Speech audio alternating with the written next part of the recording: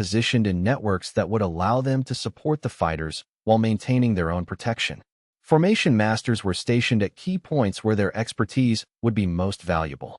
The coordination was so comprehensive and so precisely calculated that it seemed as though Long Yue had known exactly what each cultivator was capable of, had understood their limitations and their strengths, and had designed a system that would optimize their collective effectiveness. Whether this was actually the case, or whether it was a product of his vast experience and intuitive genius, was a question that scholars would debate for centuries. Either way, the effect was the same. The realm's defensive capacity had been enhanced in ways that no amount of simple training could ever have achieved. In the 10 days after the manifestation, the realm moved with unprecedented unity and purpose. Families in the countryside organized themselves to evacuate before the predicted assault. Supply chains were established to ensure that fighting cultivators would have the resources they needed. Healers were trained in new techniques that Long Yue's transmission had revealed. Combat strategies were practiced and drilled until they became second nature. The entire realm transformed into a single, unified organism focused on a single goal: survival through the trial that was coming.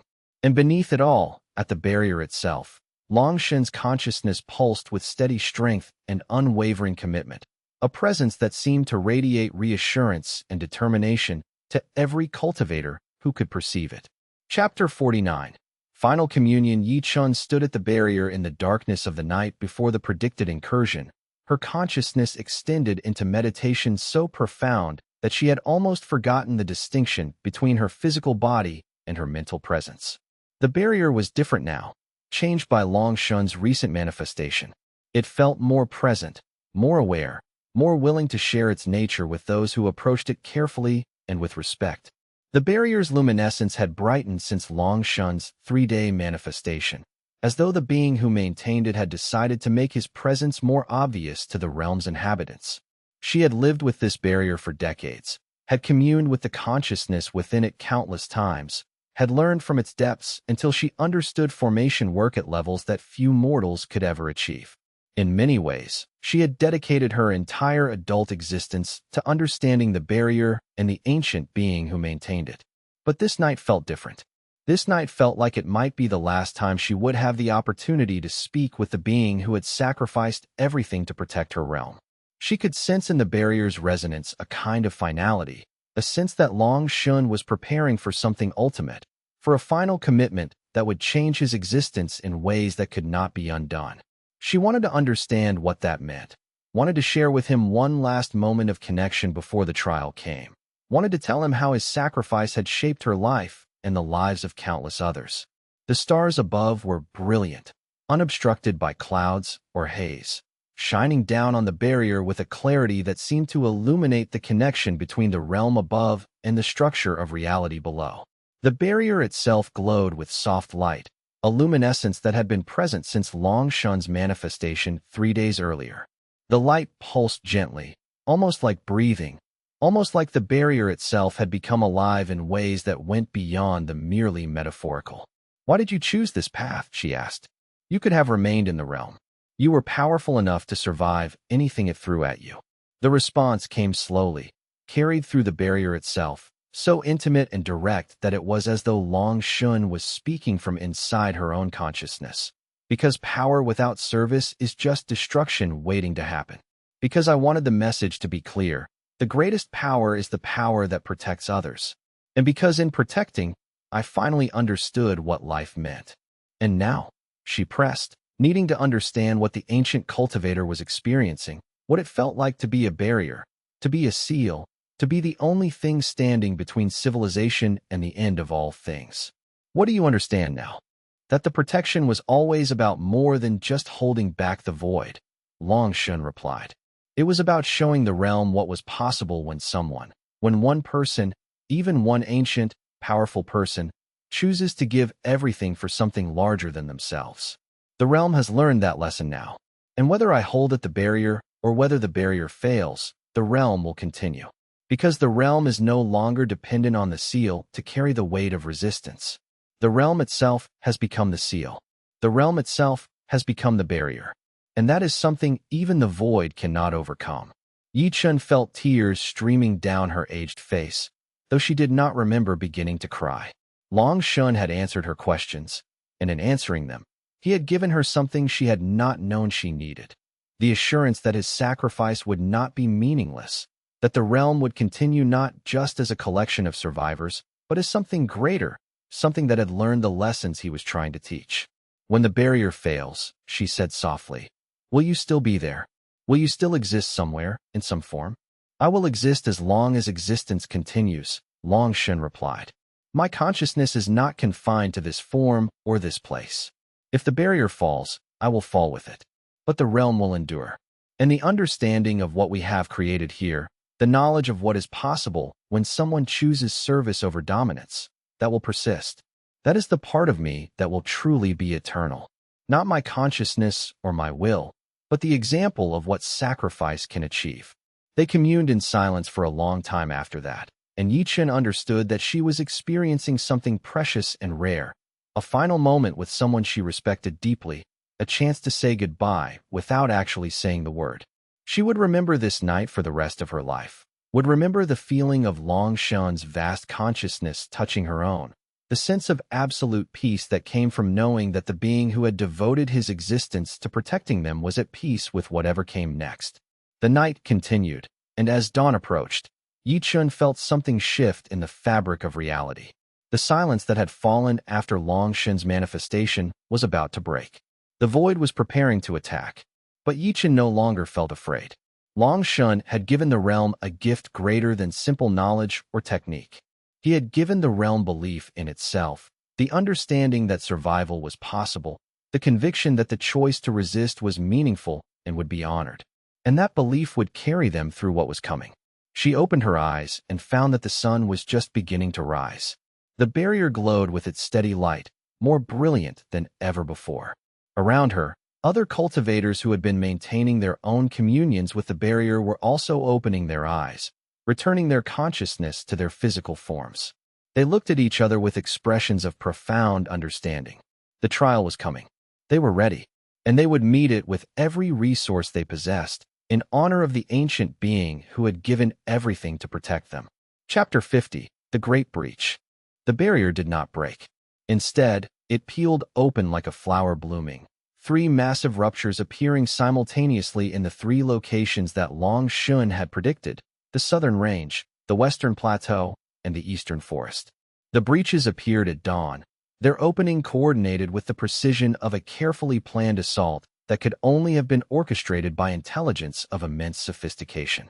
The alarm bells that had been installed throughout the realm rang out immediately, their sound carrying across vast distances, alerting every settlement and cultivation center to the catastrophe that was unfolding. The design of the opening suggested intention, intelligence, strategy. The void had learned from its previous attempts. This time, it was not breaching randomly. It was breaching at precisely chosen points, 3 locations that would force the realm to divide its defensive forces, 3 locations where the assault would be most devastating to civilization.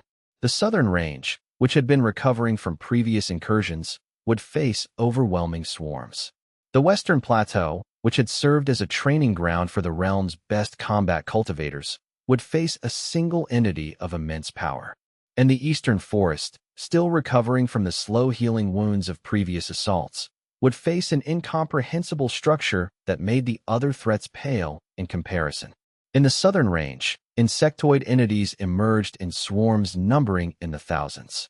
They were nothing like the small, manageable creatures that had appeared in previous incursions. These were massive things, each the size of a horse or larger, their carapaces composed of crystallized darkness that seemed to absorb light and hope in equal measure, their mandibles able to consume stone and earth and living matter with equal facility. They poured through the breach like a river, an apparently endless stream of creatures that had been gathering on the void side for years, waiting for this moment of release. The insects moved with a coordination that demonstrated undeniable intelligence. Instead of scattering in random directions, they formed organized patterns, seemingly following predetermined paths and objectives.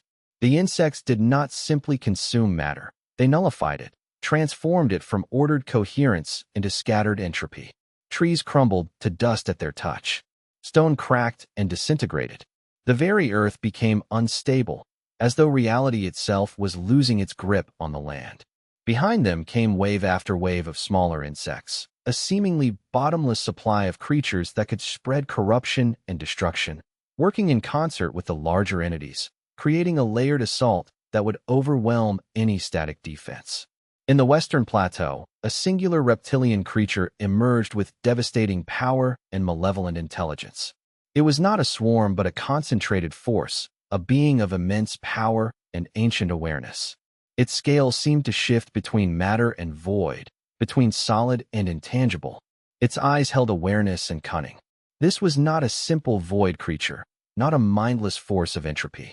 This was something that thought, that planned, that understood strategy at a level that transcended simple hunger. The creature was massive, easily 300 feet in length, its body coiled and ready to strike, its presence radiating a kind of absolute power that made even the most experienced combat cultivators hesitate. In the eastern forest, the most disturbing breach appeared. An incomprehensible structure of void began consuming reality itself. It was not a creature or a swarm, not a being of any conventional type. It was more like a wound in the fabric of reality, a rupture that existed both in the realm and in the void simultaneously, expanding and consuming everything it touched, nullifying coherence and existence with an efficiency that made the other breaches seem almost gentle by comparison. Trees were consumed and ceased to exist. The ground itself became poisoned. The air became toxic to breathe. And the structure continued to expand, growing larger with each passing moment, consuming everything in its path. The battles raged across the realm, testing every defense that had been built, challenging every cultivator to the limits of their strength and will. The southern range became a fortress of formations and combat cultivators, thousands of fighters arranged in defensive arrays specifically designed to counter the insectoid swarms. The first waves of insects crashed against the primary defensive line like a tsunami crashing against cliffs. The formations held, but barely, buckling under the sheer weight of the assault. The insects were relentless, their mandibles snapping through formation projections, their bodies dissolving the coherent structures that had been so carefully constructed. When insects were killed, new ones replaced them immediately, an endless supply of creatures that seemed determined to overwhelm the realm's defenses through sheer attrition. The battles lasted for days, with waves of insects being repelled, killed, driven back, only to be replaced by new waves that seemed to emerge endlessly from the breach. Cultivators fought in shifts, rotating through the defensive line as exhaustion threatened to overwhelm them. The ground became littered with the crystallized remains of dead insects and the bodies of fallen cultivators. The air filled with the sounds of combat, the screeching of insects, the shouts of cultivators, the crackling of formation energy. But the formation masters held, and slowly, gradually, the swarms were contained, prevented from spreading beyond the southern range. The cultivators fought with the techniques Long Yue had taught, using combinations of formation work and individual combat to hold back the endless assault. Specialized teams of cultivators were assigned to maintain and reinforce the formations, while others engaged in direct combat with the insects that managed to penetrate the barrier. The coordination between different teams and sects became the key to holding the line. Any gap in the coordinated defense would allow the insects to pour through and rampage through the unprepared rear. The Western Plateau became the stage for a titanic duel between the reptilian entity and the realm's greatest combat cultivators. It was not a simple battle but a chess game played at the speed of light and with the power of entire civilizations at stake.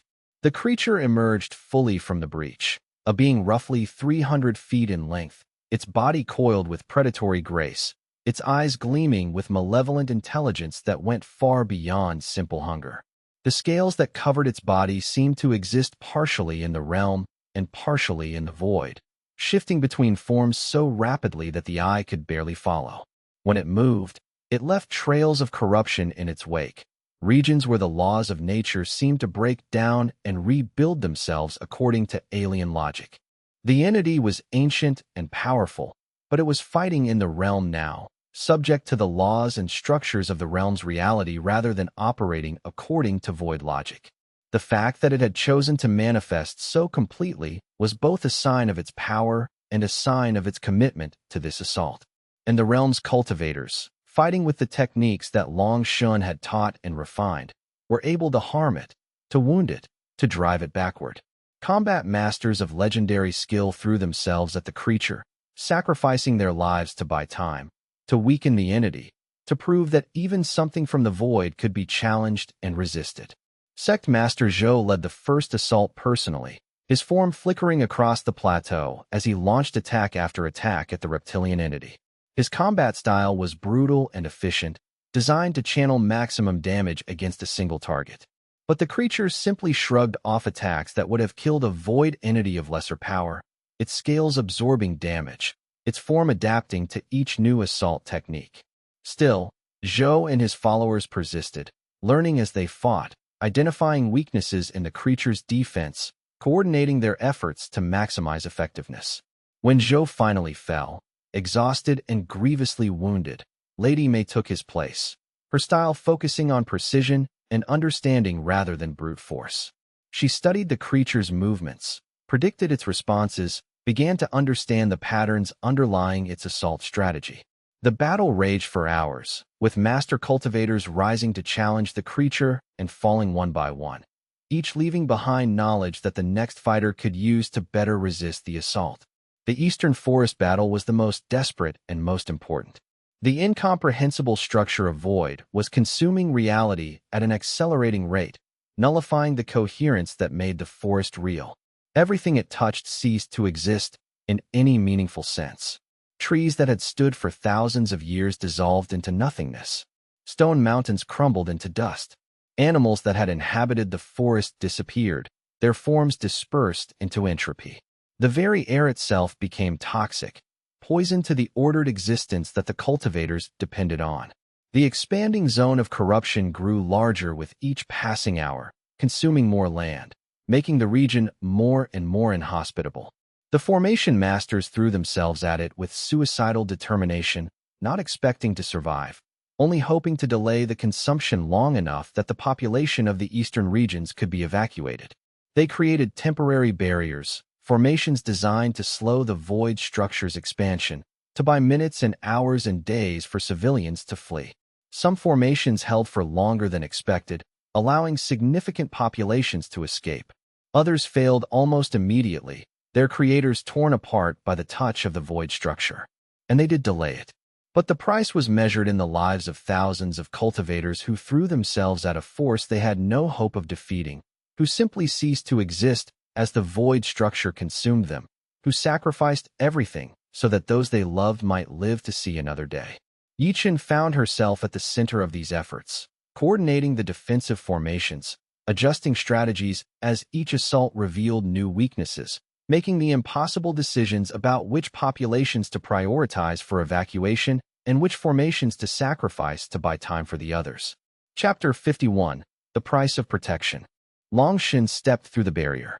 The act was impossible, violating the fundamental nature of the seal, tearing himself away from the structure that had defined his existence for over 70 years. But he did it anyway, at terrible cost. His consciousness manifested in the eastern forest, engaging directly with the incomprehensible void structure. The separation from the barrier caused something to break within him, not his will or his power, but something fundamental about how his consciousness had integrated with reality itself. He felt pieces of himself fragmenting, connections dissolving, the careful equilibrium that had sustained him shattered by the act of forcing himself through the barrier. But he pressed forward, accepting the cost, understanding that the realm's survival mattered more than his own continued existence. For 70 years, he had existed as the barrier, his consciousness distributed across every stone, every plant, every living being that dwelt within the realm. His awareness had been unified in a way that transcended individual perception. Now, stepping through, he felt that unity collapsing. The connections that had defined his existence were being severed one by one.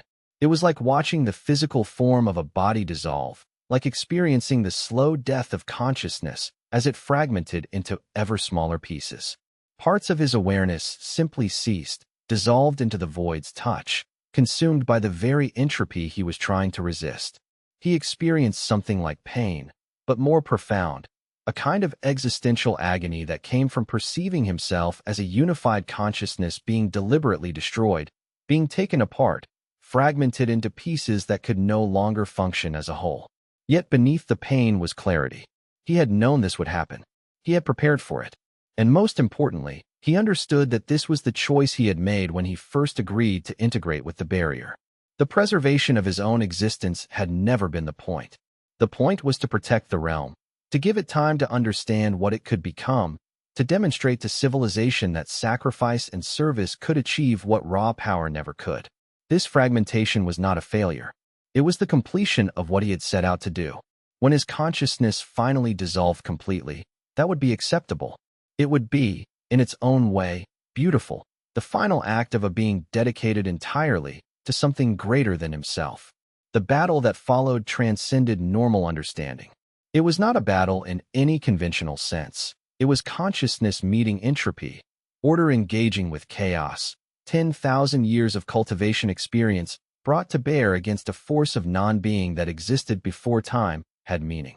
Long Yue's form, no longer anchored to the barrier, began to destabilize, flickering between coherence and dissolution. He was forced to simultaneously maintain his own existence while engaging the void structure, to continuously reinforce his own coherence while attacking the structure's coherence. It was a battle being fought on multiple planes of reality simultaneously, in dimensions of existence that mortal cultivators could not even perceive. The battle lasted only minutes in the linear time that humans experienced, but to those who observed it, it seemed to stretch across eternities. They saw Long Yue, manifested fully in the realm for the first time in 70 years, as a being of pure power and ancient will. They saw him reach down into his deepest reservoirs of strength, accessing power he had been saving for this moment, power that had been building for decades as he maintained the barrier. They saw him engage the void structure not through conventional combat, but through sheer application of will and essence, forcing coherence to expand, order to increase, the realm's reality to become more defined and more resistant to consumption. When it was over, the void structure had been forced back, driven backward through the breach it had created. Long Yue's manifestation began to move toward the western plateau, where the reptilian entity was still engaging the realm's greatest combat cultivators. The journey to the plateau took him through regions where void corruption was spreading, through zones where reality itself was becoming unstable.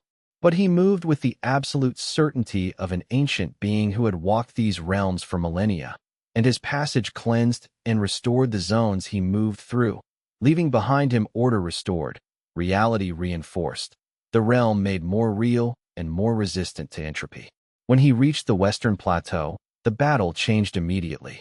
The reptilian entity sensed his presence and focused its full attention on him, understanding at some deep level of awareness that this was the core of the realm's resistance. This was the consciousness that had maintained the barrier for 70 years. The duel that ensued was not titanic, but surgical, precise, controlled. Long Yue did not fight the entity with brute force, but with understanding, with knowledge of the void's nature, with techniques developed over 10,000 years of study and experience. He moved with a grace that suggested absolute certainty in his movements, absolute confidence in his understanding of what needed to be done. The reptilian entity pressed him hard, brought to bear power that had been accumulating on the void side for years, deployed strategies that had been refined through observation of countless previous battles.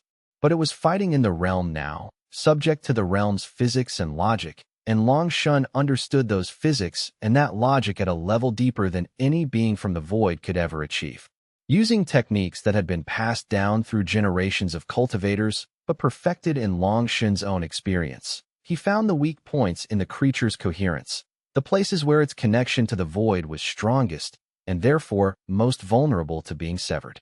One by one, he severed those connections. The entity's form began to destabilize, its coherence breaking apart, its connection to the void beginning to fail.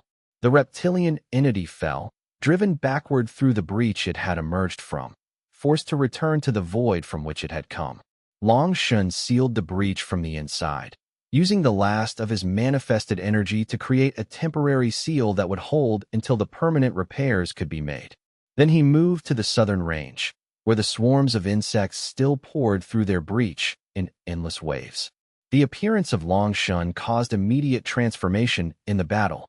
The cultivators, seeing their ancient protector manifest before them, felt renewed strength and renewed hope. The insects, sensing the presence of an ancient power that had stood against the void for millennia, began to falter, their coordination breaking down, their swarm mentality disrupted by the overwhelming presence of Long Yue's consciousness. It took 6 more days to eliminate the insects that had already entered the realm. But eventually, the southern range was clear. The breach was sealed, and Long Yue, his manifestation beginning to fade, his connection to the realm beginning to weaken, returned to the barrier. His form became translucent, ghost-like, increasingly less substantial as his consciousness began the process of reintegration with the barrier structure. Chapter 52: The Return and Integration. Long Yue stood at the center of the southern range, surrounded by the crystallized remains of thousands of consumed insects. The ground was blackened, the air itself poisoned by the touch of the void creatures. Nothing living could survive in this region. The void corruption had been too complete, the consumption of coherence too thorough. It would take decades for the land to recover, if it ever fully recovered at all. The southern range had been a fertile region, home to hundreds of thousands of people, with cities and settlements and cultivator sects that had thrived for centuries. Now it was a dead zone, a scar on the realm that would never fully heal. The loss was profound, devastating, a wound in the collective consciousness of civilization that would never fully close. The cultivators who had fought to contain the insects had suffered terribly. Thousands dead, tens of thousands wounded or marked by void contact. The cost of holding the southern range had been almost as devastating as complete failure would have been. Yichen found him there as evening fell on the 7th day. She had led the desperate defensive efforts in the eastern forest, had lost hundreds of her best students and companions to the incomprehensible structure of void, had witnessed the absolute horror of reality being consumed and rendered into non-being. She was exhausted beyond measure, her cultivation drained to critical levels, her consciousness stretched thin by the extended communion with Long Yue's manifestation. But she had to see him, had to speak with him one final time before he returned fully to the barrier. The walk to the southern range took her through regions still bearing the marks of corruption, through landscapes transformed by the touch of the void. Every step was a reminder of the cost of the battle that had just been fought. The realm itself had been changed by his passage. Where Long Yue had walked between the battles, the land seemed to be recovering faster than it should, the corruption being gradually cleansed, the poisoned earth beginning to restore itself to something resembling health. It was as though his presence had a healing quality, as though the very act of his being in the realm accelerated recovery and restoration. She passed through regions where new growth was beginning, where the first green shoots were appearing in previously blackened soil, where the air itself seemed less toxic, less hostile to life. The transformation was subtle but unmistakable. It was as though Long Yue had recognized that his time in the realm was ending and had devoted those final moments to beginning the healing process, to setting in motion the restoration that would take centuries to complete. "The barrier is weaker now," she said, standing before the translucent form that had once been the ancient cultivator who had protected her realm for so long. Her voice was soft, almost broken from the strain of the weeks of constant battle and meditation. "Yes," Long Yue replied, his voice now barely a whisper, his form becoming less substantial with each passing moment. "I will need to return and repair the damage. The breaches have weakened the overall structure. It will take time and deep work to restore the barrier to its full strength. But the seal will be different now, stronger in some ways, weaker in others. And I may not be able to separate from it again. The price I paid to manifest once may consume the ability to do so again. The barrier and I will become more fully one. We will achieve a level of integration that transcends even what I had before. Then you will be trapped," Yichen said, understanding what this meant, understanding the sacrifice that Long Yue was making.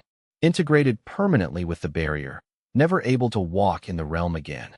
I was already integrated with the barrier. Long Shun replied with a smile that seemed to carry no regret, only acceptance. I was already sealed away. This just makes the sealing more complete, more absolute. But it also means that the barrier will be stronger, that my consciousness will have greater capacity to resist the void's pressure, greater power to maintain the structure that protects the realm. The sacrifice is worth the cost. I have lived for 10,000 years, have seen civilizations rise and fall, have witnessed the evolution of human understanding and power. Now I can finally achieve what I have always wanted. Complete unity with something greater than myself. Complete service without the distraction of individual concerns or desires. His form continued to fade, becoming barely perceptible, a shimmer of light and presence that was already becoming one with the barrier itself. Take care of the realm, he said, his voice now coming from the very fabric of reality rather than from a voice box or body. You have learned well. You understand what needs to be done. Continue teaching the next generation. Ensure that what has been built here does not fall into ruin or neglect. The barrier will hold as long as the realm is willing to defend it. And I will be that barrier, thinking the realm's thoughts, protecting the realm with my entire being. And then he was gone, his consciousness fully reintegrated with the barrier, his individual presence submerged into the greater structure of the seal. The barrier's glow intensified briefly, then returned to its normal luminescence. But there was a difference now, a sense that the barrier was more fully alive, more aware, more integrated with reality than it had ever been before. And at the core of that barrier, integrated beyond any possibility of separation, was the consciousness of an ancient cultivator who had given everything, his individual identity, his freedom, his power, to protect a civilization that he would never again walk among. Yi Chen felt the moment of his full integration, felt the shift in the barrier's presence as Long Shen ceased to be a consciousness separate from the seal structure and became one with it entirely. The experience was almost unbearable in its intensity. She perceived for just a moment the vastness of what he had become, the scope of his consciousness now distributed throughout the entire barrier, present everywhere and nowhere simultaneously, aware of every stone, every plant, every living being within the realm, thinking thoughts that spanned continents and centuries. And yet, within that vastness, there was peace. Long Shun had finally achieved what he had sought for 10,000 years. Complete union with something greater than himself, complete service to something beyond individual desire, complete transcendence of the limitations of self. The cultivation masters throughout the realm felt it as well, felt the moment of his full integration as a shift in the fundamental nature of the barrier itself. Some wept, not from sadness, but from the overwhelming recognition of what had been achieved. A being so ancient and powerful that he could have dominated any civilization had chosen instead to surrender himself completely to service. From this moment forward, the barrier was no longer merely a structure maintained by a powerful consciousness. It was the consciousness itself, the will of an ancient cultivator translated into the fundamental structure of reality. The barrier did not maintain Long Shun. Long Shun was the barrier. And in that perfect union of consciousness and purpose, something new had been created, a seal not just of power, but of commitment, not just of strength, but of meaning, not just of the protection of one being, but of the will of an entire civilization crystallized into a single eternal purpose. Chapter 53, The Aftermath and Reckoning. The cost of victory was measured in two dimensions, loss and transformation. The eastern forest was lost entirely. Over 200,000 people had died in the incursion, either consumed directly by the void structure or forced into evacuation that their bodies could not survive. The children who had been born in the eastern forest, raised among those ancient trees, would never return to their homeland. The scholars whose life's work had been the study of the forest's ancient formations would spend their remaining years in exile, knowing that their knowledge had become worthless because the subjects of their study no longer existed. The land itself had been rendered uninhabitable, transformed into a dead zone that would require centuries to recover. The emotional impact on the realm was profound. The forest had been home to hundreds of ancient sects, repositories of knowledge accumulated over millennia. All of it was gone, consumed by entropy, nullified by the touch of non-being. The southern range had become a graveyard of crystallized insect carapaces and corrupted earth. The region that had once been fertile and green was now a blackened wasteland. Settlements that had thrived for centuries were gone without a trace. Families who had thought to return after the battle ended discovered that their homes, their lands, their very sense of place had been erased. The western plateau bore the scars of the battle with the reptilian creature. Deep gouges in the earth that looked like the claw marks of some cosmic beast, regions where the very rocks had been transformed by exposure to void energy, mountains that had been partially consumed and partially transformed. These three regions had been among the most beautiful and productive areas in the realm. Now they were monuments to loss and sacrifice. The realm had preserved them deliberately, choosing not to rebuild immediately, allowing the scars to remain as eternal reminders of the cost of resistance and the price that must be paid when civilization chooses to endure. But the transformation was equally significant. The realm had now understood, not intellectually but in their bones, that the threat was real, that it was constant, that it would require eternal vigilance. The comfortable belief that they could eventually defeat the void, that they could eventually seal it away permanently, was replaced by the harder understanding that they would have to live eternally in opposition to entropy. There was no final victory to be achieved, no point at which they could rest and declare the threat defeated. There was only eternal resistance, eternal vigilance, eternal preparation for the next assault. The population of the realm had been reduced significantly. Those who had died in the incursion itself were only part of the casualty count. Many had died in the subsequent period as displaced persons struggled to find new homes and new livelihoods in regions already strained by their own defensive efforts.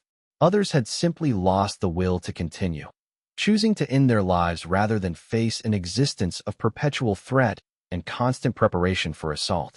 The psychological toll was immense. Parents had to explain to their children why entire regions were now forbidden, why relatives who had lived in certain areas would never return. Young people contemplated futures that seemed inevitably shortened, lives that would be consumed by the endless struggle against the void. Yet from this devastation came a strange kind of strength. The realm had survived the ultimate test. It had faced the full power of the void's assault and had held. The barrier remained, maintained by Long Yue's sacrifice, supported by the unified resistance of every sect and every cultivator. The knowledge that they could survive, that resistance was possible even against overwhelming odds, infused the entire civilization with a grim determination that would carry them forward into the unknown future.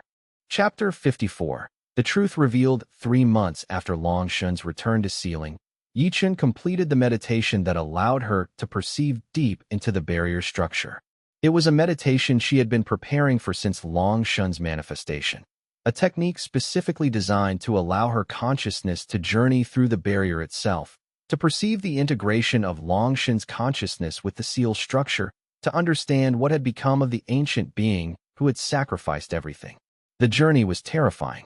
She had to pass through layers of the barrier that pressed against her consciousness with impossible weight, regions where the void's presence seemed almost tangible, where her sense of self was constantly threatened by dissolution.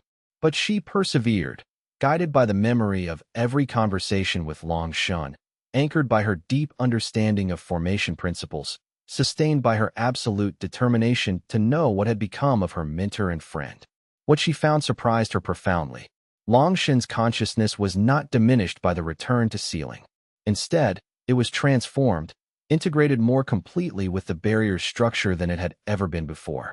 He had become something simultaneously himself and something larger, still recognizably the ancient cultivator who had made the sacrifice, with memories and personality intact, but also the barrier itself, thinking the barrier's thoughts, feeling the barrier's pressure and presence, existing as a consciousness that transcended the boundaries of individual identity. His awareness extended across the entire length of the barrier, sensing the pressure of the void entities on the other side, perceiving threats that might manifest months or years in the future, maintaining the delicate balance of forces that kept the realm safe.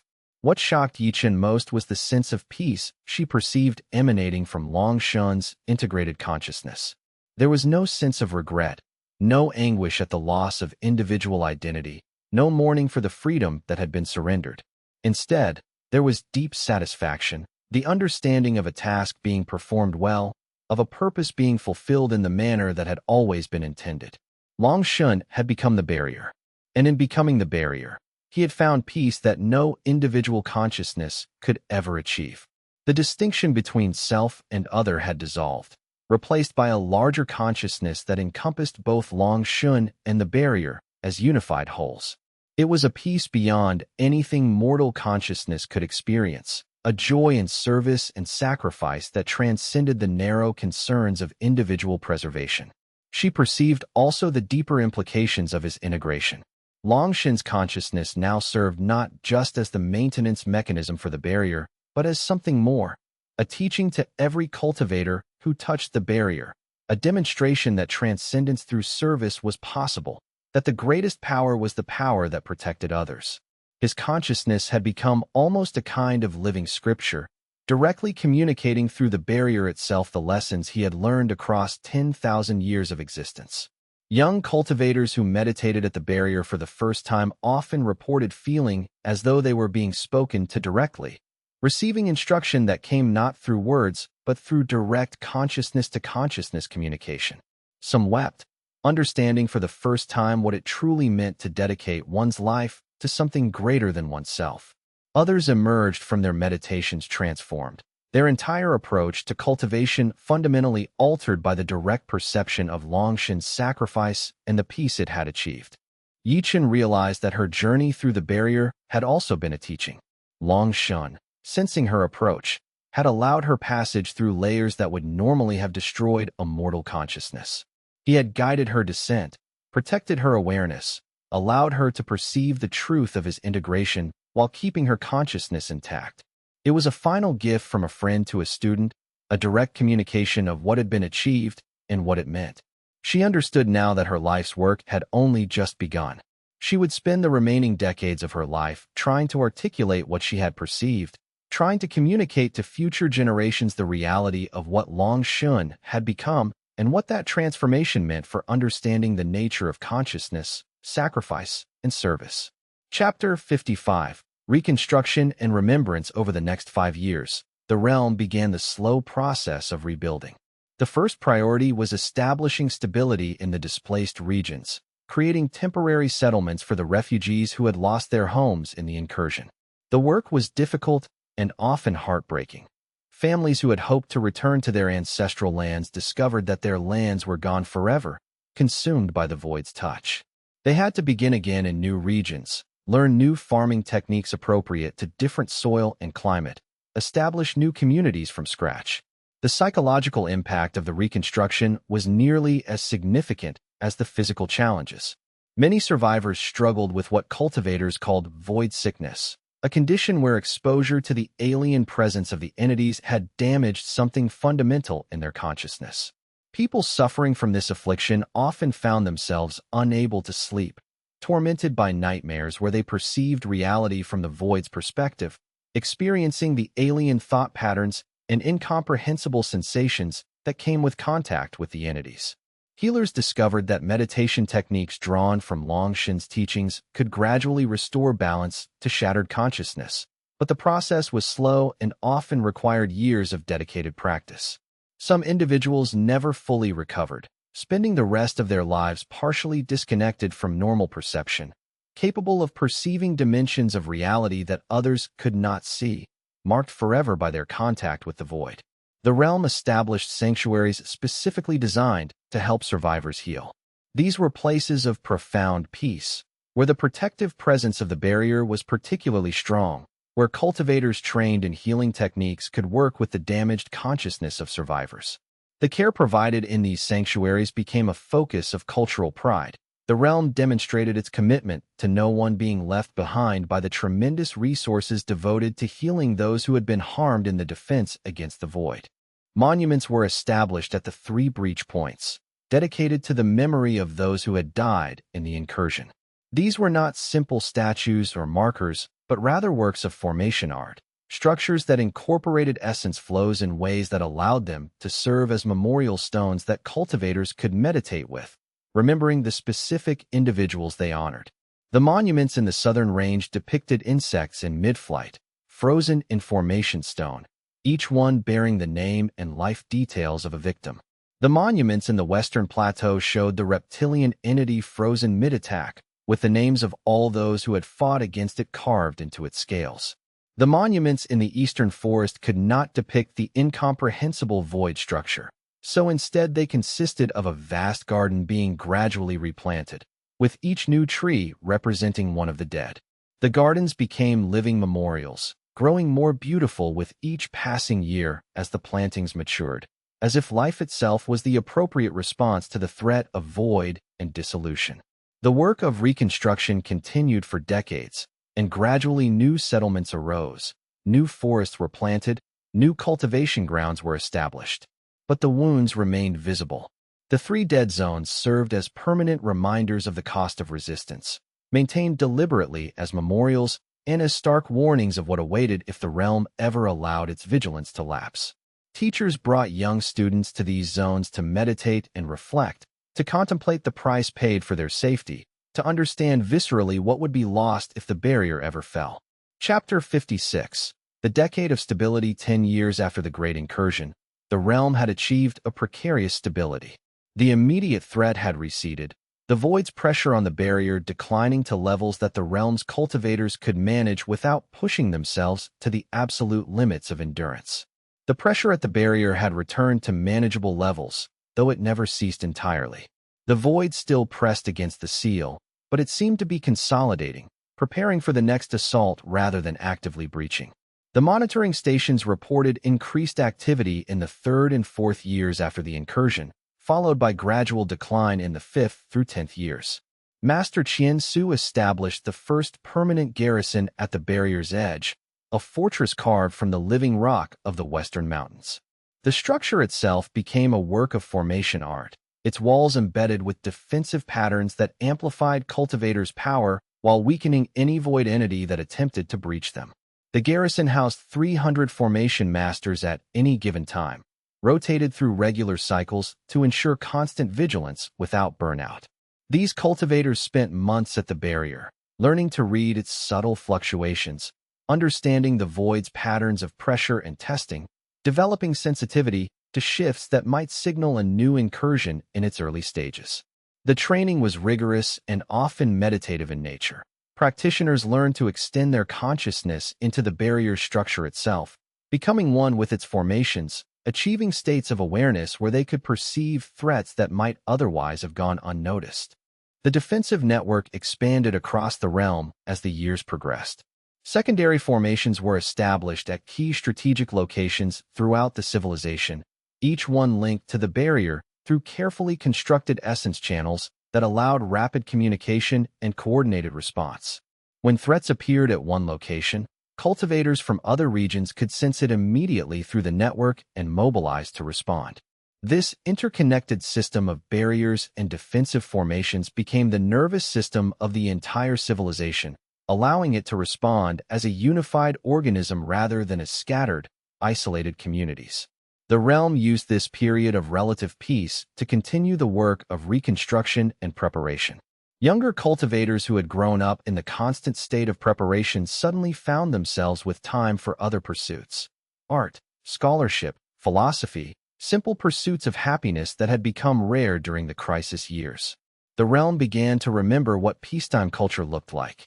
But beneath this return to relative normalcy ran a current of constant awareness, a knowledge among all inhabitants that the peace was temporary, that the assault would come again, that the respite was being used to prepare for the next trial rather than a genuine return to the comfortable existence of the pre-awakening era.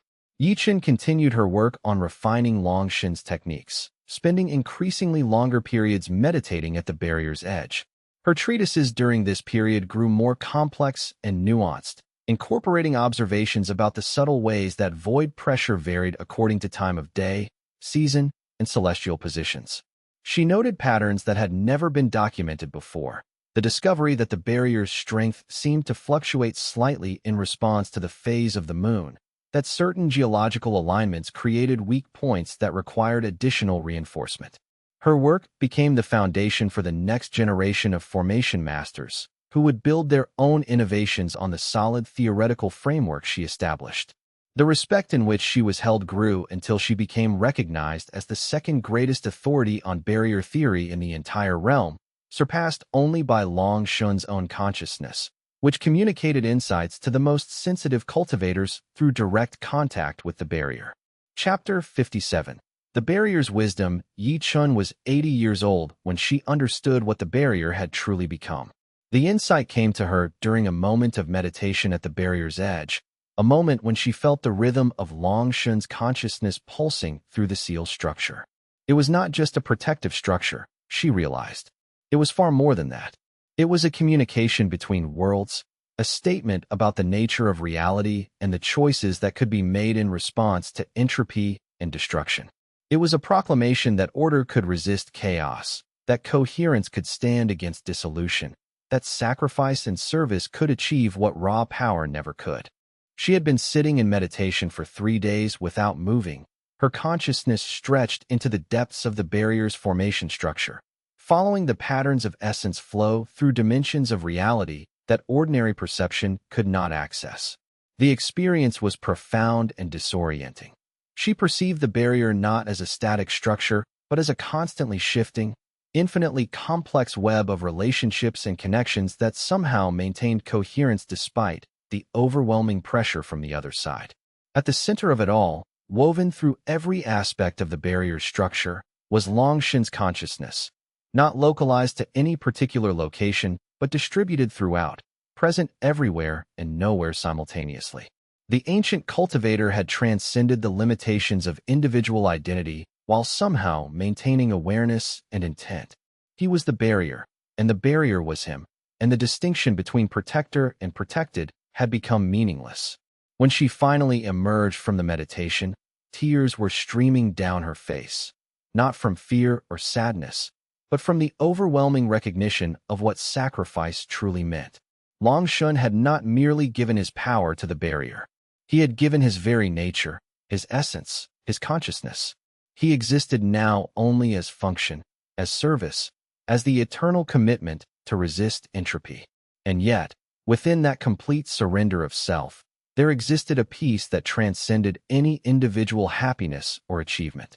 He had found transcendence not through the accumulation of power, but through its complete dissolution into something larger than himself.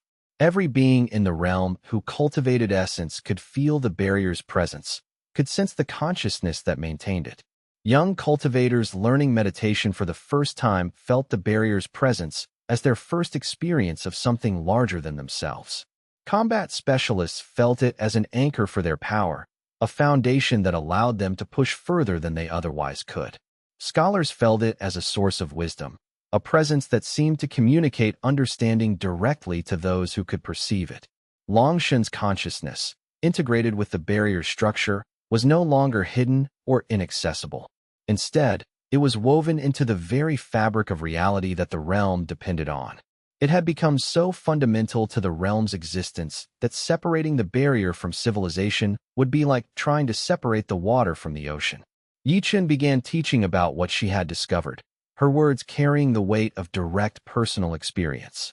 She explained to her students that cultivation itself was fundamentally a path toward understanding what Long Shun had already become, not the acquisition of power for its own sake, but the transformation of consciousness toward purposes larger than individual advancement. The greatest achievement was not dominance, but service. The highest wisdom was the understanding that true strength lay in commitment to something beyond oneself. Her teachings began to reshape how the realm understood the very nature of cultivation and its purposes. Chapter 58. The Next Generation Ascends. 50 years after the Great Incursion, the realm had transformed in profound ways. The formation techniques that Long Shun had taught had been refined and advanced by successive generations. Each generation of cultivators had contributed new insights, new techniques, new applications of the fundamental principles that Long Shun had established. The younger cultivators approached their training with a different mindset than their predecessors. They did not fear the void. They understood it, respected it, prepared themselves to resist it with the acceptance of those who know what they might face. But more importantly, they understood that their cultivation was not for individual advancement or glory. Their cultivation was for the maintenance of the barrier, for the strengthening of the seal that protected the entire realm. A young formation master named Huan had emerged as the leading talent of her generation, showing an intuitive understanding of barrier techniques that some said rivaled even Yi Chen's gifts. She developed a method of distributed consciousness that allowed multiple cultivators to achieve perfect synchronization while maintaining individual awareness, a significant advance that made coordinated defensive responses more effective than ever before. When the realm's cultivators worked together at the barrier, they could now achieve states of collective awareness where individual identity dissolved into a larger consciousness dedicated to a single purpose. The technique required immense discipline and trust, but those who mastered it reported experiences of profound meaning and connection that transcended anything they could achieve through isolated cultivation. Another breakthrough came from a scholar named Wei, who discovered that the void's pressure followed mathematical patterns that could be modeled and predicted. His treatises on quantitative barrier analysis provided a framework for understanding how formations should be distributed across the realm for maximum effectiveness. The combination of Huan's consciousness techniques and Wei's mathematical frameworks allowed the realm to optimize its defensive network in ways that previous generations could never have achieved.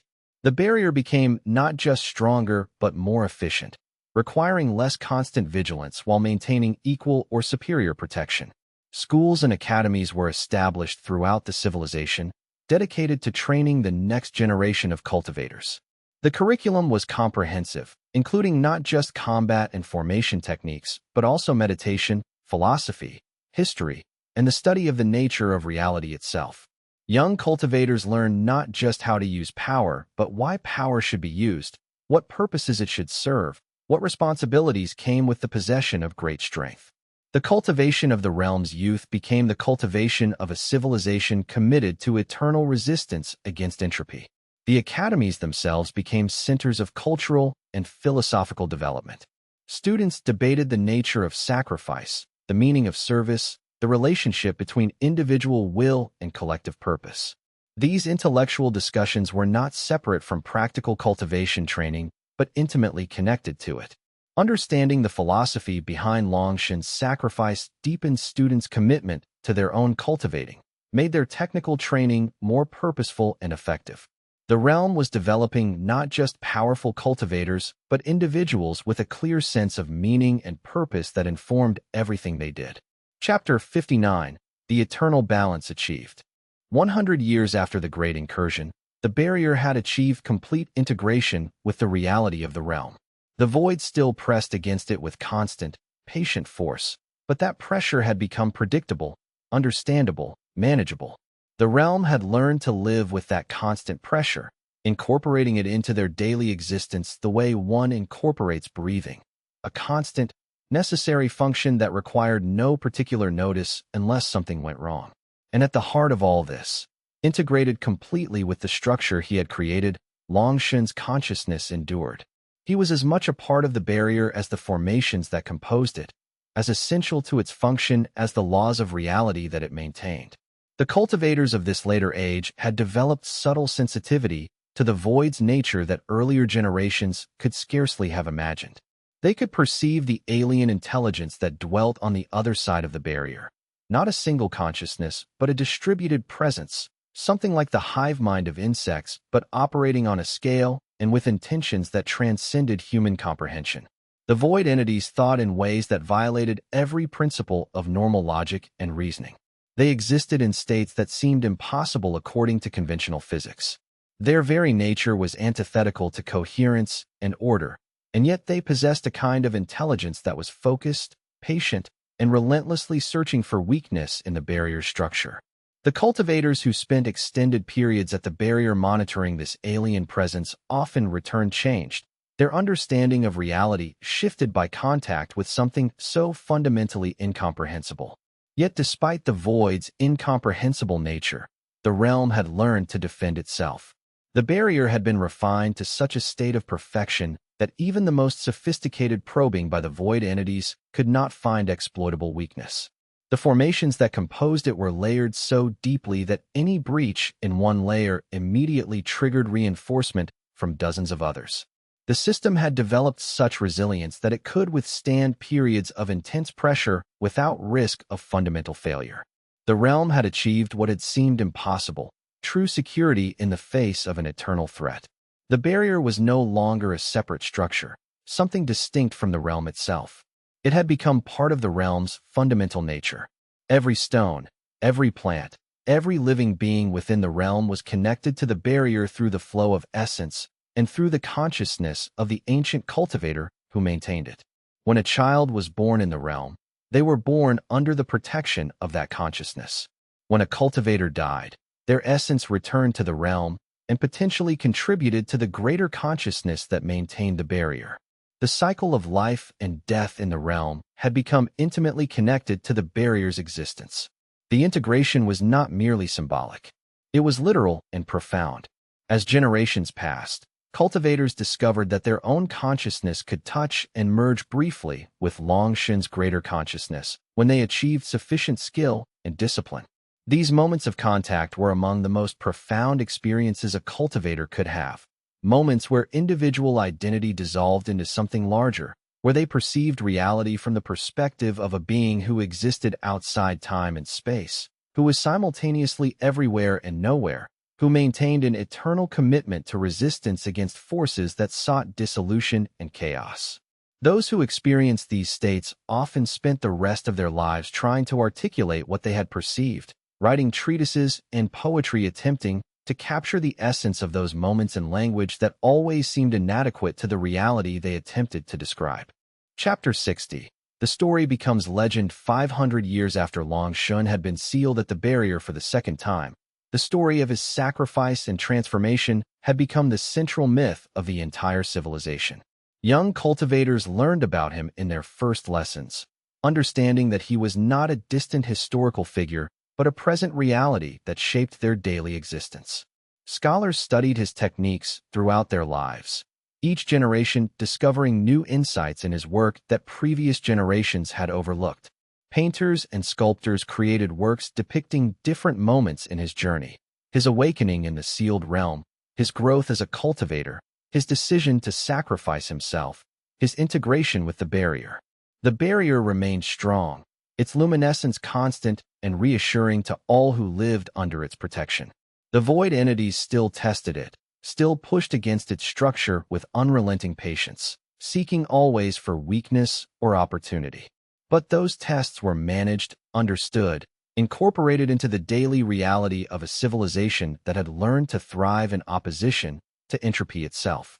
The realm had become a place where the constant presence of danger had become a source of strength rather than fear.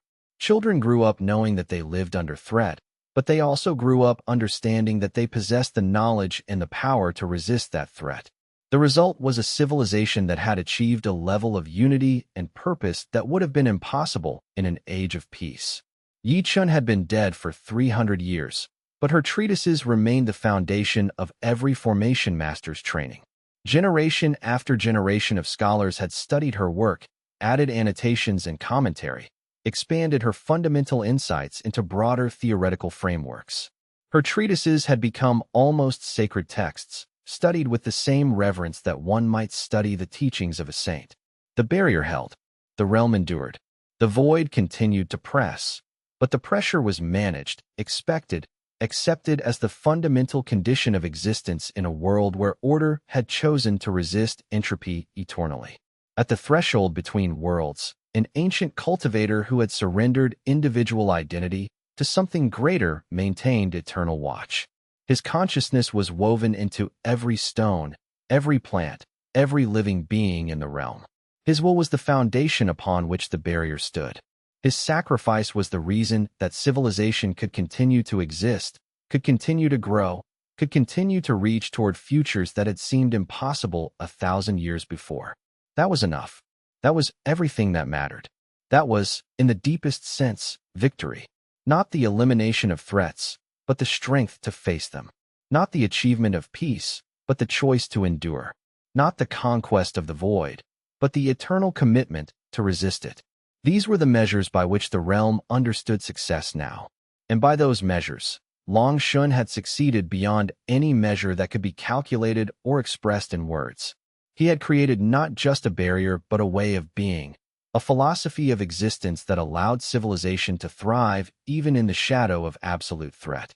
The story endured because it mattered. It mattered not because it had been recorded in texts or carved into stone, though both of those things had been done extensively. It mattered because every cultivator who trained in Long Yue's techniques was continuing his story, adding their own interpretation and innovation while maintaining the core principles he had established. Every formation master who maintained the barrier was continuing his work, strengthening the seal with each passing year, each generation adding refinements and improvements based on accumulated experience. Every person who lived in the realm under its protection was living out the consequences of his sacrifice, benefiting from his choice to give everything for something larger than himself. The story was not a memory of the past, but an active, living thing, something that shaped the present and would continue to shape the future for as long as the realm existed. As long as cultivators practiced meditation and studied formations, Long Yue's influence persisted. As long as the barrier glowed with luminescence that spoke of an ancient being's unwavering commitment, his sacrifice remained relevant and meaningful. As long as civilization thrived in opposition to entropy, as long as order resisted the void's hunger, Long Yue's story would endure, shaped and reshaped by each generation, but always returning to the fundamental truth that the greatest power was the power to protect others, and that the greatest victory was the choice to stand and resist, no matter the cost. In the deepest levels of meditation, cultivators who reached states of profound understanding reported experiencing moments where they perceived Long Yue's consciousness directly. These moments were brief and often difficult to articulate in words, but they provided insight into what it meant to be the barrier, to exist as a protection that required constant attention and unwavering commitment. The cultivators who experienced these communions returned to their physical existence changed. Their understanding of what it meant to serve something greater than themselves deepened by direct contact with the consciousness of an ancient being who had transcended individual identity. The realm continued to develop and grow, building new settlements in the recovered regions, cultivating new gardens and forests where wastelands had once existed. But the three dead zones remained, monuments to sacrifice and cost. Pilgrims traveled to these zones to meditate, to contemplate the price of their civilization's survival, to understand at a visceral level what was required to resist the void. Some cultivators spent months or even years in these regions, their consciousness stretching into the depths of corruption that remained even centuries after the incursion, seeking to understand the nature of entropy and to contribute what they could toward the slow healing process. The barrier continued to glow with steady luminescence, a constant reminder of the ancient being who maintained it. That glow had become so much a part of the realm's landscape that younger generations took it for granted, never remembering a time when the sky did not carry that faint luminescence at night. But older cultivators remembered when the sky had been dark except for stars, remembered the shock of the barrier's awakening, remembered the trials that had tested civilization to its absolute limits. They served as teachers and guides to the younger generation, helping them understand not just how to cultivate, but why their cultivation mattered. Long Yue had achieved what he had always intended. His sacrifice had become the foundation of civilization. He was not celebrated as a distant hero, but honored as a present reality that shaped daily existence. Every cultivator who learned meditation felt his presence in their training. Every formation master who studied the techniques understood them as extensions of his wisdom. He was not mourned as lost, but honored as having found peace and purpose that transcended individual identity. The greatest cultivator who had ever lived had given everything to protect his realm, and that realm had honored his sacrifice by building a civilization worthy of his protection. That, ultimately, was the true victory, not that the void had been defeated, but that humanity had chosen to stand and resist, had organized itself around the principle of eternal vigilance, had created a culture and society dedicated to supporting the barrier that protected them all. The teachings that emerged from Long Yue's sacrifice extended far beyond cultivation technique. They encompassed a philosophy of life that emphasized service, sacrifice, and the understanding that true strength lay not in individual power, but in commitment to something greater. Young people learned that their lives had meaning not through personal achievement, but through contribution to the collective effort of maintaining the barrier. This worldview created a civilization remarkable for its unity and sense of common purpose, where even the poorest farmer understood that their work contributed to the realm's survival. And in the passage of centuries, as generations came and went, as styles and civilizations shifted and evolved, the fundamental story remained constant. A cultivator of immense power had made the ultimate sacrifice, had given himself completely to serve something greater, and in doing so had transformed not just reality, but the very nature of what it meant to exist in opposition to entropy. That story would be told and retold for as long as the realm endured, would be lived and relived by every cultivator who trained in Long Yue's techniques, would continue to shape civilization for ages yet to come. The barrier itself became more than a defensive structure. It became the symbol of everything the civilization valued. In art and literature, the barrier appeared constantly as a metaphor for perseverance, protection, and the transcendence of individual limits. Philosophers wrote treatises analyzing what Long Yue's sacrifice meant for understanding the nature of consciousness, identity, and service. Spiritual teachers incorporated his story into their teachings about enlightenment and the path to transcendence. The barrier glowed with light that seemed to shine brighter the more the realm honored the being who maintained it, as though Long Yue's consciousness responded to the civilization's gratitude and acknowledgement. Long Yue had become eternal not through immortal power, but through sacrifice and service, through choosing to give everything for those he loved and those he had never met. His story transcended the realm that he protected, becoming a story that echoed across ages and cultures, a fundamental tale about what it meant to choose meaning over comfort, to sacrifice personal identity for something greater, to find transcendence through service. This was his true victory, not the maintenance of the barrier itself, though that was important, but the transformation of an entire civilization into something dedicated to eternal resistance against entropy, something that would endure for millennia not through strength alone, but through understanding what true strength meant. And so the story of Long Yue would continue to unfold across the centuries, each age adding its own chapters to the narrative that had begun with a powerful cultivator's decision to sacrifice everything for those he loved. The barrier would remain, constant and ever-present, a visible testament to the possibility of transcendence through service. The void would continue to press, but the realm had learned what it needed to know, that resistance was possible, that unity could overcome division, that purpose and meaning could arise from the darkest trials. In the ongoing struggle between order and entropy, between existence and void, between the individual and the infinite, Long Yue had found his answer. He had given himself completely, and in doing so, had become something greater than he had ever been as an individual. His story was the story of civilization's triumph not over the void, for the void could never truly be overcome, but over the despair that might otherwise have consumed them. He was the barrier, the protection, the eternal guardian at the threshold between worlds. And that was enough. That was everything. That was, in the deepest and truest sense, complete and perfect victory. Chapter 61. The pattern breaks. The second void incursion came 3 days after Long Yue's victory at the coastal rift. This time, the creatures arrived in perfect formation. Lin Mei watched from the command platform as the sensory networks reported the emergence, not scattered anomalies, but a coordinated wave of void entities in tiered positions. The weaker ones pushed forward first, fanning across a mile-wide front. Behind them, the larger ones held back, moving in synchronized patterns that suggested, no, that required, intelligence beyond animal instinct. Her hands trembled slightly as she processed the reports coming in from the outer observation posts. 3 days. Only 3 days. After the coalition's decisive victory at the coastal rift, after Long Yue had personally eliminated 17 of the larger creatures, after they had all celebrated what felt like the turning point of the entire conflict, 3 days was almost no time at all to recover, reposition, resupply. And yet here the void was again, attacking with greater organization and apparent purpose than before. The creatures moved with precision, each unit maintaining perfect distance from the others, responding instantly to coordinated commands that seemed to come from nowhere and everywhere simultaneously. This was no mindless assault.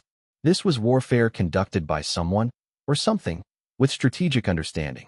May's administrative mind shifted into crisis mode.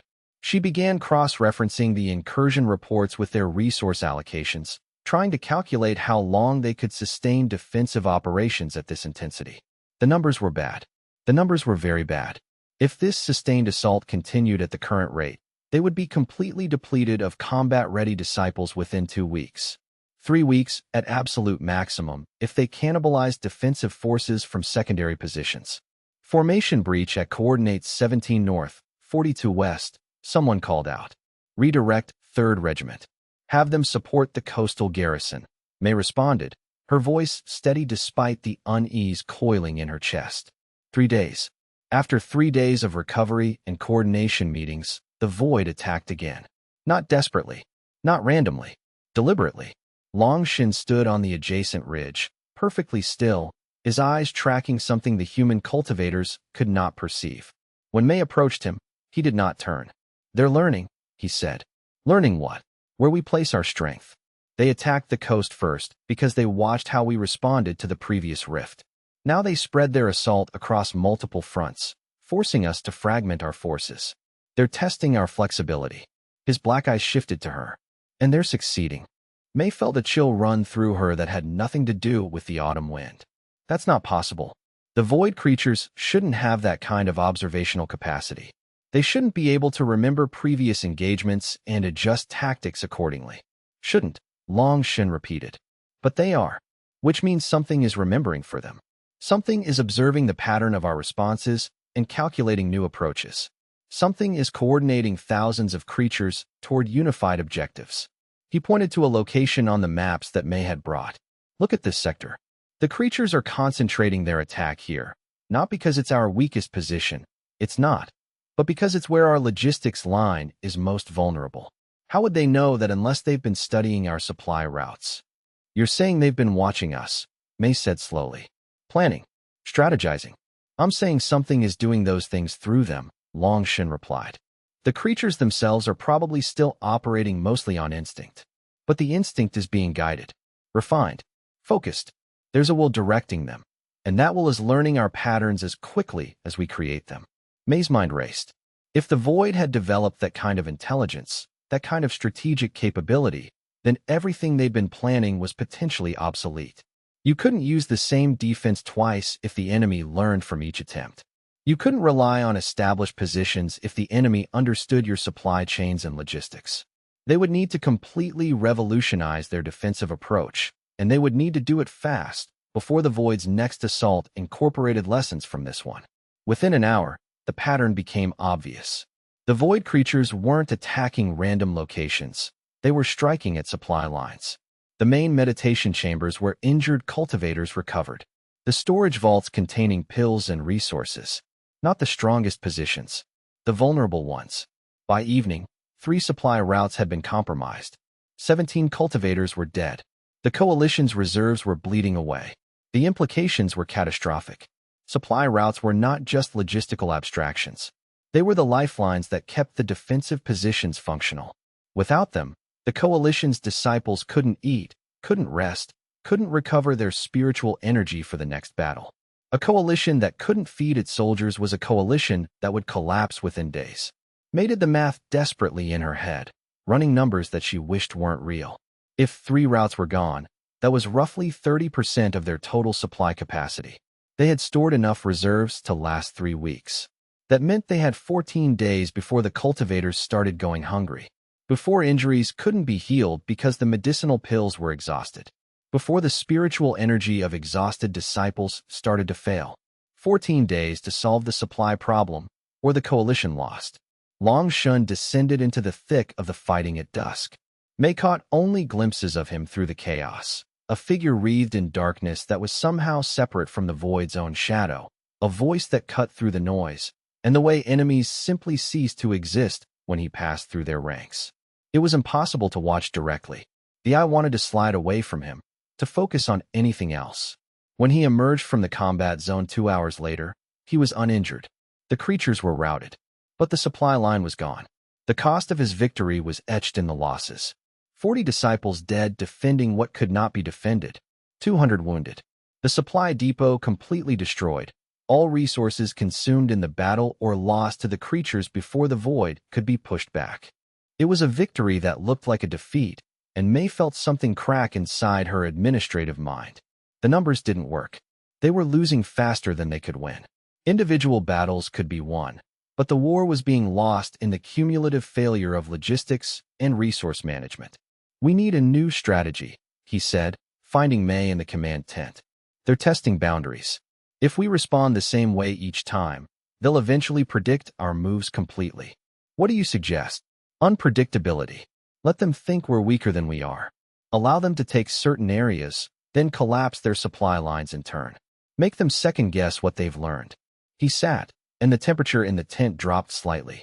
"Or we press the advantage before they fully adapt. Find the source of the incursion and destroy it." May's administrative mind recoiled. Both options were expensive. Both required risks she wasn't sure the coalition could afford. "We need to convene the council." The council was fractious. Sect leaders who had been unified by external threat began to argue about resource allocation, territorial concerns, and whether Long Yue's presence was making things worse rather than better.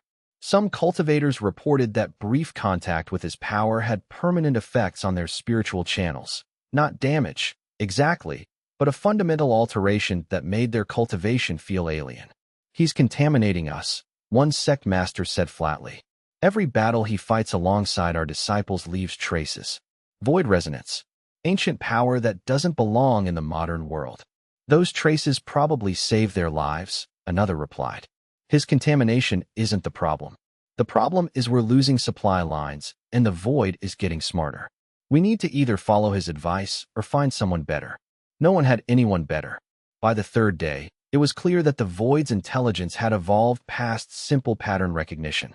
It was now predicting several moves ahead, positioning forces to cut off reinforcements before they arrived, using bait-and-switch tactics that split the coalition's attention. 2 smaller sects were overwhelmed in the northern sector. 40 cultivators died. Another 60 were injured severely enough that they would need months to recover. Long Yue walked into the council tent without invitation on the evening of the third day. "The void has a will," he announced. "Not a hive mind. Not animal intelligence. Something singular. Something directing the attacks." Silence. "Then, what do you mean, a will?" "It's learning too fast. The creatures don't have the capacity for this level of strategy. Something is thinking through them. Something is orchestrating them." His hands, resting on the war table, began to glow faintly with darkness. "And it's studying us with the same care we're studying it. The intelligence isn't emerging in the creatures. It's being imposed on them from outside." "From where?" May's voice was tight. "The deep places. The spaces between the seals. Before I was imprisoned, there were what you would call gates. Weak points in the boundary between the void and your world. They were supposed to remain sealed even if something happened to me. But 10,000 years is a long time. Seals degrade. The will I'm sensing, it's old. It's been pressing against the boundaries the whole time I was sleeping." One of the older sect masters, a woman from the Violet Cloud sect, spoke up. "Are you saying the void predates your sealing? That it existed before?" "I'm saying it existed alongside us. Not native to your world, but not entirely external either. In the age before the sealing, we had protocols for managing the incursions. That's what the void was, an ongoing problem, not a recent one. Your world forgot about it. And when the seals weakened, it came back with all the knowledge it had accumulated over millennia." The implications crashed through the tent like a physical force. This wasn't a new crisis. This was the resurgence of something ancient and intelligent and patient. Something that had been waiting, learning, trying to find weak points in the barriers. "Then we need to know where these weak points are," May said. "Can you find them?" "Yes," Long Yue replied. "I can find them, and I can seal them again, the way I would have when I was younger. But sealing the void's gates is not simple work. It requires reaching into those spaces between the worlds, imposing order on chaos. It's destructive, to myself, and to anyone near me when the work begins." The weight of that statement hung in the tent. "How destructive?" someone asked. "Completely. I won't survive it. Not the way I am now. I'll need to reform afterward, and that will take time I may not have if the void accelerates its assault." He looked directly at May. I'm telling you this because you need to decide whether the coalition trusts me with the continuation of your world. Because if I do this, I'll need your protection while I reform. And if the void reaches my vulnerable state. He didn't finish the thought. He didn't need to. Chapter 62. The fracture widens the announcement that Long Shun might need to sacrifice his current form to seal the void's gates should have unified the coalition. Instead, it shattered it into competing factions almost immediately. The first faction, led by Sect Master Huang of the Blazing Peak sect, supported the plan fully. The void cannot be reasoned with, Huang argued during the emergency council meeting. If sealing it requires Long Shun's reformation, then we protect him through the process. We have the numbers. We have the discipline. Yes, there's risk. But the alternative is being slowly picked apart by an ancient enemy that understands our world better than we do. The second faction, represented by Violet Cloud's Master Chun, proposed a different approach. We push the void back without full commitment from Long Shun. We learn its patterns. We develop countermeasures. We find other ancient cultivators in the sealed records. Surely he wasn't the only one locked away for a reason. Maybe there are others whose power doesn't carry the same cost. And the third faction, led by a younger sect master named Wei who had lost 20 disciples in the last incursion, simply declared that Long Shun was the void's catalyst. He was sealed for a reason. Maybe the sealing itself was holding the void in check. Now he's awake, and it's awake, and we're caught between two ancient powers fighting for dominance. We should have killed him the moment his seal cracked. The argument consumed the council for hours. Outside, the void pressed harder against the coalition's defenses. Another incursion broke through the eastern perimeter. Cultivators died while the leadership debated. Mei found Long Shun on the observation platform overlooking the crisis, watching the battles with an expression that might have been guilt. "This is my fault," he said without preamble. "I told them the truth. I should have lied." About what? About needing to reform. About the cost. They would have followed my lead if I had simply said I would seal the gates. Instead, I told them I would be vulnerable, and now they're questioning whether I should be allowed to be vulnerable at all. Whether I'm worth protecting. Mei settled beside him. The fighting had moved to the western edge of the coalition's territory, maybe 3 miles away. Even from this distance, the sound of spiritual clashes echoed across the mountains. You're saying they made the wrong choice. I'm saying they're terrified. And when people are terrified, they fracture into groups. The groups tell each other stories. The stories harden into camps. The camps stop talking to each other. He turned to face her.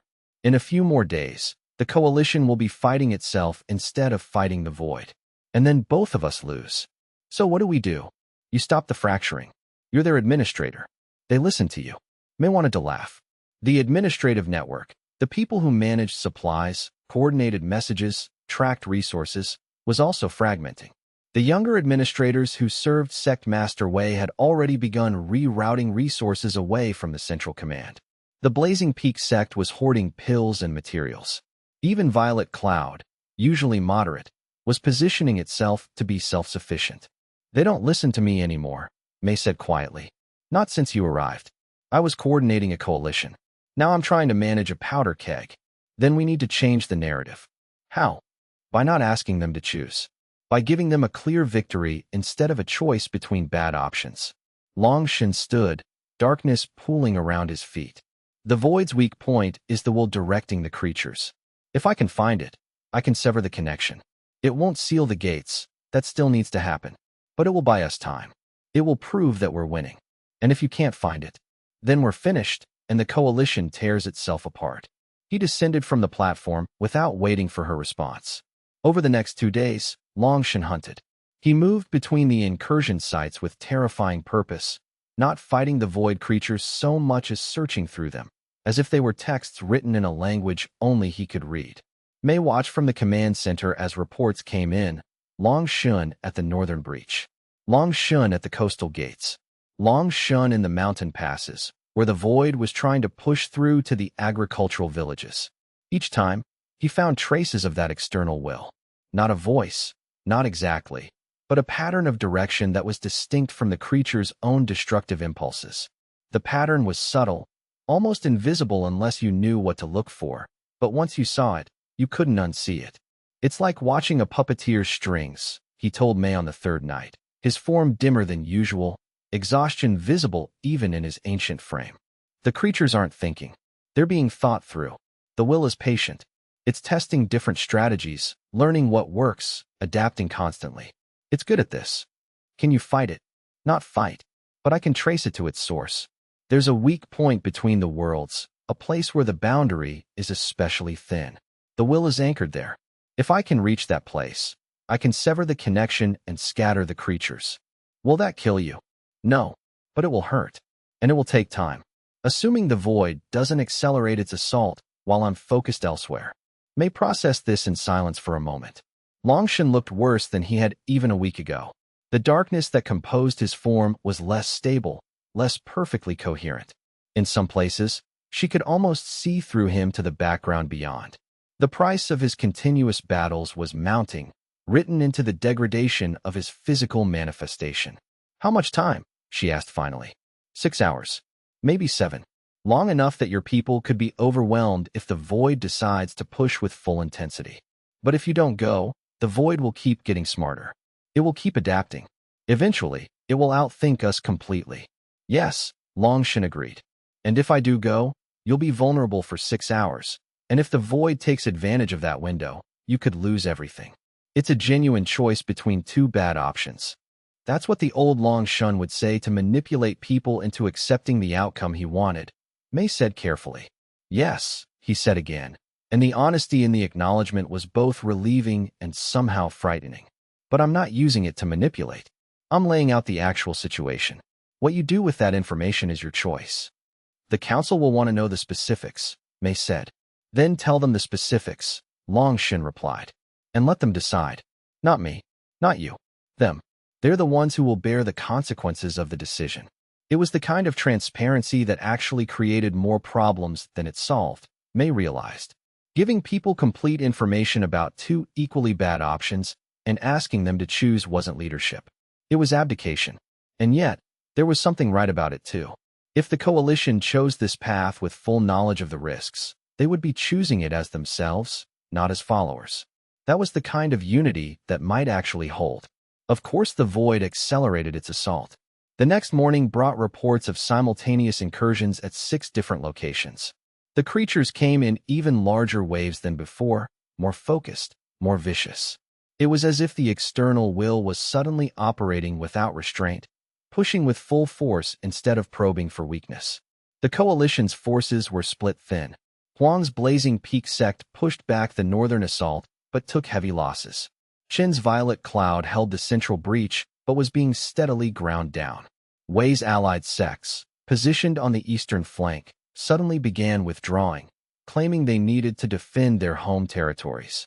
They're running, May said, her voice cold with fury. Wei's faction is actually running. It's strategic, Long Yue replied. From their perspective, they don't believe the coalition will hold, so they're preserving their strength for the next battle, when they'll be isolated and forced to defend alone. That will guarantee we lose. Yes, he agreed. But they don't see it that way. They see themselves as survivors. Everything else is just slower dying. By evening, the coalition had lost another sector. The void was moving deeper into the cultivated lands. Soon it would reach the population centers. Long Yue stood before the full council, which was gathered in emergency session, and made his ultimatum. I can reach the source of the will in the deep places between worlds. I can sever the connection and scatter the creatures. But I need you to hold the line for 6 hours. After that, the external guidance will be broken, and the void creatures will revert to their base nature. Still dangerous, but not coordinated. Still powerful, but no longer focused. And what happens to you? Huang asked. I go into the spaces between. I'll be unreachable. If the void overruns your positions before I return, I won't be able to help. So we hold, and you gamble, Qin said. 6 hours is a long time. It's the only time I need, Long Yue replied. After that, the battle changes. Wei's faction leader opened his mouth to argue. And if we fail? If we can't hold for 6 hours? You'll be vulnerable in those spaces, unreachable. If the void breaks through and overruns our positions, you won't be able to help us. We'll be slaughtered. Yes, Long Yue said, his voice steady and terrible in its honesty. That is the risk. You can refuse. You can try to hold without this intervention, and probably lose slower. or you can accept this gamble. There is no option that doesn't have a downside. The council fell silent. The weight of the choice pressed down on them. They were being asked to bet everything on a 6-hour window. To trust Long Yun's judgment, Long Yun's power, Long Yun's ability to navigate the spaces between worlds without getting lost or destroyed. I need a show of hands, Long Yue said. Who is willing to make this attempt? Huang's hand rose immediately, then most of his subordinate masters. Chen considered for a long moment, then raised her hand. Some of her leaders followed, though not all. Wei's faction remained with hands down, refusing to commit to a gamble they didn't believe in. Then we have consensus on the major sects, Long Yue said. Wei, you and your people can withdraw if you wish. But know that if we succeed, if I sever the void's will from controlling the creatures, then the strategic situation changes completely. The void will be weaker. The coalition will be stronger. Staying isolated won't protect you anymore. You'll be exposed. Wei's expression hardened. The faction master had built his entire strategy on the assumption that the coalition would fail and he would need to survive independently. The offer to participate in this gamble, with its promise of changing the fundamental balance if it succeeded, was unappealing. But the threat was clear: refuse now, and when the coalition won. If they won, his faction would find itself politically isolated and strategically vulnerable. He raised his hand. The gesture was clear: we're in, though we don't like it. Before anyone could add further comment, before any of them could voice second thoughts or additional concerns, the great bells rang. The alarm signal for imminent catastrophic breach. The decision was made. The die was cast. There was no time for revision or reconsideration. Long Yue didn't wait for further discussion. Darkness wrapped around him, and he was simply gone, not walking away, but displacing himself into some other layer of reality. The void's creatures would hunt him in those spaces. The coalition would hold the line, and the world would find out which of them was stronger. Chapter 63. Between worlds. The 6 hours that Long Yue spent in the spaces between worlds were, from the external perspective of the coalition's forces, both endless and impossibly brief. By the end of the first hour, the void creatures were pressing hard at every point. Without Long Yue's power to anchor the defenses, the coalition's forces began to struggle. Huang's sect held their line through sheer cultivation and superior technique, but they couldn't press outward to help neighboring forces. Qin's Violet Cloud sect was forced to contract their perimeter, giving up territory they had held for 2 days in a controlled withdrawal. By the second hour, the creatures had broken through in 3 new locations. Mei coordinated reinforcements with mechanical precision, drawing reserves from sectors that had the deepest reserves and shifting them to the points of maximum pressure. She was exhausted. The war room was chaos. Messages came in constantly, each one another crisis, another emergency, another section of the line ready to collapse. But something strange began to happen around the middle of the second hour. The void creatures became fractionally less coordinated. Their attacks, which had been ruthlessly efficient, began to show hesitation. They would commit to a charge and then slow slightly, as if receiving conflicting instructions. They would fan out in precise formation and then lose coherence. By the third hour, the change was undeniable. The creatures were still dangerous, still deadly, still powerful. But they were no longer fighting with perfect unity. Pockets of resistance formed. The coalition's disciples, though bleeding and exhausted, suddenly began to hold ground they had expected to lose. Mei sent a message to all sector commanders: hold position. Long Yue is working. The creatures are losing coherence. It gave people hope. Hope is a drug stronger than pills. It straightened spines and cleared minds. It made exhausted cultivators find reserves they didn't know they possessed. By the fourth hour, the coalition had actually begun pushing back. By the fifth hour, the void creatures were in disarray.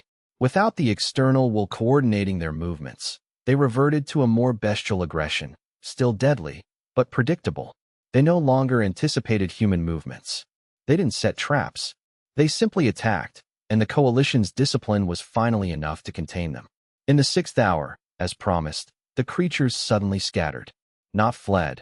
They retreated into the breaches they had come from, and the coalition's forces, too exhausted to pursue, let them go.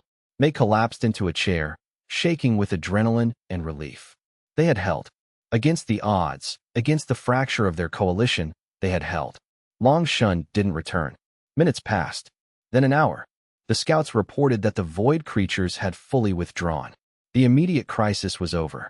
But Long Shun was still absent, still unreachable in the spaces between worlds. Worry began to creep into the victory. By the time another 2 hours had passed, worry had become active concern.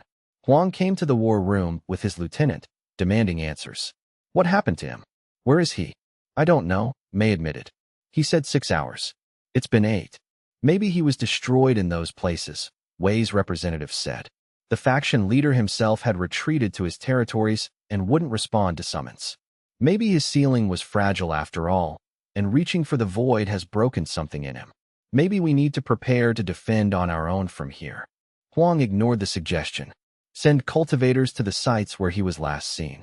Maybe there's a way to contact him, to draw him back. But the sites were empty. The spaces between worlds were not accessible to normal cultivation. They could only be entered by beings of sufficient power and ancient enough understanding. Long Shun had gone into a realm that no current cultivator could follow. By midnight, Mei had made a decision. She went to where Long Shun had entered the spaces between worlds, a point in the high mountains where the void's weak boundary was most pronounced. The air there felt thin, as if gravity itself was weaker. The darkness was not the ordinary absence of light, but something more fundamental. She didn't know if he could hear her, but she called anyway. Long Shun, the coalition has held. The creatures have withdrawn. You've won.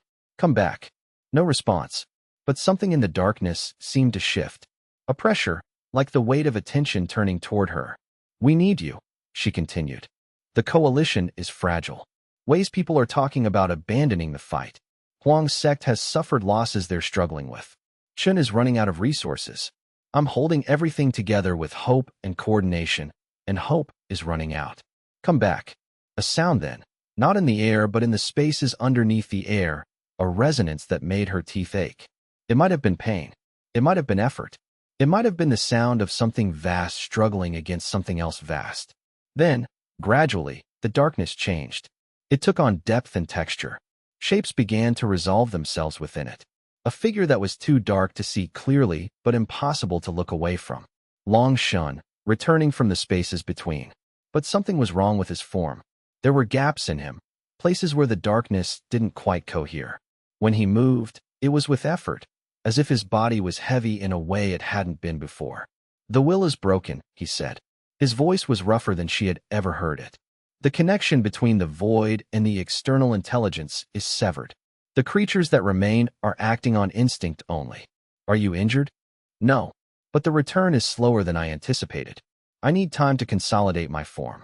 He sat heavily, darkness pooling beneath him like water. I won in the spaces between Mei. I found the node where the will was anchored and shattered it. But the void is older and stranger than I remembered. And the will is not gone.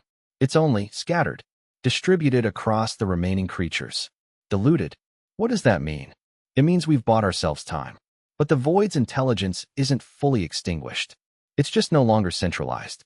The creatures will be easier to fight now, but they won't stop coming. Mei knelt beside him.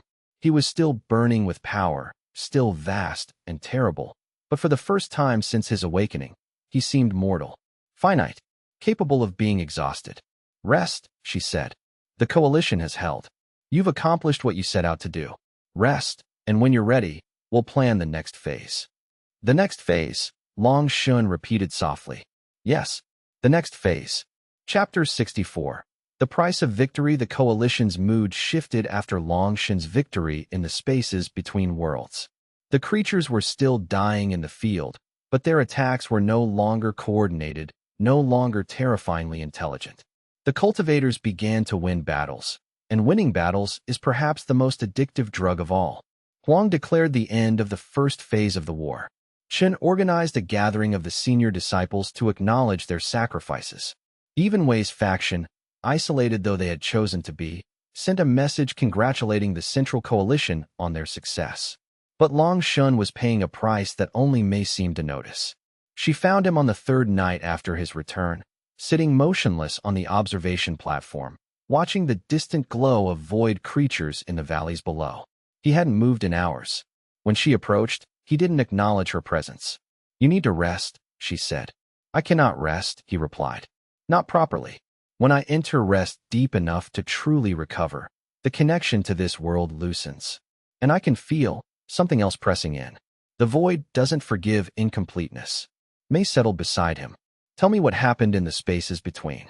For a long time, he didn't respond. Then, I found the node where the will was anchored. It was not a creature or an entity in the way I expected.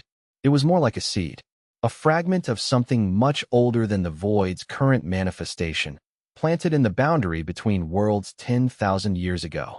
It was designed to wait, to learn, to grow stronger if given enough time. And you destroyed it? I shattered it. I broke its coherence, scattered its consciousness across the remaining creatures, rendered it unable to coordinate a unified attack. But I didn't destroy it completely. You can't destroy something in those spaces simply by breaking its physical structure. The spaces between worlds operate on different rules.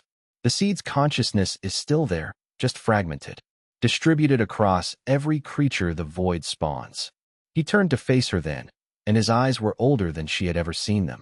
What I did was cut off its ability to think as one unified being. Now it thinks through 1,000 mouths instead of one. It's weaker, yes, but it's also harder to kill. And it's learning faster than before. Every creature that dies is a lesson it learns not to repeat. Every weakness we exploit is a lesson that propagates through the entire void population. So the war isn't ending, May said quietly. It's just changing form. No, the war is entering a new phase. And I realize now that I made a critical error. He stood, darkness swirling around him. I should have asked more questions before going to the spaces between. I should have demanded to understand what I was actually fighting. But I was focused on the immediate threat, on protecting you, on proving I've changed from what I was. What do you mean, proving you've changed? The original sealing, Long Yue said. You wonder why I was sealed. Why the ancient sects considered me such a threat that they were willing to bind something of my power into sleep for 10,000 years. You have assumed it was because I was becoming what you now call a void monster, an agent of chaos, something that had to be contained for the safety of the world. He descended from the platform and began to walk toward the central war tent. May followed. That's what I believed too, he continued. But standing in the spaces between, feeling the nature of the void's will, I realized something. That seed wasn't planted in the boundary randomly. It was planted deliberately, by someone with understanding of both the void's nature and the nature of cultivation power. Someone who knew that my awakening and the void's awakening would be linked. They entered the war tent, where Huang, Chun, and several other sect leaders had gathered. Long Yue didn't acknowledge them. He walked to the war table and placed his hand on the map, and darkness spread outward from his palm, marking locations. These are the primary weak points in the boundary between worlds, he said. These were documented in my era. These were the places we had to watch, to maintain, to ensure the seals stayed strong. 17 locations, spanning the entire cultivated world. Huang stepped forward. How many are still sealed? 8. 9 if you count the one I just reinforced in the spaces between. But 8 of them have degraded to the point of failure. The void is pressing through the weak points steadily. And I suspect, from the pattern of the attacks, that something is coordinating the pressure from these points. Something is testing the seals methodically, learning where they're weakest, preparing for a coordinated breakthrough. Can you strengthen them? Chen asked. I can, but it will take time. Each seal requires focused work, contact with the spaces between, deliberate reinforcement of the boundaries. And while I'm doing that work, I'll be vulnerable again. I'll be unreachable. Then we do it again, Huang said firmly. We hold the line while you do what's necessary. We're committed to this fight. Some of you are, Long Yue replied. Wei's faction has already removed themselves from the coalition's defense. They're positioning themselves to survive in isolation, assuming the coalition fails. The moment I announce that I need another period of vulnerability, they will accelerate their withdrawal. And their withdrawal will trigger similar preparations in other sections. Fear is contagious. Then we keep it secret, Chen suggested. You work on the seals. We manage the public narrative. We tell people the void is in retreat, that we're winning steadily. By the time they realize what you're doing, the seals are already reinforced. Long Yue shook his head slowly. I can't operate that way. I told you before, I've changed. The old Long Yue would have lied to everyone, manipulated the coalition, used you all without regard for the truth. That's part of why I was sealed. But I won't do that anymore. If I'm going to spend another extended period in the spaces between, everyone needs to know. Everyone needs to consent. Everyone needs to understand what's at stake. That's noble, Huang said. But it's also naive. The moment you admit you need to be vulnerable again, the coalition fractures. Wei leaves. Anyone who depends on Wei for stability follows. We're left with maybe 60% of our forces trying to hold a line that requires 90%. Then maybe the coalition's fracture is inevitable, Longshan said. And maybe my choice to operate with transparency means I have to live with the consequences of that inevitability. The tent fell silent. Mei understood what he was saying, and the weight of it pressed down on her. Longshan was making a choice, the same choice she suspected he'd made 10,000 years ago. The choice to be honest even when honesty was destructive. To operate with integrity even when integrity was expensive. It was the choice that had probably gotten him sealed in the first place. Chapter 65. The truth emerges. Longshan called for a full council meeting the next morning. Every sect leader, every significant cultivator, every administrative coordinator was present. The tent was full, the air thick with expectation. Mei watched from her position as the various factions arranged themselves. Huang's people clustered together, united and ready. Qin's Violet Cloud sect took the center, methodical and cautious. Wei's representatives sat at the edge, already prepared to leave if things went wrong. Longshan stood at the head of the war table, and the darkness around him seemed to absorb light. The void's will that I destroyed in the spaces between was not random, he began. It was deliberately planted. Someone foresaw that the void would attempt to breach your world, and someone prepared for it. But not in the way you might expect. Not to help you defend against it. What are you saying? Huang demanded. I'm saying the seed was planted 10,000 years ago, in the twilight of my era. Which means it was planted by someone who knew both my nature and the void's nature intimately. Someone with access to cultivation techniques we no longer remember, power we can no longer measure. Someone who positioned the seed knowing that my awakening and the void's awakening would be synchronized. Chen's face had gone pale. You think your sealing was connected to the void? I know it was, Longshan replied. I've been slowly reconstructing the memories. The fragmentation has made recall difficult, but standing in the spaces between and feeling the nature of that seed, everything came back. I was sealed not because I had become a monster. I was sealed because the sealing itself was part of a larger strategy to contain the void. Wei's representatives began to stand, preparing to leave. Longshan raised a hand and darkness flared, not threateningly, but with presence so absolute that motion became difficult. You will hear this, he said. All of you will hear it. Because you need to understand what you're fighting and why. Even Mei felt the weight of that command. It was a violation of consent, technically. But it was also Longshan making a choice to force the truth on people who would otherwise flee from it. In my era, the void was a known threat, he continued. Not new. Not sudden. An ongoing crisis, like a chronic illness that required constant management. The sects had protocols for dealing with it. We had cultivators trained specifically to fight void incursions. We had seals placed at the weak points in the boundary. We had an entire academic tradition dedicated to studying the void and its nature. What changed? Someone asked. I did, Longshan said. I became too powerful, too dangerous. My cultivation base grew beyond what the existing hierarchies could contain or control. I had reached a place where I could walk into the spaces between worlds and reshape them through sheer force of will. I could have walked into the void itself and torn it apart from the inside. And some of the sect leaders were terrified of that possibility. Because you might have turned that power on them, Huang said. Yes. Or because I might have tried to seal the void in a way that fundamentally altered the nature of cultivation itself. Or for any number of reasons that seemed sufficient at the time. Longshan's voice was steady, but there was pain underneath it. The problem was that if they executed me or exiled me, the void would have had no opposition when it inevitably pressed harder against the seals. So instead, they devised a different solution. Mei understood then. They sealed you together with the void's seed. Not together, but in linked time. The seals on me and the seals on the void were woven together. As long as I slept, the void remained partially dormant. My power couldn't be used against the sects, and the void couldn't fully manifest. It was an elegant solution. Terrible, but elegant. Who decided this?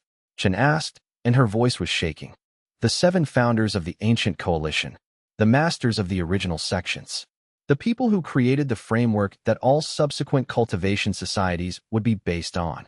He turned to face Mei directly. One of them was the founder of your Violet Cloud sect, Master Chun. One was the founder of Huang's Blazing Peak sect. 7 masters, all united in the decision that I was too dangerous to remain awake, and that their solution was the only way to protect both themselves and the world from the consequences of my existence. The council exploded. Accusations flew. Sect pride was wounded. Some insisted that Long Shun was lying, that his memory was still fragmented. Others demanded to know whether the original founders' decisions still bound the current sections. Wei's representatives used the chaos as an opportunity to leave, and no one stopped them. Mei listened to it all, and gradually understood the true cost of what Long Shun had done. By telling them the truth, he had fractured the coalition more completely than any external pressure could have. Because now every sect was questioning whether their own history was a betrayal, whether their founders had acted righteously or selfishly, whether they were carrying the burden of decisions they'd never agreed to. Long Shin sat down amid the chaos and said nothing more. The darkness around him seemed to compress inward, as if he was pulling everything back into himself, containing the weight of 10,000 years of betrayal and loneliness, and the terrible clarity of being right about people while hating to be right about them. Mei approached him after the council had finally dispersed, scattered into their separate factions, no longer even pretending to be unified. You knew this would happen, she said. Yes. You're destroying the coalition you asked us to build. I'm freeing you from the illusion that you ever had a unified coalition, he replied. We had a coalition born of external pressure and fear of the void.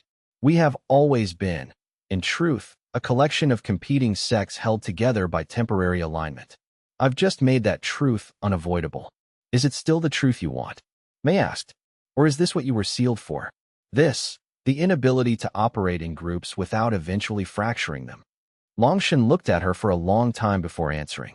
I was sealed because I saw too clearly. Because I understood the patterns of human behavior and social dynamics well enough to manipulate them toward outcomes I preferred. I was dangerous not because I was evil, but because I could see the levers that would move people, and I had no hesitation about pulling those levers. And now, Mei asked, are you still seeing those levers? Always, Longshan admitted. The ability to see them doesn't disappear, but I'm choosing not to pull them. I'm choosing to lay out the truth as I see it, and let people decide what to do with that truth. Some will fracture. Some will form new alliances. Some will withdraw. That's the consequence of honesty. It creates space for real choice instead of manufactured consent. Do you think we'll survive? Mei asked. Yes, Longshan said. I think you'll survive. I think the fractured coalition might actually be stronger in some ways than a unified one would have been. Because now each sect is forced to understand what it truly stands for, rather than being able to hide behind the larger structure. And perhaps that clarity is necessary. But in the terrible quiet of his silence, Mei thought she heard the echo of the sealing coffin closing again, this time by his own choice. Chapter 66. What remains the dispersal of the coalition happened gradually over the course of 3 days, but it felt sudden.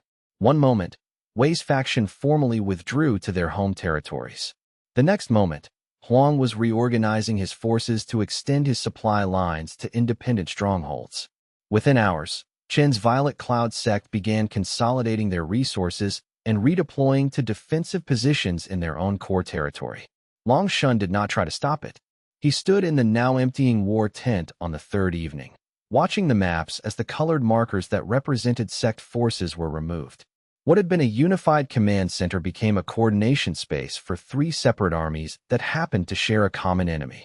The decision to reveal the truth about the sealing, about Long Shun's origins and the ancient coalition's motivations, had been necessary. It had been the right choice. But it had also been devastating to the coalition's structure in ways that even Mei hadn't anticipated. The first sect to formally request independence was Wei's faction. No surprise there, given that Wei had been skeptical from the start. But what was surprising was how quickly the other sects began to follow suit. Within a day of Wei's withdrawal, 3 smaller sects announced they would be positioning forces independently. By the end of day 2, Even some of Huang's own subordinate families were requesting permission to defend their home territories rather than the central position. The old administrative structures, the networks that Mei had built to coordinate resources, manage supply lines, and direct forces, began to collapse under their own weight.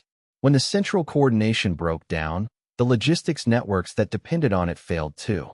Suddenly, the sects realized they would need to be completely self-sufficient, which meant they had to hoard resources, consolidate their people, prepare for isolation. It was a cascade of failure, each decision validating the fears that had prompted the previous decision, until the entire edifice of temporary unity had crumbled into constituent parts.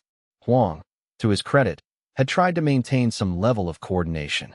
He had proposed secondary alliance structures, rotating supply agreements, shared defense protocols. But every proposal was met with subtle resistance from the other sections. They didn't trust the central command anymore. They didn't trust that the coalition's interests were aligned with their own. And most importantly, they didn't trust Long Yue.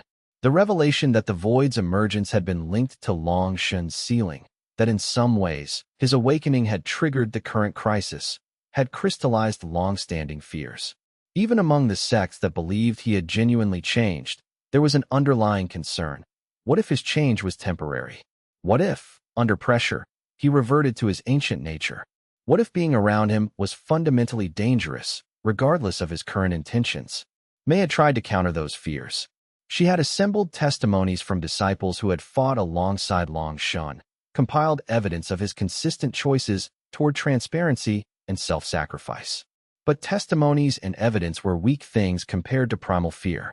And fear, once awakened, was nearly impossible to suppress with facts. "It's not all bad," Mei said, standing beside the war table. Her voice was trying to be optimistic, and the effort showed. "They're still defending. They're still coordinated enough to prevent the void from breaking through the capital districts. The civilians are safer because of what you revealed. The civilians are safer because I made a choice that prevented the coalition from fully shattering," Long Yue replied. "There's a difference, and it's a temporary safety. When the resources run out, when the fatigue becomes unbearable, when fear calculates that isolation is the better option, that's when the fracture completes. So what do? We work with what remains." He placed his hand on the war table, and the darkness illuminated the 3 sector divisions. Huang has the north. Chen has the center and east. Wei is consolidated in the south, but refusing further engagement in the broader conflict. That leaves gaps. Places where the void can push harder because there's no unified defense. Can we fill those gaps? Yes, Long Yue said. But it requires me to be in 3 places at once, or to establish secondary defenses that don't rely on my immediate power. And I still need to address the 17 weak points in the boundary between worlds. Each one requires sustained work in the spaces between. He turned to face her. "I'm asking for volunteers. Not conscripted disciples, not faction soldiers. Cultivators willing to understand what they're signing up for. People who understand that working with me means they'll be exposed to void power, that they'll be changed by proximity to ancient magic, that they'll have to trust someone who was sealed for being untrustworthy." "You've turned it into a test," Mei said softly. "Yes, because it is a test. If people are willing to volunteer under those conditions, then they're choosing something deeper than faction loyalty or survival instinct. They're choosing faith that I've actually changed. And if enough people make that choice, then maybe the fracture isn't inevitable. Maybe there's a core that can hold even when the institutional structures fail." Within a day, Mei had compiled the list of volunteers.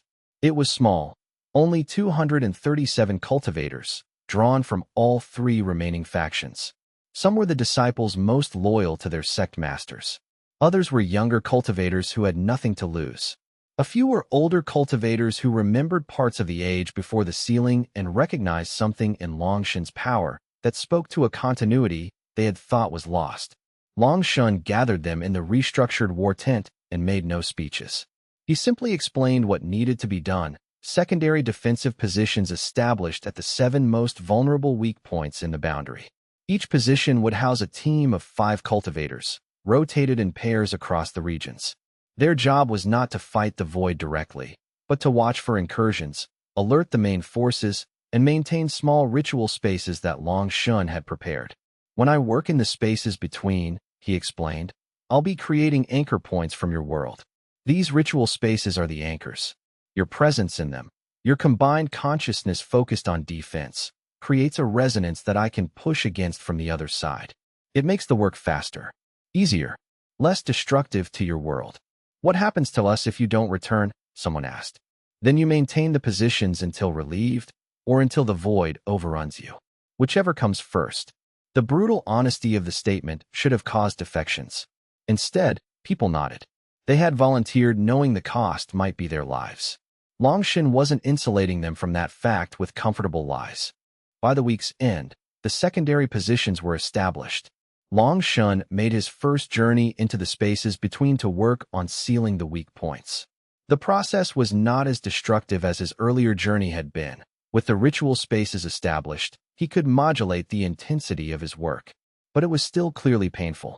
Mei watched as his form grew dimmer each time he emerged, as if the spaces between worlds were consuming him gradually rather than all at once. On the 7th day of this new arrangement, something unexpected happened. A messenger arrived from Wei's isolated territory bearing a letter sealed with the faction master's mark. Mei opened it and read through it twice, not quite believing its contents. Wei is requesting integration with the defense grid, she said, her voice careful. He's not rejoining the coalition, but he's offering to place his forces along the southern gaps and to coordinate, minimally, with the other two factions on void defense. Long Yue, who had just emerged from a journey into the spaces between, looked at her with something like surprise. Why? The letter doesn't say. Wei doesn't typically offer explanations for his decisions. But he's offering. That's the important part. It's a trap, Huang's representative said immediately.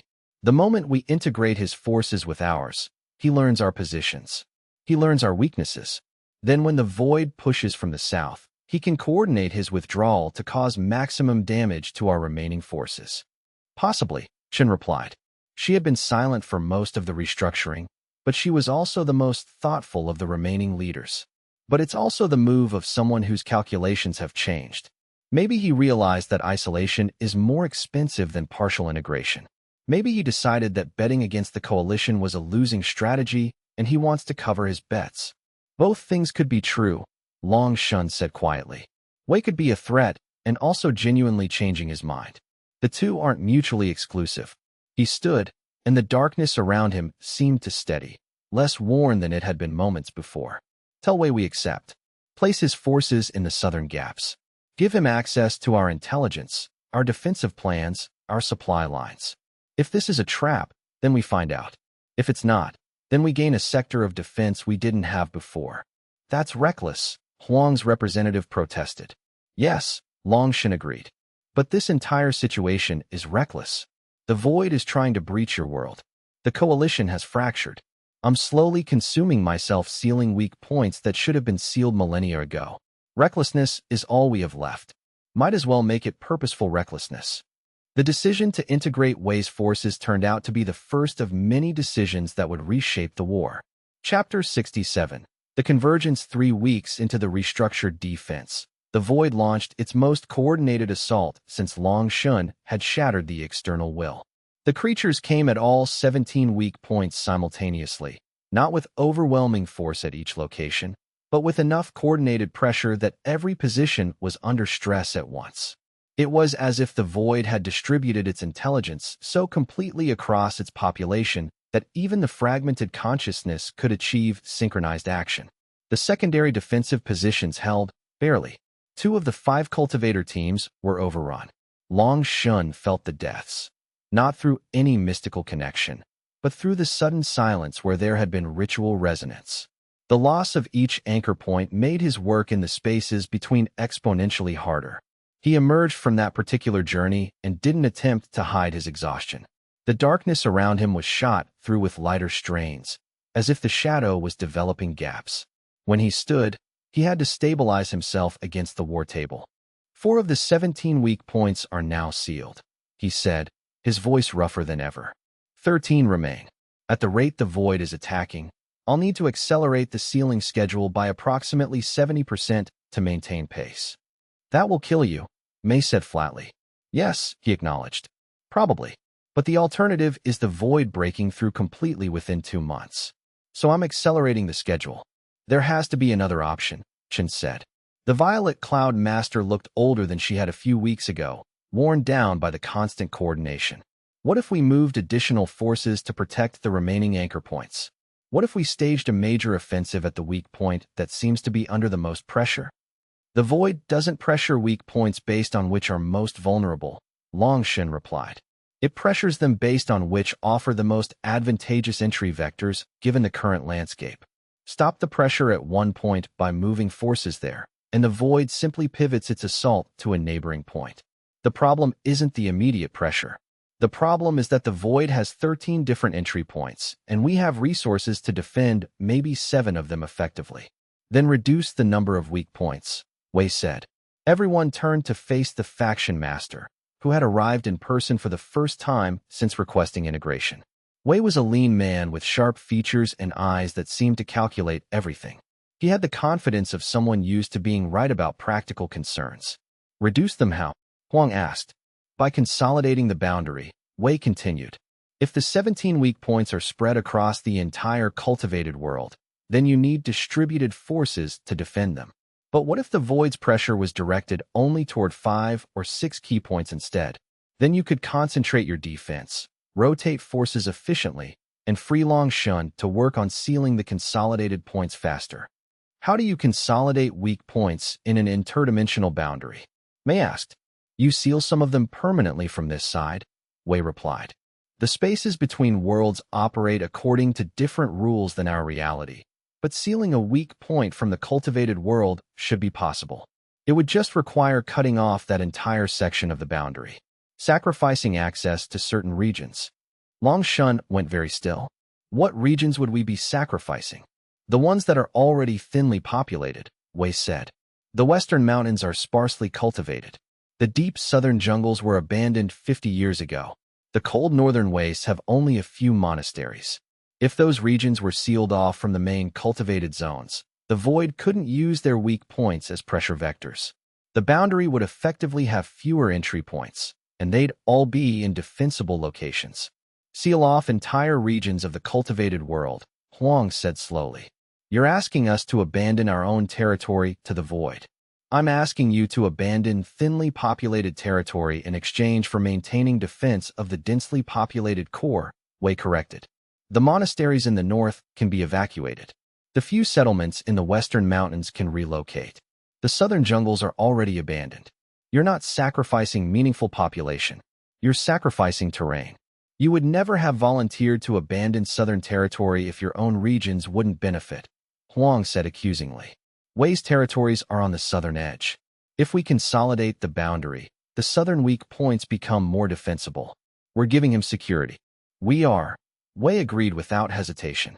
I won't pretend otherwise. My inclusion in this defense grid was motivated by self-interest. But my suggestion is still strategically sound. And you can verify that I'm not trying to trap you by checking with Long Yue. If the sealing is done correctly, it won't create weak points for the Void to exploit elsewhere. It will genuinely consolidate the defense. All eyes turned to Long Yue. He's correct, Long Yue said finally.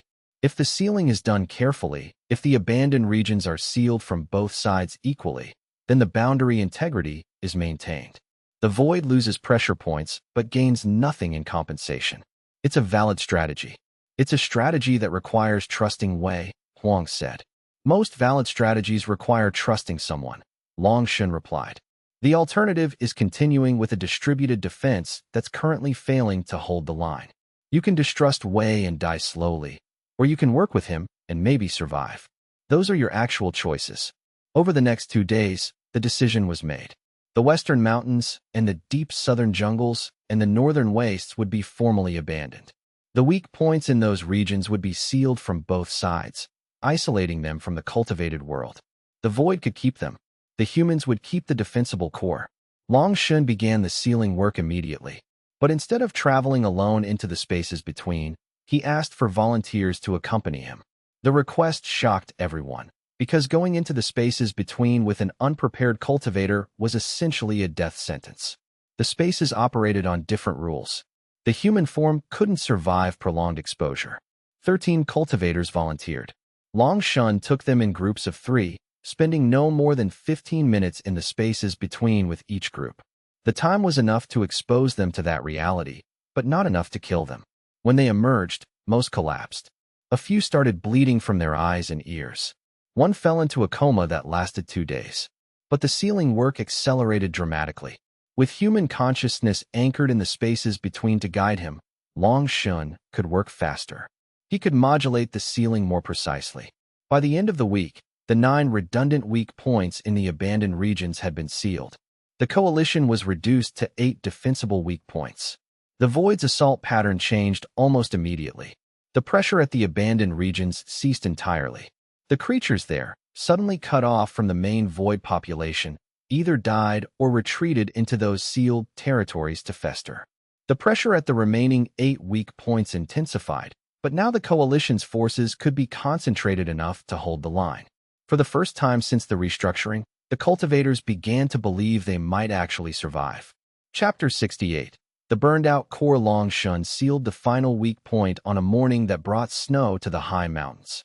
Mei watched as he emerged from the spaces between and simply collapsed, not falling but settling downward, his form barely maintaining coherence. The darkness that had wrapped around him so densely weeks ago had become translucent, shot through with light in places that should have held only shadow. She caught him before he fully dissolved into the landscape around him, feeling the strange weight of his form, not heavy in an ordinary sense, but dense with power that seemed to vibrate at frequencies her human body could barely perceive. "It's done," he said. His voice was barely audible. 8 weak points sealed. The boundary is consolidated. The Void will have to focus all its incursions at the remaining 8 points or attempt a completely different strategy. Mei helped him to a sheltered area and arranged cushions, trying to make the space as comfortable as possible while Long Yue's body continued to lose coherence. She sent for water treated with spiritual energy, knowing that physical water wouldn't be sufficient for his recovery. She sent for disciples from the boundary keepers, asking them to meditate nearby and lend their presence and energy to support his stabilization. The effect was almost immediate. With the cultivators present, lending their conscious focus to his location, Long Yue's form began to stabilize slightly. The transparency in his shape lessened. The vibration in his frequency became less frantic, less desperate. "Thank you," he said, and the gratitude in those 2 words carried the weight of genuine recognition. "How much do you have left?" Mei asked. Long Yue didn't answer immediately. When he finally spoke, his words came with long pauses. "If I rest for a month, if I don't do any work in the spaces between, if nothing catastrophic happens, I might recover to about 40% of my pre-sealing power. That's assuming the Void doesn't escalate dramatically. That's assuming your world doesn't require another emergency intervention." "So you're done," Mei said. It wasn't a question. "I'm done," he agreed. "The sealing work is complete. The boundary is consolidated. From here, the war is on human terms. It's your sect's responsibility now. The Void creatures can still breach your world, but only at 8 defensible points. You can hold those. You can rotate forces. You can even begin pushing back." Mei helped him to a sheltered area in the command tent and arranged for a team of support cultivators to help him rest. But she knew, watching his form settle into something almost sleep-like, that Long Yue was not actually sleeping. He was holding himself in a state of suspended consciousness, aware of everything but incapable of movement or response. The war didn't pause for his recovery. In fact, the Void's assault intensified dramatically. Without Long Yue's power as an active force, the creatures pressed harder at the remaining 8 weak points, testing their defenses, searching for weaknesses. The coalition's forces held, barely. Casualties mounted.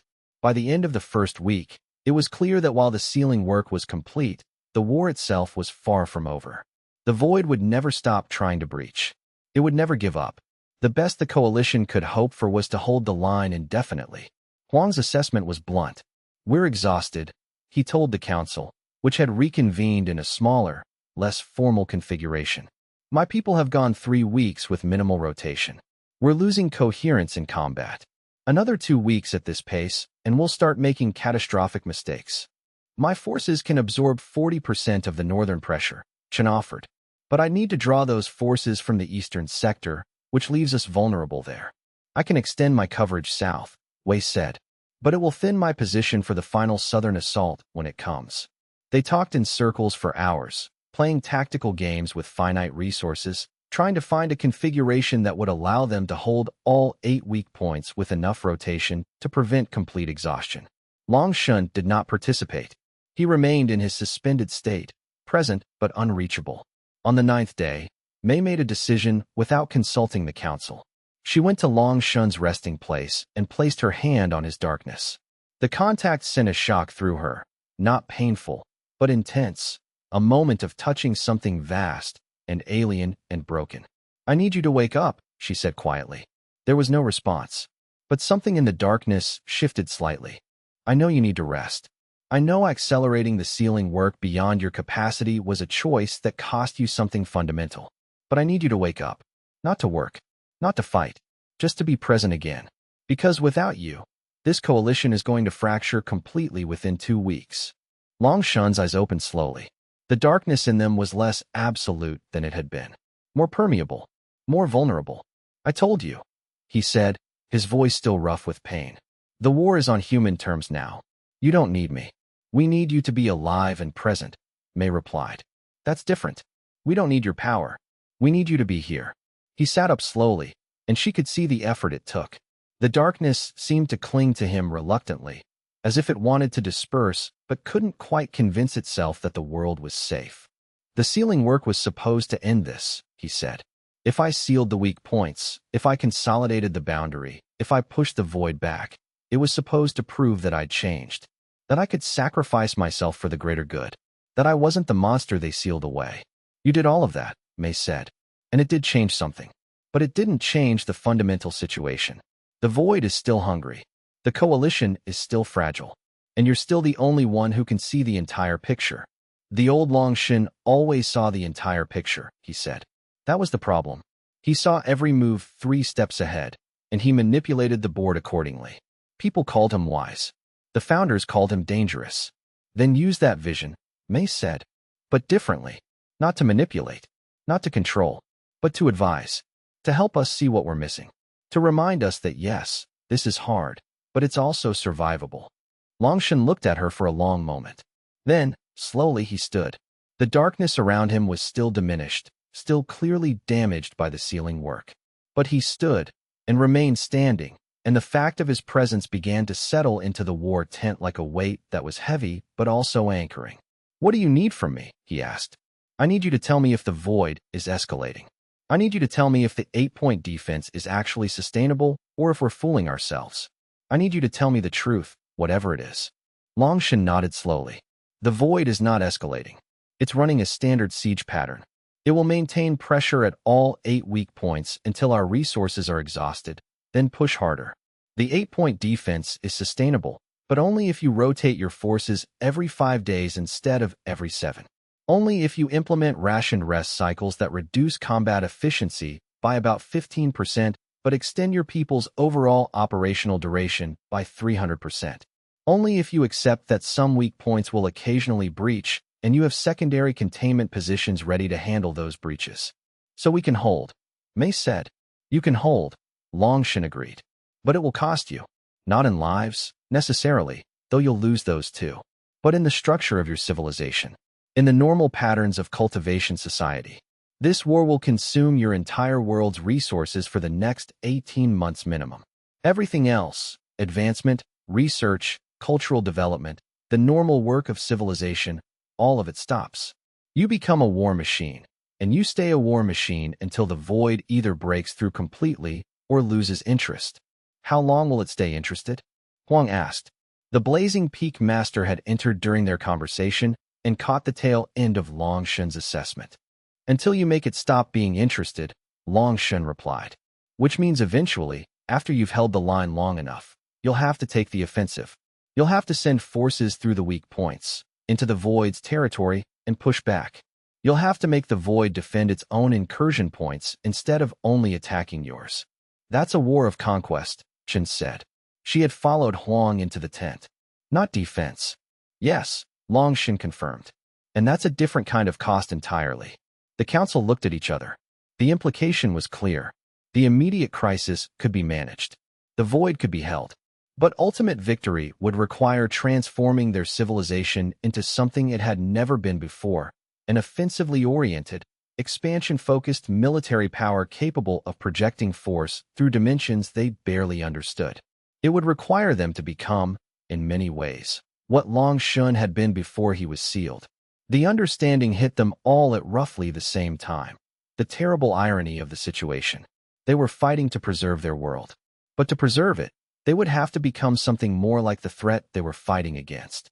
They would have to develop the same ruthlessness, the same strategic brutality, the same willingness to sacrifice moral purity for survival advantage that the void itself represented.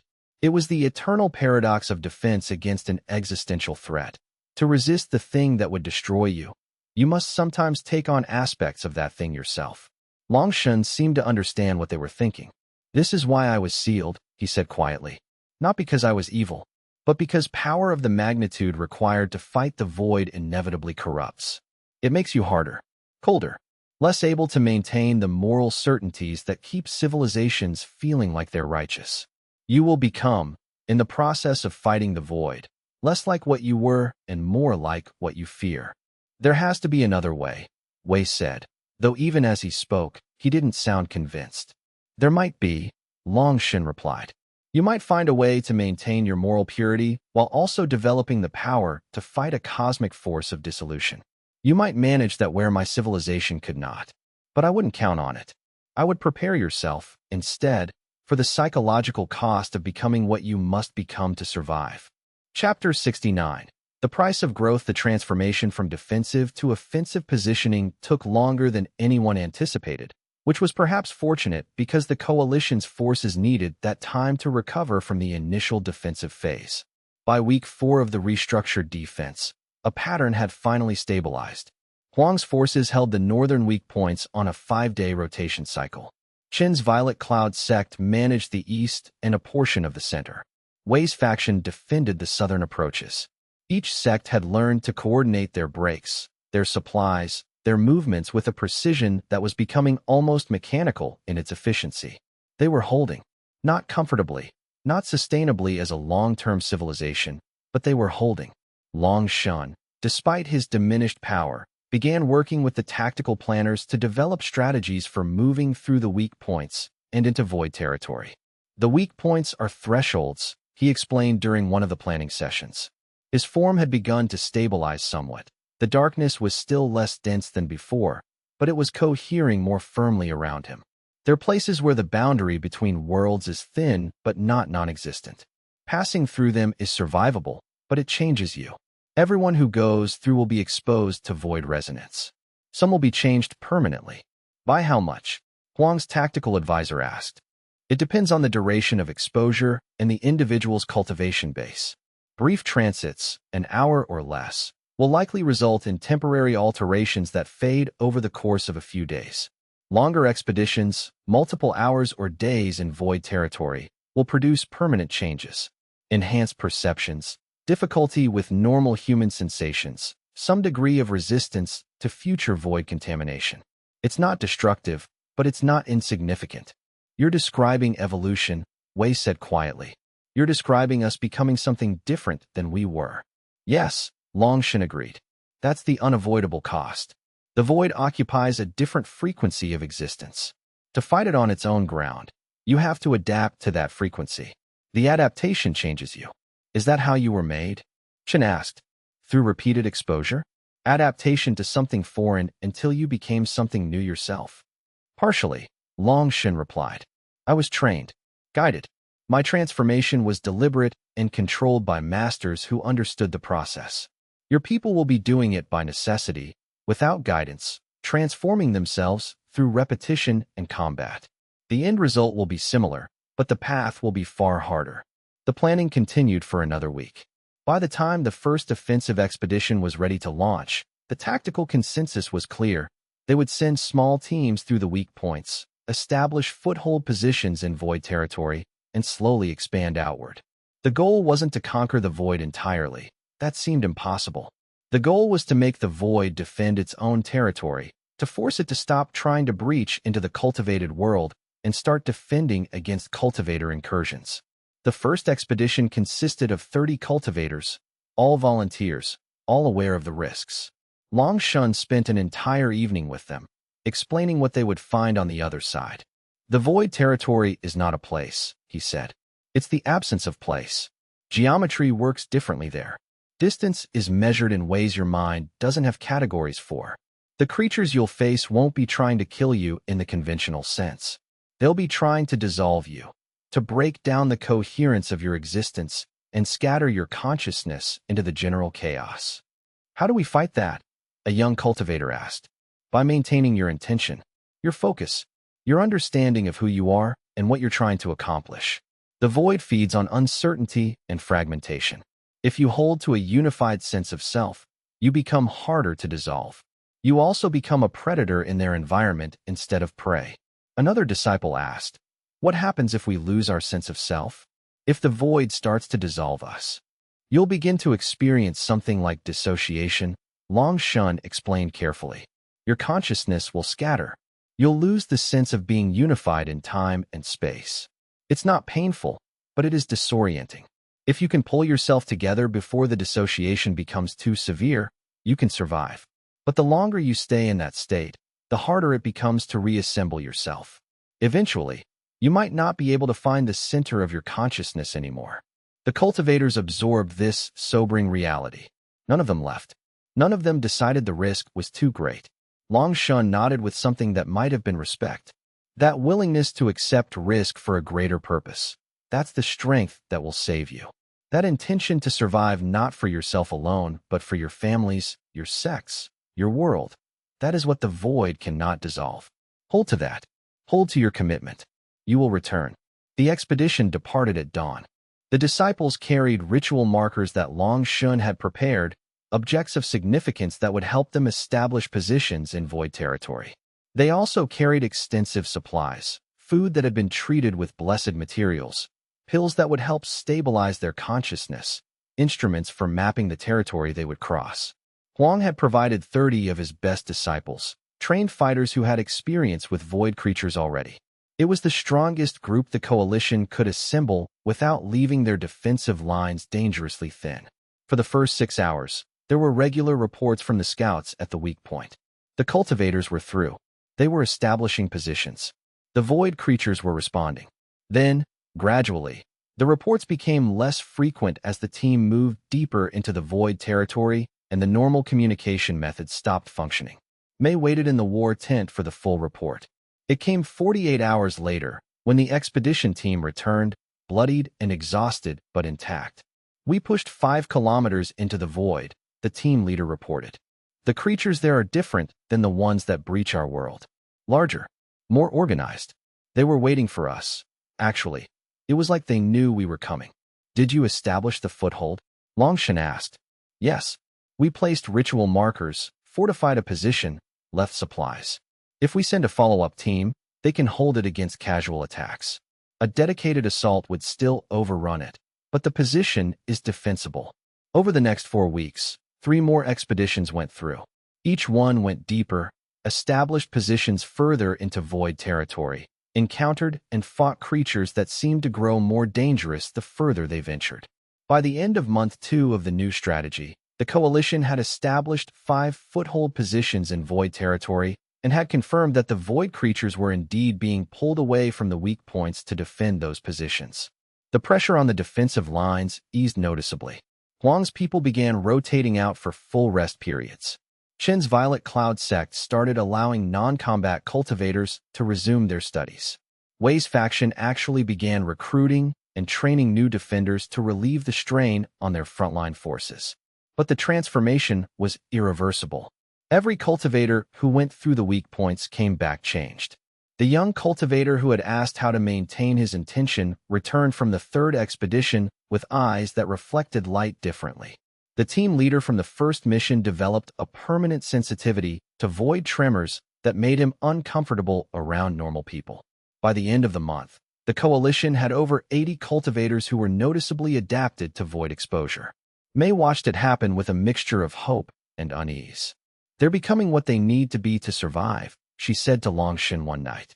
They're becoming what I am, he replied. Or some version of it. The difference is they're choosing the transformation while also maintaining their humanity. I didn't have that choice.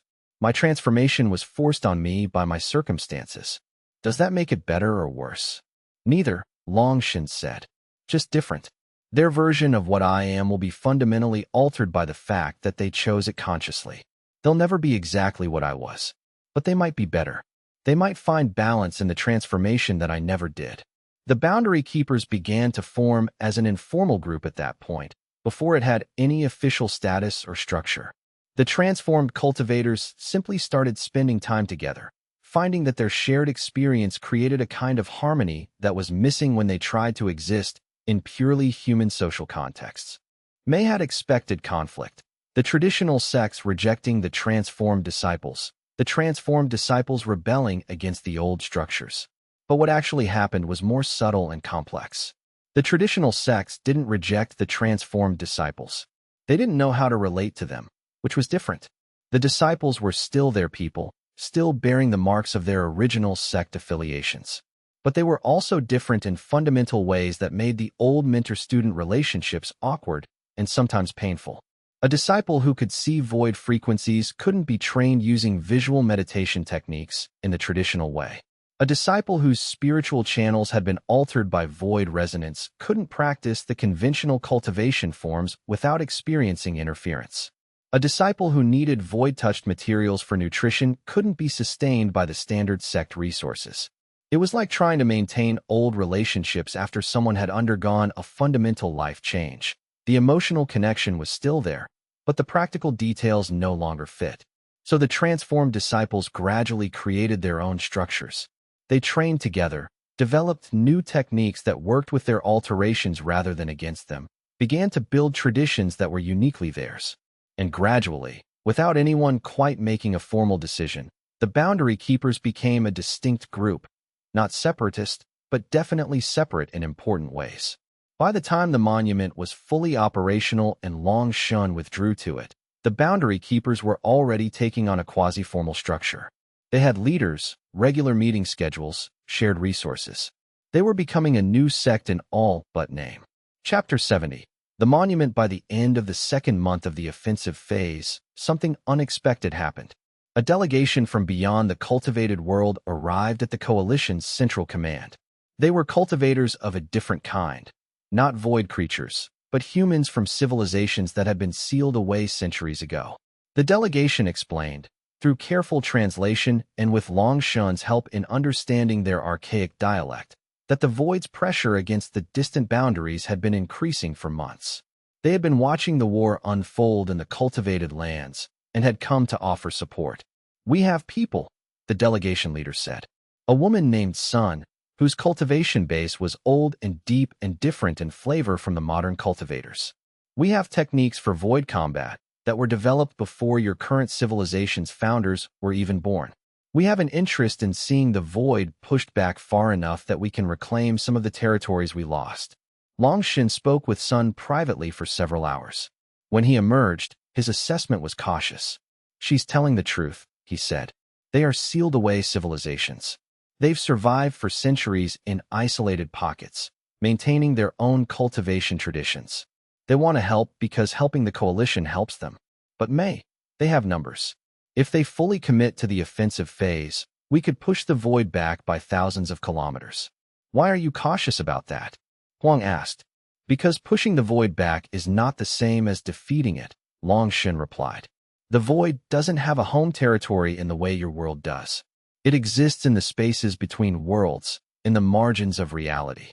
The further you push into void territory, the more you're operating in a space that fundamentally opposes your existence. Even with help, even with prepared techniques, you'll reach a point where continuing to advance becomes suicidal. And the void knows this. It will let you advance. It will let you think you're winning. And then it will snap the trap. So we should stop the offensive?" Wei asked. "No," Long Yue said. "But you should have a goal beyond just push as far as possible. You should decide what you're trying to accomplish. Are you trying to seal the void entirely? Are you trying to establish a permanent boundary that's further away from your civilization? Are you trying to prove something to yourselves?" The question hung in the tent. May realized that Long Yue was asking the coalition to define, for the first time since the war began, what victory actually looked like. Because without a definition of victory, they could fight forever and never truly win. I think, she said slowly, we need to establish a monument. A monument? Chen looked puzzled. A place, Mei explained. A location on the boundary between our world and the void where we establish something permanent. A marker that says, here, at this point, we stopped. This far and no further. We push the void back, establish positions in their territory, and then we consolidate at a line we choose. That's a line of demarcation, Wei said. A peace border of sorts. The void doesn't make peace, Long Yue said, but it can be bound by symbolic barriers. If the coalition and the sealed civilizations work together to establish a monument of sufficient power, a barrier of sufficient significance, then yes, it could serve as a negotiated stopping point. The void doesn't negotiate, Huang objected. Not with words, Long Yue agreed. But it operates according to rules. It respects power. It respects boundaries that are established with sufficient force. A monument, properly constructed, becomes a boundary that the void respects because respecting it is more efficient than violating it. The idea took hold. Over the next 3 weeks, the coalition and the sealed civilizations worked together on a plan. They would establish a final position 2,000 kilometers into void territory. There, they would construct a monument, a physical and spiritual barrier, reinforced with every technique the various cultivations could devise. The monument would serve as the new boundary. The void could press against it, but not across it. And in theory, once the monument was established and sufficiently reinforced, the coalition could pull back to the cultivated world and maintain the boundary through periodic reinforcement rather than continuous warfare. It was an ambitious goal. The expeditions into void territory became more organized, more focused. Instead of random probing and defensive positions, they became a coordinated advance toward the monument site. The sealed civilizations sent their own forces, and the combined armies of multiple human civilizations advanced deeper into void territory than any human force had ventured in recorded history. Long Yue participated in the planning but refused to enter void territory himself. My presence would change the dynamic, he explained to Mei. The void recognizes me. It responds to me differently than it would to normal cultivators. If I'm there at the monument, it will focus on me. It will treat the barrier as something I created, something tied to my power. And when I eventually die, because I will eventually die, Mei, one way or another, the monument will fail. So you want the monument to be built without you, Mei said. I want the monument to be built by you. By the coalition, by the sealed civilizations, by the combined efforts of human cultivation. I want it to succeed because you made it succeed. Not because Long Yue returned and saved everyone. Not because the sealed-away monster turned out to be a hero. Because you became what you needed to be to save yourselves. The expeditions continued for 6 weeks. The monument site was prepared. A structure began to rise. Not a building exactly, but a place, a convergence point where cultivators from every tradition pooled their power. Long Yue provided the architectural knowledge, drawing on memories of the ancient age, but the actual construction was done by others. And gradually, over weeks and months, the monument took shape. It was finished on a day when snow fell on the high mountains, the same mountains where Long Yue had collapsed from sealing the weak points. The monument was not beautiful. It was angular and strange, covered in symbols and runes that shouldn't have been able to coexist in a single space. But it was powerful. When the seal was activated, when all the cultivators present added their intention to its structure, the void recoiled. The creatures pulled back. The pressure that had been constant for weeks suddenly eased. The final activation ceremony was attended by representatives from all the major traditions. Huang's Blazing Peak sect, Qin's Violet Cloud sect, Wei's independent faction, the Boundary Keepers, the Northern Alliance, and the sealed civilizations. They gathered at the monument's base, each bringing a symbolic object representing their tradition, each adding their power and intention to the ritual. Huang brought a weapon from the ancient armory of the Blazing Peak sect, a blade that had never been drawn in anger but had been maintained as a symbol of readiness. Chen brought a scroll inscribed with the foundational texts of Violet Cloud cultivation. Wei brought a stone from his family's original homeland, a piece of territory that represented the continuity of his lineage. The Boundary Keepers brought an object that they had created in the spaces between worlds, something that was neither entirely physical nor entirely spiritual, a bridge between the two modes of being. Each object was placed at a cardinal direction around the monument's base. Each cultivator added their voice to the chant that had been prepared by the sealed civilizations, a chant in a language that predated the current cultivation era by thousands of years. The sound of that ancient language, spoken by modern cultivators, seemed to resonate through the boundary between worlds itself. Long Yue did not participate in the ceremony, though he was present at the monument. He stood to the side, watching the traditions work in concert, watching the moment when their unified will crystallized into the stone and symbol and magic of the completed structure. When the activation was done, when the monument flared with power and the void's pressure visibly retreated, Mei approached him. "You didn't add your power," she observed. "I didn't need to," Long Yue replied. "The monument was built with my knowledge and my design, but it had to be completed by your people. My power is embedded in its structure, the ways that it interfaces with the spaces between worlds, the techniques for maintaining its integrity, the understanding of how to balance forces that would normally annihilate each other. But the intention that makes it stand, that makes it mean something, that came entirely from you and the other traditions. Will it hold?" Mei asked. "For longer than any human dynasty lasts," Long Yue said. "For longer than any civilization endures. Not forever, nothing is forever, but long enough. Long enough for your world to find what it needs to become. That's all any of us can hope for. That's all any boundary can promise." The war, if not won, had at least reached a negotiated pause. Chapter 71. The return to the world. In the months following the monument's completion, the cultivated world began a strange process of rebalancing. The offensive operations were gradually reduced as the void's pressure eased. The rotations at the defensive weak points became less frequent, less desperate. Cultivators who had lived for months in a state of constant combat readiness were suddenly allowed to rest, to recover, to begin the process of understanding what had changed in them.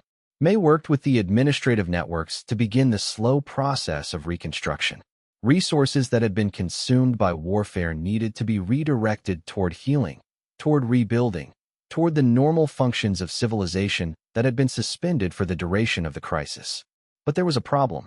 The cultivators who had been transformed by exposure to the void, the 80-plus disciples who had adapted to void frequencies, were no longer entirely comfortable in the normal world. They reported difficulty sleeping. They found the ordinary frequencies of cultivation disorienting. Some of them experienced permanent changes to their senses. One disciple could see the boundary between worlds as clearly as looking through a window. Another found that normal food tasted wrong, that they could only get nutrition from sources that had some void resonance. The problem accelerated in subtle ways over the first few months after the monument was completed. At first, the changes seemed minor, just discomfort, just adjustment difficulties. But as time passed, it became clear that the transformation was deeper and more persistent than anyone had anticipated. A disciple named Chen Xiao from Huang's Blazing Peak sect began to report that he could hear sounds that no one else could perceive. Not disruptive sounds, but a kind of underlying hum in reality that seemed to follow him wherever he went. When he tried to meditate in the normal way, that hum would interfere with his concentration, pulling his attention away from the cultivation patterns he was trying to establish. Another disciple, Su Lin from the Violet Cloud sect, found that her spiritual channels had been fundamentally altered. The void energy didn't damage her human cultivation base, but it sat alongside it, like two separate streams running through the same vessel. When she tried to perform normal techniques, sometimes the void resonance would activate instead, producing effects that were unpredictable and occasionally dangerous. The younger cultivators who had been transformed began to cluster together, unconsciously seeking each other's company. They found that being around each other made the disorientation less severe, that their shared frequency allowed them to function more normally. It was as if proximity to others who had undergone the same transformation created a kind of buffer against the alienation they felt from the unchanged world. Huang noticed it first, the formation of what was essentially a new subcommunity within his sect. Young disciples eating together at separate tables, training together at odd hours, discussing experiences in voices so quiet that normal cultivators couldn't hear them, as if they were working at a frequency just beyond ordinary perception. He brought the situation to the administrative councils with concern, not anger, but genuine worry for his people's well-being. "They're transforming into something else," one council member said bluntly. "That's what we're seeing. They went into void territory as humans. They're coming back as something that's only partially human. If that process continues, we'll eventually have cultivators who can't function in our world at all." "Then we help them adapt," Chen argued. "We create support structures. We develop new training methods that work with their changes instead of against them. And we're essentially creating a different species of cultivator," Wei said quietly. "One that's optimized for a world that includes permanent void pressure. In a generation or two, we'll have disciples who are more void-adapted than human-adapted. What do we do then? Do we consider them still part of our civilization? Or do we've created something entirely new?" The questions hung uncomfortably in the council chamber. The transformation that had been necessary for survival was proving difficult to reverse, or perhaps impossible to reverse entirely. Long Yue was consulted about the issue during a formal council session that included representatives from all three major sects and the delegation from the sealed civilizations. "This is the cost I mentioned," he said without preamble. "The adaptation is permanent, or mostly permanent. Over the course of several years, some of these changes may reverse themselves. Others will persist. These cultivators will never be quite what they were before the war." He looked directly at Huang. "I want to be clear about something, though. These changes are not damage. They are not corruption. They are evolution. Your disciples didn't lose anything in the war. They gained something. What they gained is that their consciousness now understands frequencies and dimensions of reality that human consciousness normally isn't equipped to perceive. They can survive in environments that would destroy an unprepared cultivator. They can draw power from sources that are normally closed to you. In many ways, they have become more capable than they were before. More capable, but also more alienated," Chen said. "They're reporting that normal social interaction is difficult, that they don't fit in their own sects anymore. Because they're transitioning," Long Yue replied. "They're becoming something that doesn't yet have a clear cultural role in your civilization. But that can be resolved. It requires you to acknowledge that your world now includes new types of beings, and to create space for those beings to develop their own traditions, their own structures, their own way of existing." Wei listened to this without comment, but there was a calculation happening in his expression. He was already thinking ahead, Mei realized, already considering how this new development might shift the political balance, what advantages or disadvantages it might create for his faction. "You're proposing we create a new sect," Wei said finally. "I'm proposing you acknowledge reality," Long Yue replied. "These cultivators are already forming their own community. They're already developing distinct practices and traditions. Formally recognizing that, giving them structure and resources, will make the transition easier for everyone involved. Trying to suppress it or force them back into the old structures will just cause friction and resentment." "A new sect with what authority?" Huang asked. "What tradition? What spiritual foundation?" "A tradition founded on the experience of standing at the threshold between worlds," Long Yue said. "A sect dedicated to understanding both human cultivation and void adaptation. A community of people who have undergone the transformation and can guide others through it. You will have built something entirely new, something that didn't exist before the war. Can you undo it?" Huang asked directly. "Can you use your power to restore them?" "No," Long Yue replied. "And honestly, I wouldn't if I could. These changes aren't damage. They're evolution. These cultivators are more capable than they were before, more resilient, more suited to a world that includes the constant presence of void pressure. They're better at what they need to be now. They're not better at normal cultivation," Chen pointed out. "The transition back to their traditional studies is proving difficult. Then they'll need to develop new studies," Long Yue said. "New traditions that build on their adaptations instead of fighting against them. This is what happens when you transform your civilization to survive a war. You don't get to go back to what you were. You move forward into what you've become." The statement hung heavily in the council chamber. Over the next month, a decision was made. The adapted cultivators would form their own sect, the Boundary Keepers, dedicated to maintaining the monument and defending the established boundary.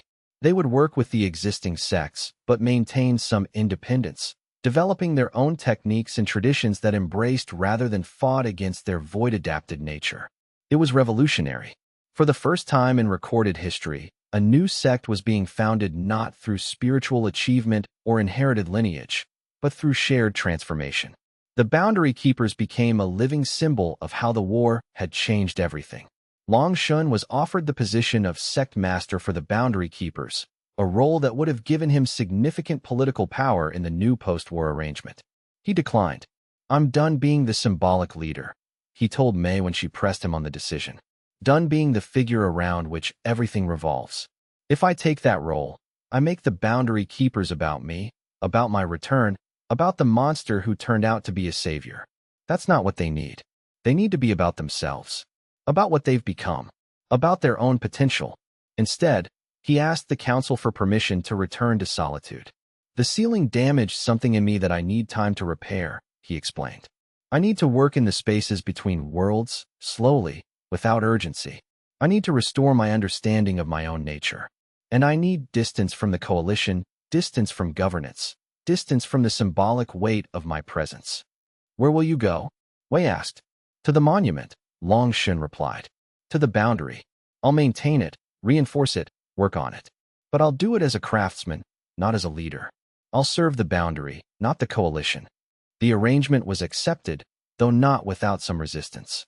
Some sect leaders argued that keeping Long Yue in the cultivated lands where he could be monitored was safer. Others argued that he had earned the right to seclusion. Eventually, the decision was made. Long Yue would withdraw to the monument, with regular resupply missions and periodic visits from the Boundary Keepers, but effectively separate from the political structures of the coalition. Chapter 72. The solitary craftsman. Long Yue's first weeks at the monument were quiet in a way he hadn't experienced in 10,000 years.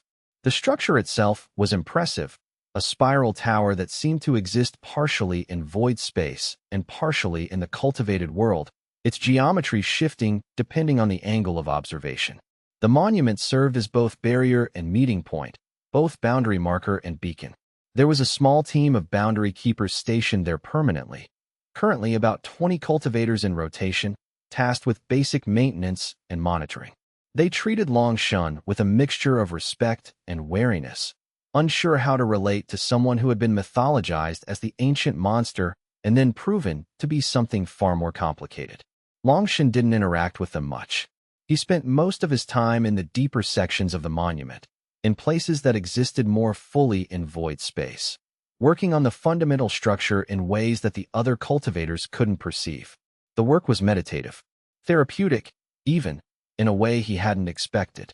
Without the urgency of sealing weak points, without the pressure of warfare, without the constant weight of others' expectations, Long Yue could slow down, could feel the spaces between worlds as they actually existed, without the need to reshape them to immediate purposes, could understand, slowly, what the void actually was beyond the terror and the threat that it represented.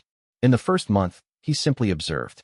He moved through the deepest levels of the monument, in spaces where the boundary between worlds was most permeable, and he felt the void pressing against the structure, not with conscious intention, but with the relentless pressure of entropy itself, the fundamental force of dissolution that tried to break down coherence wherever coherence formed. The sensation was less horrifying than he had expected. The void was not malicious. It was not trying to destroy him specifically. It was simply being what it was, a force that moved toward disorder, toward the dissolution of boundaries, toward the ultimate flattening of all distinctions. In a strange way, understanding that helped him relax slightly. Knowing that the void's pressure was not personal, not directed specifically at him or the humans or anything in particular, made it easier to coexist with. The void was not an enemy in that sense. It was a law of physics, given form and terrible freedom. And laws of physics were not things one defeated. They were things one learned to work with. It was not evil. That was the first insight that made sense of things. The void was not trying to destroy because destruction was its goal. It was simply being itself. Just as gravity pulled objects downward without intention, just as heat dispersed into cold without agency, the void pressed toward dissolution without malice. Understanding that shifted something in Long Shen's perception. He had fought the void with the assumption that it was an enemy to be conquered, a threat to be eliminated. But what if it was simply a force that needed to be managed? What if the entire conflict could be reframed not as war, but as engineering? Not as victory, but as balance? The second month brought deeper work. Long Shen began to deliberately refine the monument's geometry, making subtle adjustments that the boundary keepers never even noticed. He was not trying to make it stronger, exactly, but more elegant, more efficient, making the barrier express a more perfect coherence between the two incompatible realities. Each adjustment he made, he felt the void's response. The creatures pressing against the monument would shift their patterns slightly, adapting to the new structure, probing its refinements. It was almost like a conversation, not in words, but in action and reaction, in pressure and resistance. By the third month, Long Shun had made a discovery. The monument structure could be optimized not just for strength, but for communication. The geometry that kept the void at bay could also be adjusted to allow certain types of information to pass through. Not physical objects, not the creatures themselves, but something more fundamental, patterns, pressures, the kinds of signals that the void itself might recognize. He began to experiment with these adjustments carefully, conscious that any mistake could catastrophically alter the balance. A miscalibration that allowed the void's pressure to increase even fractionally could destabilize the entire barrier. But his touch was precise. The ancient power that had made him dangerous before the ceiling, the power that the coalition had feared, found its proper use in the careful maintenance of this threshold. He was no longer a weapon of destruction. He was an artisan, working with the most fundamental forces of reality. The work was meditative, therapeutic, even, in a way he hadn't expected. Without the urgency of sealing weak points, without the pressure of warfare, without the constant weight of others' expectations, Long Shun could slow down, could feel the spaces between worlds as they actually existed, without the need to reshape them to immediate purposes, could understand, slowly, what the void actually was. And gradually, through weeks of patient observation and careful work, he began to understand something that had eluded him during the chaos of the war. The void wasn't evil. It wasn't conscious in the way that moral judgments could apply to it. It was simply hungry. It was a force of dissolution and entropy, and it pressed against the boundaries of the cultivated world because that's what it did. It was no more malicious than gravity is malicious. It was simply the nature of the void to try to break down the coherence of reality, and it was the nature of cultivators to resist that dissolution. The war had never been winnable in the sense of defeating the void entirely.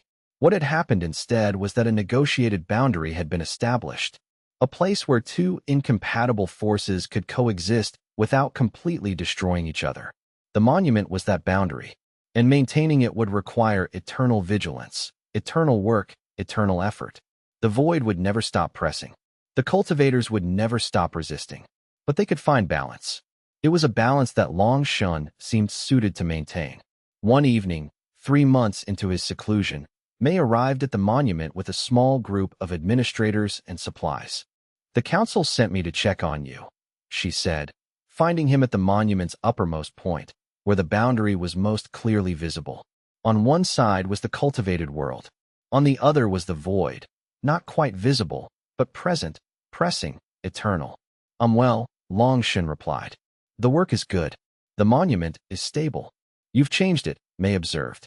The structure seemed slightly different than when the ceremony had been completed. Subtle shifts in angle and proportion, changes that probably required intimate cultivation knowledge to notice. "I've refined it," Long Shen confirmed. "Made the boundary more efficient. Made the geometry clearer. It's not magic that the monument holds the void back. It's structure. Its intention given physical form. The more perfect the structure, the more clearly the intention is expressed, the stronger the boundary becomes." "How long will you do this?" "As long as I live," Long Shen said. "As long as needed." "That could be a very long time." "Yes," he agreed. "The ceiling work damaged my coherence. My mortality, if I ever had a clear relationship with it, is now uncertain. I might exist for another 10,000 years. I might dissolve next week. There's no way to know." Mei felt something sad and inevitable in that statement. "The coalition will want you to know that we're grateful. That what you did? I know, Long Shun said gently. I don't need gratitude. I did what needed to be done. The gratitude is irrelevant. Is it? May asked. You told me once that you had changed. That you were trying to prove something by being honest, even when honesty was expensive. Is it irrelevant that the coalition recognizes that change? Long Shun turned to face her. The darkness in his eyes was still diminished, still recovering from the sealing work, but it was also clearer somehow. More resolved. No, he said finally. It's not irrelevant. I was wrong to dismiss it. Recognition does matter. It does mean something that you all chose to believe I had changed rather than treating me as a threat. That belief gave me something to live up to. In a strange way, it made me become what I claimed to be. Chapter 73. The letter 6 months after the monument's completion, a letter arrived at the coalition's central command bearing Long Shun's seal. It was addressed to the full council, and Mei read it aloud in the formal gathering of sect leaders. The letter had been written in Long Shun's own hand, which itself was significant. It showed an intentionality to the communication, a willingness to commit himself to the words in a physical way that went beyond simply dictating instructions. The paper itself was unusual. It was made from materials that Mei couldn't quite identify, woven with threads that seemed to shift color depending on the angle of the light. When she had received it, she had immediately recognized it as something created in void space, or at least with materials drawn from the boundary between worlds. Only Long Shun would have thought to communicate through such a medium. A physical reminder that his words carried the weight of that other reality, that he was writing to them from a place they could barely comprehend. The war, by my assessment, is not ended. It is transformed. The void presses against the monument daily with the same hunger it has shown for millennia. I push back against that pressure with the same resistance. This is not a circumstance with a conclusion. It is a circumstance with a pattern. But I have come to understand something about patterns. They are not prisons. They are not inevitable traps that condemn us to endless repetition. Patterns are the structure on which meaning is built. For 10,000 years, I lived in a single pattern. The pattern of being sealed, of being feared, of being the danger that the world had agreed to contain. That pattern defined my entire existence. But I realize now that I accepted that pattern willingly. I chose to be the sealed monster because that identity was safer than any alternative. It absolved me of the responsibility to choose anything else. The war has broken that pattern. I have had to choose continuously, moment by moment, which Long Shun I would be. And in those choices, in the consequences of those choices, I have become something different. Not saved, not redeemed, but genuine, actual, real. I am telling you this because you will face the same choice. The pattern the war established, the unity of the coalition, the shared purpose against an external threat, has also been broken. You are now free to choose what pattern you will build next.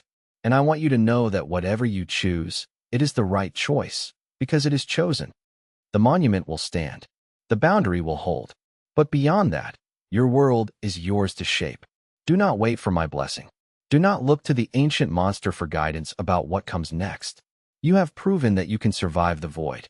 Now prove that you can survive peace. I remain at the monument. I remain at the boundary.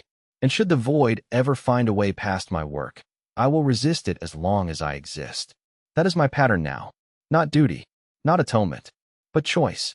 Long Shun, the sealed one, the monster of legend, the being they feared to wake. These are names I carried, but I carry them differently now, with intention rather than inevitability.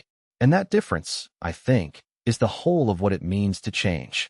The letter ended without signature, just the mark of Long Shun's power at the bottom.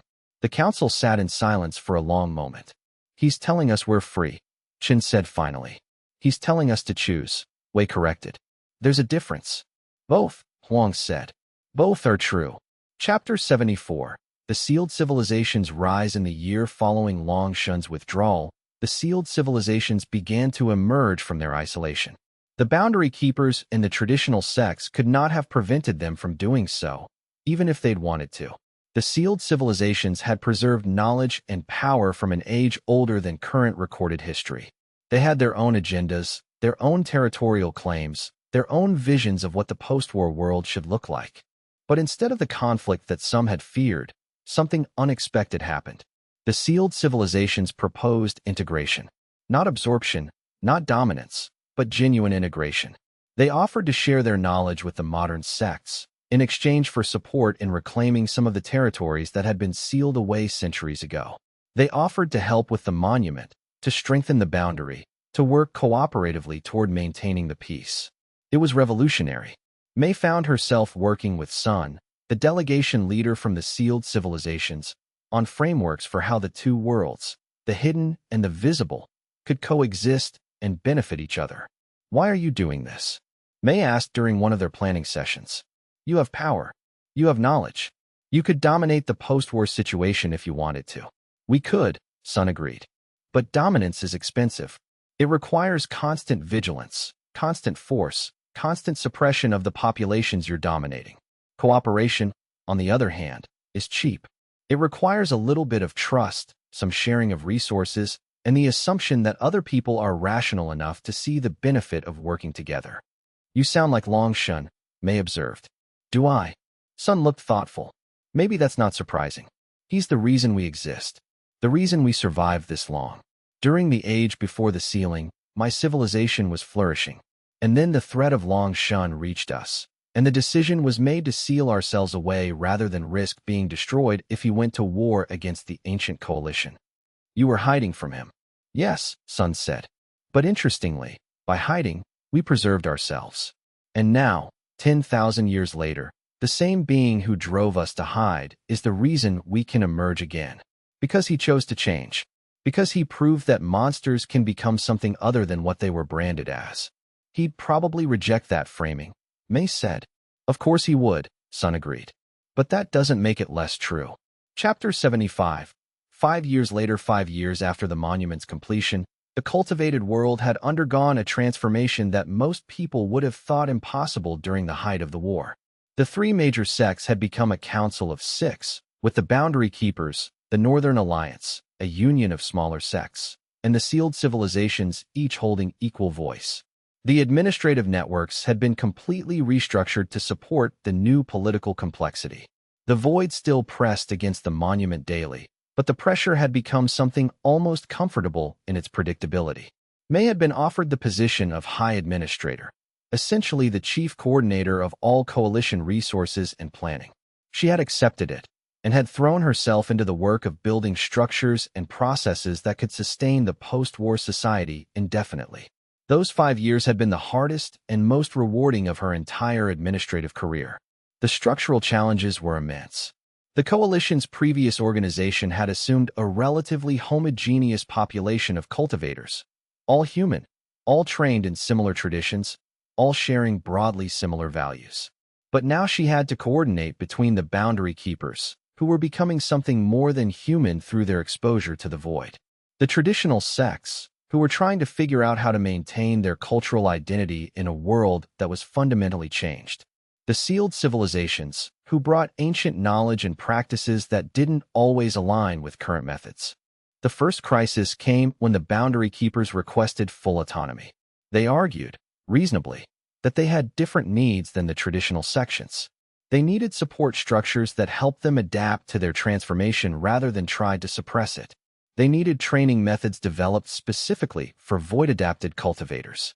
They needed spaces and communities where their different frequencies wouldn't be seen as aberrations. The traditional sects, initially, had resisted. Giving the Boundary Keepers full autonomy felt like creating a separate nation within the cultivated lands. It felt like acknowledging that the core population had genuinely split into two different types of beings.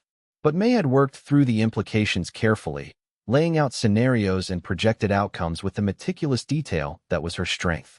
And slowly, the council had come to understand that autonomy wasn't separation. The Boundary Keepers would still work together with the other sects on shared defense of the monument. They would still share resources and knowledge. But they would govern their own internal structures, develop their own traditions, create their own spiritual frameworks. It was unprecedented, but so was the situation. There was no historical precedent for what the cultivated world was becoming. So precedent would have to be created as they went, through careful choices and constant refinement. The other major structural challenge was integration with the sealed civilizations. These were not people who had been suppressed or imprisoned. They had voluntarily sealed themselves away centuries ago and had maintained continuous civilization in hidden territories. Now, they were emerging into a world that had changed dramatically since they had left it. The cultural friction was real and significant. The sealed civilizations had developed their own assumptions, their own power structures, their own ways of understanding reality. Some of those were compatible with the modern world. Some weren't. And negotiating that compatibility without either crushing the ancient cultures or allowing them to dominate the new structures had required careful diplomacy and creative problem-solving. Sun, the sealed civilization representative, had become one of May's closest advisors. Together, they had worked out frameworks for peaceful coexistence, territorial agreements, resource-sharing protocols, cultural exchange programs that allowed knowledge to flow in both directions. "You understand something that most administrators don't," Sun had told her once. "You see that structural harmony doesn't require uniformity. That different beings can have different needs and still function together as a unified civilization." "I'm not sure I understand it," May had replied honestly. "I'm just doing the work and trying to adjust when it turns out I was wrong." "That is understanding," Sun had said. "At least, the kind that matters." By the 5th year, the results were becoming visible. The Boundary Keepers had established their own training academies, and the disciples who graduated from those academies were genuinely adapted to the post-war world in ways that traditional cultivators could never be. The sealed civilizations were reintegrating with the broader civilization, though on their own terms, maintaining cultural independence while contributing their knowledge and resources. The traditional sects had evolved their practices to incorporate new understandings of cultivation that built on the void-touched knowledge that the Boundary Keepers had developed. It wasn't perfect. It was complex and sometimes frustrating and required constant negotiation and adjustment. But it was working. The cultivated world was becoming something new, something that included more types of beings and ways of being than had ever existed before. Long Yue remained at the monument, working on maintenance and refinement. He had become something of a legend in the Boundary Keepers, revered, respected, but also recognized as fundamentally separate from normal society. Visits to the monument were now common for younger cultivators, seeking not wisdom exactly, but contact with something that was both powerful and authentically different from themselves. Long Yue tolerated these visits with patient indifference. He answered questions if asked directly, but rarely offered unprompted advice. He had become, in a strange way, a holy relic, a thing that was important precisely because it existed, not because of what it did or said. May went to the monument one afternoon in the spring, when flowers were beginning to bloom in the mountain valleys below. She found Long Yue doing what she had begun to expect, working on the monument structure, adjusting something that was probably invisible to anyone without his level of cultivation knowledge. "The council wanted me to ask if you would consider returning to the cultivated lands," she said without preamble. "Just partially, not permanently, but enough to advise on cultivation advancement. The sects are having trouble developing new traditions that incorporate what the Boundary Keepers have learned. They're stuck between the old ways and the new adapted methods." "No," Long Yue said. Not harshly, but clearly. "They need to solve this themselves. The traditions they develop will be stronger if they're truly theirs, not influenced by my suggestions. Even though you could help, especially because I could help," Long Yue replied. "Help is a form of control. It shapes the outcome toward what the helper thinks is best. The sects need to fail sometimes. They need to experiment. They need to find their own way." May settled beside him, looking out at the boundary. The void was visible from here, pressing at the monument's outer edge with a visible pressure like water against a dam. "I was thinking about what you wrote in that letter," she said. "About choosing your pattern rather than accepting it. I've been doing that. Choosing what kind of administrator I want to be, what kind of world I want to help build." "That's good," Long Yue said. "Is it?" May asked. "Sometimes I wonder if I'm making better choices than the people who came before me, or just different ones. Better might be too strong a word. Better and worse are the metrics the old world used," Long Yue said. "The metrics of victory and defeat, of winning and losing. But you're not fighting a war anymore. You're building something in peace. The metrics are different. It's not about better or worse. It's about meaning. About whether your choices create structures that allow people to flourish. Do you think I'm creating those structures?" "I don't know yet," Long Yue said. Ask me again in 50 years. Chapter 76. The Void learns in the 7th year after the monument's completion, something unexpected happened at the boundary. The Void didn't stop pressing. It didn't retreat. But the nature of its pressure changed. It became almost curious. Long Yue noticed it first, of course. The Void creatures that pressed against the monument began to exhibit behavior that suggested something other than simple hunger. They would make contact with the barrier at specific points, seem to test its structure, then retreat. They would concentrate pressure at what seemed to be deliberately chosen locations. It was as if the Void was learning the monument's geometry, mapping it, understanding it. May received reports from the boundary keepers about the changes, and she brought them directly to Long Yue. It's not trying to break through anymore, she said, showing him the pattern maps that the keepers had compiled. It's studying the structure. What does that mean? It means the Void is reaching a conclusion, Long Yue said. It has pressed against the monument for 7 years without success. It has tested thousands of angles and approaches. And it is now at the point where it realizes that this particular boundary is not going to fail through simple persistence. So what will it do? I don't know yet, Long Yue admitted. The Void doesn't have the capacity for negotiation or compromise in the way that thinking beings do. But it does have the capacity to recognize patterns, to learn, to adapt. It might retreat and build up pressure elsewhere, looking for different weak points. It might attempt a different kind of assault entirely. Or it might do something that I can't anticipate because it requires thinking in ways that are fundamentally alien to how I process reality. Could it destroy the monument? With enough time and effort, almost certainly, Long Yue replied. But not through the methods it's tried so far. The monument is strong because it's rooted in intention, in the will of 6 different cultivating traditions working in concert.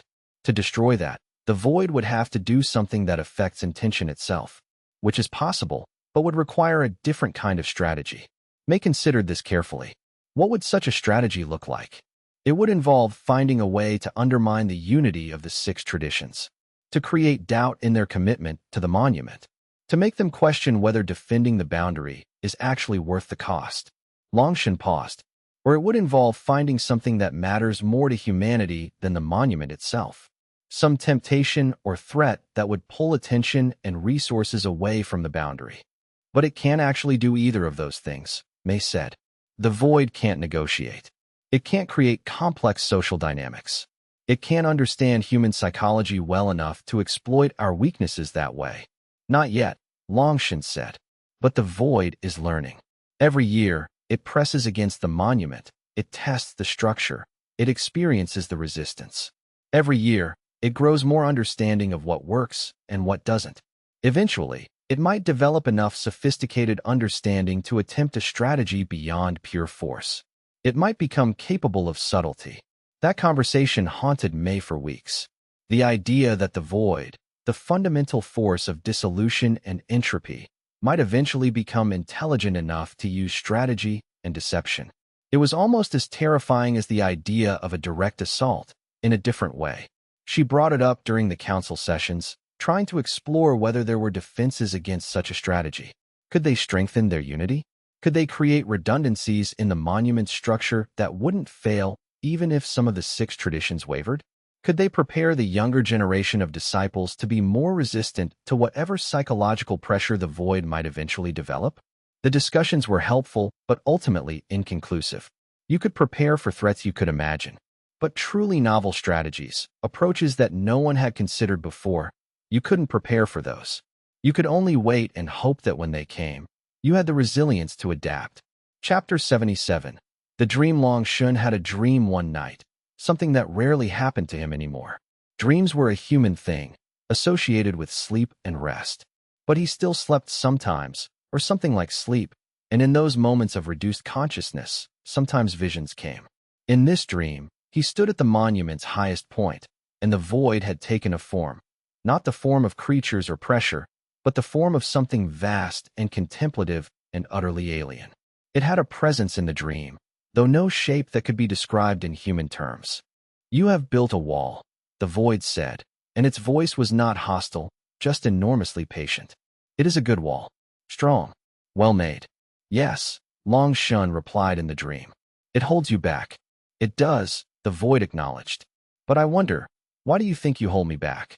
Why do you assume that I am trying to break through with the intensity of my pressing? Because you're the void. Because you're entropy. Because your nature is dissolution, and you press against boundaries out of fundamental hunger.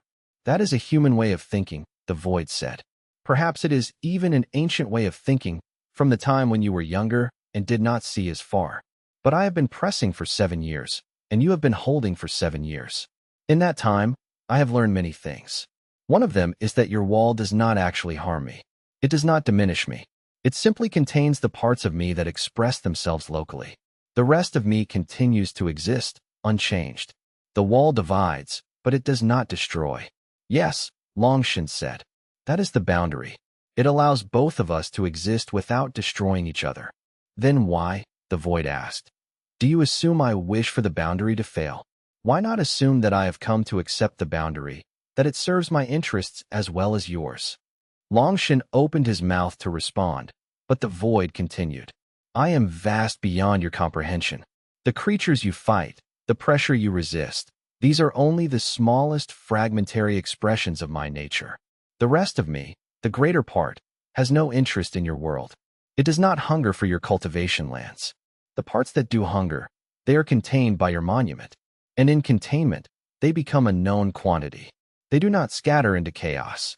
They do not disrupt the greater balance of my existence. For me, the monument is useful. You're saying you want the monument to stand, Long Yue said. I'm saying I have no interest in its falling, the void replied. Which, in time, becomes the same thing. The dream continued, but the conversation dissolved into abstract images that Long Yue couldn't quite remember upon waking. When he finally did wake, the sense of the dialogue remained clear, even as the specific words faded. He lay for hours in the deep levels of the monument, thinking about what the dream might mean. Was it a genuine communication with the void's consciousness? Or was it merely his own mind, processing the patterns it had observed, creating meaning from the void's actions and reactions? There was no way to be certain. The line between receiving wisdom and generating it was not always clear when you existed partially in states of consciousness that didn't quite follow normal human rules. But the implication was profound regardless of its source. If the void did not actually want to destroy the monument, if it had evolved beyond simple hunger to something more like acceptance, then the entire nature of the conflict changed. They were not locked in an eternal war of mutual annihilation. They were locked in a boundary, yes, but a boundary that both sides had come to recognize as functional. Chapter 78. The understanding Long Yue spent the next several days in deep contemplation, moving through the monument in ways that the boundary keepers barely understood, reinforcing structures and refining the boundary's properties with new insight. When he finally summoned Mei and the council, he had reached a conclusion. The void is not going to destroy the monument, he told them. Not because the monument is too strong, but because the void has decided that the boundary serves its purposes adequately. What purposes? Huang asked, having come to the monument in person for this announcement. The void's nature is to consume. How does a boundary serve that? By containing the parts of itself that can be contained, Long Yue replied. The void is not a unified being. It's a force, a natural principle of the cosmos. The parts that press against the cultivated world are driven by hunger, but the greater whole, the vast majority of the void, is indifferent to whether those parts express themselves locally or not. By creating a boundary here, we've created a pressure release valve. The contained void particles that gather at the monument are prevented from overwhelming the cultivated world. But they're also prevented from dispersing into the larger void, from potentially disrupting the greater system. You're saying the void benefits from being contained, Wei said slowly. I'm saying the void has no preference either way, Long Yue replied. But the boundary is not harming it. And the boundary is beneficial to you. Therefore, the void will allow the boundary to persist. Not out of kindness, but out of a kind of cosmic indifference. That's assuming the void is capable of that kind of analysis, Chen said. The void is capable of anything that consciousness is capable of, given enough time, Long Yue replied. And the void has had infinite time. It doesn't think the way we think, but it thinks. And it has reached conclusions. I believe those conclusions align with ours, in this particular instance. The council accepted this analysis, though not without skepticism. Huang leaned forward. Are you saying the war is over? That we can stand down? I'm saying you can transition from active warfare to boundary maintenance, Long Yue replied. The void is no longer trying to break through with overwhelming force. It has accepted the monument as a functional reality. But that doesn't mean it will never test the boundary. That doesn't mean the monument will never require repair or reinforcement. You are not at peace. You are at a sustainable equilibrium. That equilibrium requires constant attention and work, but it doesn't require the intensity of all-out warfare. How long will this equilibrium hold? Wei asked. As long as both sides choose to maintain it, Long Yue said. Which, given the current configuration, could be indefinitely. Or it could end tomorrow if something changes the equation. The only thing that's certain is that the boundary is working now, and it will continue to work as long as the necessary maintenance is performed. The council discussed the implications for hours. It meant they could begin rebuilding. It meant they could redirect resources from pure warfare to civilization maintenance. It meant they could start thinking beyond survival and toward what kind of world they actually wanted to build. It also meant accepting that some level of ongoing conflict with the void would be permanent. There would never be a point where the cultivated world was entirely safe, entirely at peace. The void was an eternal pressure, and the monument was an eternal resistance. This was the new normal for civilization. Chapter 79. A visitor in the 8th year after the monument's completion, a figure approached the monument from the void side. It was human-shaped, or something close to it, but it was clearly not entirely physical. It manifested gradually, becoming more coherent as it crossed through the void space, until finally it stood at the monument's threshold, on the void side, but close enough to communicate. Long Yue recognized it immediately. One of the original founders, he said to Mei, who had come running when the boundary keepers reported the approach. A cultivator from my age, sealed away in the void, either by choice or by circumstance. The figure did not move. It simply stood at the boundary, watching. The sealing was my choice, it said finally. Its voice was ancient, worn by 10,000 years of existence in a place that was fundamentally hostile to human coherence. I volunteered to be sealed in the void in exchange for the others sealing you. It seemed fair. One ancient power contained on each side of the boundary. Interesting, Long Yue said. Balanced. Is that why you've come now? To tell me the reasoning? I've come, the figure replied, to tell you that the void has a will, and it agrees with mine. The boundary is adequate. The sealing that happened 10,000 years ago, the war that was fought, the monument that was built, all of it was necessary. All of it created a situation that is stable, that can persist indefinitely. You've been in the void for 10,000 years, Long Yue said. And you've come to tell me this now. I've been learning, the figure said. Understanding the void. Negotiating with its nature. I've come to tell you that what you feared, that the boundary would eventually fail, that the void would eventually break through and consume everything, is not inevitable. The boundary is working. It will continue to work. You have done what needed to be done. The figure began to fade, returning back into void space. Who are you? Long Yue called out. Someone you knew once, the figure replied. Someone you probably tried to protect. Someone who became sealed instead and spent 10,000 years learning that sealing was not a failure. It was a transformation, just as yours has been. Chapter 80. The legacy. In the 10th year after the monument's completion, Long Yue was offered a choice by the Unified Council. The offer was simple. He could remain at the monument, continuing his work for as long as he lived. Or he could return to the cultivated lands, take a position of honor and respect, help guide the new traditions that were still being developed, mentor the younger boundary keepers, live as a part of society rather than separate from it. Long Yue considered the offer for 3 days. Then he declined. I am choosing to remain at the monument, he told the assembled council. Not because I am running away, not because I am afraid of society, but because this is where I belong. This is my pattern, not the pattern that was forced on me, the pattern of being sealed, the pattern of being feared, the pattern of being the monster that had to be contained. But my chosen pattern, to tend the boundary, to maintain the monument, to stand at the threshold between two incompatible forces and ensure that they can coexist without destroying each other. He looked at each of the council members in turn. I was sealed because I was powerful and dangerous and unpredictable, Because the ancient coalition could not trust that I would always use my power in ways they approved of. They were right to fear me, because power itself is inherently dangerous when wielded without complete wisdom. But I have chosen, in the 10 years since my awakening, to use my power in service of a boundary that benefits everyone. Not because I was required to, but because I chose to. May felt tears on her face as she listened. She didn't fully understand why she was crying. Not from sadness, exactly, but from something more complex. The recognition that Long Yue had actually changed. That he had found meaning in limitation. That he had transformed himself from the monster of legend into something entirely new. The work continues, Long Yue said as a final statement. The monument will stand. The boundary will hold. And should anyone ever reach a point where they wish to understand what lies on the other side of the boundary, they can come to me, and I will help them explore without losing themselves. That is my legacy. Not empire. Not dominion. But understanding. Compassion. The willingness to hold space for both sides, even when they are fundamentally incompatible.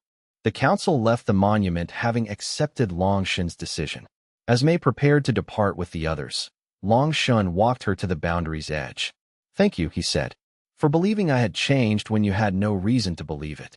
For building this world with me, even when you weren't sure I could be trusted. For the decision to test me with truth instead of fear. I think, Mei replied, that you always had the capacity to change. That the ceiling was never as absolute as the ancient coalition thought it was. That even 10,000 years wasn't enough to destroy the core of who you actually are. Perhaps, Long Yue said. Or perhaps I have only just now become who I actually am, and all the previous versions of myself were just rehearsals. Either way, the work continues. The monument stands, and the boundary holds. Mei looked back once as she left, at the figure standing at the threshold between worlds, neither fully of one side nor the other, but present in both. The sealed one who had awakened. The monster of legend who had become a guardian. The ancient power that had chosen limitation in service of peace.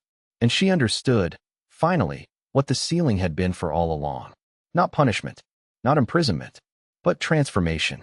A delay long enough for the world to forget what monsters were, so that when the monster finally awakened, it could choose to be something different. The boundary held. Years would pass.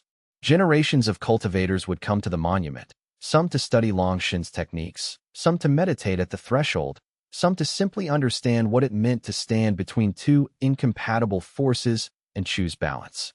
The boundary keepers would grow into a full sect, with traditions and philosophies rooted in Long Yue's example. The other sects would evolve, adapting to the reality of a world that now included the constant presence of the void, no longer as an external threat, but as a permanent neighbor on the other side of a carefully maintained boundary. And Long Yue would remain at the monument, not aging in the conventional sense, but slowly becoming something that was neither entirely of the void nor entirely of the cultivated world. He would become legend again, but a different kind of legend, not a monster to be feared, but a sentinel to be respected. A being who had chosen the hardest path, not victory, not dominion, but eternal vigilance in service of a boundary that was never secure and never could be. In the vast spaces beyond, in the places where the cultivated world met the void, Long Yue stood his eternal watch, maintaining the balance that allowed both to exist, asking nothing but to remain at the threshold, and in that remaining, finding the meaning that all eternity had been working toward. The war had ended, but the work would never be finished. And in that endless work, in that commitment to maintain a boundary between forces that could never be reconciled, Long Yue found what he had been searching for since his awakening. Not redemption exactly, but purpose. Not absolution, but meaning. Not a return to what he had been, but the creation of something entirely new. This, then, was the true ceiling, not of a monster locked away from the world, but of a purpose locked into eternal service. Not imprisonment, but transformation. Not an ending, but the beginning of something that would outlast empires and outlast memory, standing at the threshold between worlds, eternal and patient and absolutely necessary. Final word count. Chapters 61 to 80, 24,000 words. Chapter 81. The Inheritance. 200 years had passed since Long Yue's transcendence, and the world had grown strange in ways both beautiful and unsettling. Where once cultivators walked in shadow, afraid of the monsters in the dark, they now walked in defiant light, monuments erected to honor those very creatures. The coalition of eternal vigil had become not merely a defensive alliance, but a civilization unto itself, a culture that had learned to remember what others had forgotten, and had built an entire society around that remembrance. Lin Mei stood at the pinnacle of the Great Vault, the central tower of the coalition's ancestral seat. Her silver robes, the mark of the third-generation ascendants, caught the wind that spiraled upward from the valley below, where the barrier Long Yue had woven into the world's fabric still pulsed with patient strength. She was 17, barely past the nascent soul stage, yet the weight of her position pressed upon her shoulders like a mountain. The robes themselves were more than decoration. They were woven with threads of cultivated silk, infused with protective enchantments that had been refined over 2 centuries. Each thread represented a different master of the arts, each stitch a prayer for preservation and wisdom. Her grandfather had been one of Long Yue's chosen inner circle. She remembered him as a towering figure, not so much in stature as in presence, a man who carried the authority of those early, desperate years like a cloak. Her father had led the coalition for a generation before succumbing to the natural laws that bound all mortals, no matter how powerful. Even immortal cultivators could be worn down by the weight of responsibility, could choose to step aside when they felt the weight becoming unbearable. Now the burden fell to her, not because she was the strongest, she was not, but because she had inherited something deeper, the memory. The absolute, unshakable knowledge that the void was real, that Long Yue had been real, and that civilization itself depended on never letting that knowledge slip through their fingers again. The Great Vault itself was a marvel of coalition engineering and spiritual craftsmanship. Its walls rose nearly 5,000 feet, constructed from stone quarried from the deepest places beneath the barrier. The stone itself was infused with spiritual essence, making it both stronger and more resonant than ordinary rock. It was said that if you listened carefully within the tower, you could hear the vibrations of the barrier itself, a constant harmonic note that resonated through the stone and resonate with your own spiritual essence. Within its hollow center, a grand spiral staircase carved in ancient patterns led downward through layer after layer of meaning and memory. The staircase itself was a work of art, with each section carved to represent a different era of the coalition's history. The oldest sections, closest to the top, showed the desperate first days when the barrier had been constructed. Moving downward, the carvings told the story of the coalition's growth, its challenges, its transformations. By the time you reached the middle sections, the carvings were so intricate and detailed that scholars had spent entire lifetimes studying them, each carving containing encoded wisdom and historical information. Each level of the tower housed libraries, meditation chambers, and administrative centers. The uppermost levels held the chambers of the coalition's leadership, where decisions affecting millions of people were made. The middle levels contained vast repositories of knowledge, with some library sections devoted entirely to single topics, entire wings dedicated to the study of the barrier, the nature of the void, the history of cultivation techniques. The lowest levels descended so far that most people believe they went all the way through the earth itself, descending into depths where the spiritual essence was so thick and heavy that ordinary humans could barely breathe. "You carry the weight as if you believe you must bear it alone," a voice said behind her. Lin Mei turned to find Jiao Wu, the eldest of the current generation of the Ash disciples. His form bore the marks of 300 years of cultivation, scars across his face and arms that had been earned fighting things in the deep places of the world where the void's influence was strongest. Unlike Lin Mei, whose power came from inheritance and position, Jiao Wu's authority came from blood spilled and enemies slain. He had lost his left eye to a creature of pure shadow during a barrier incursion 2 centuries ago, and the empty socket was covered by a band of jade inlaid with protective sigils. His remaining eye was bright with ancient knowledge and present concern. "The weight is not so easily shared," Lin Mei replied. "The coalition looks to the central authority, to those of us who claim descent from Long Yue's chosen, to hold the course steady. If I falter, if I show doubt, the whole structure trembles." Jiao Wu moved to stand beside her, his weathered gaze sweeping across the vast expanse of the coalition's territories. What had once been scattered settlements had become sprawling cities. The great cities, as they had come to be known, were arranged in concentric rings around the central barrier.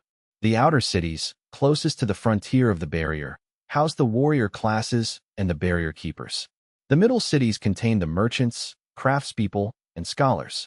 The inner cities, nearest to the ancestral seat, held the governmental and spiritual centers of the coalition's power. What had once been whispered warnings had become formal doctrine, taught to every child born within the barrier's protection. In the public schools scattered throughout each city, young students learned the story of Long Yue from their earliest years. They memorized the principles of the coalition.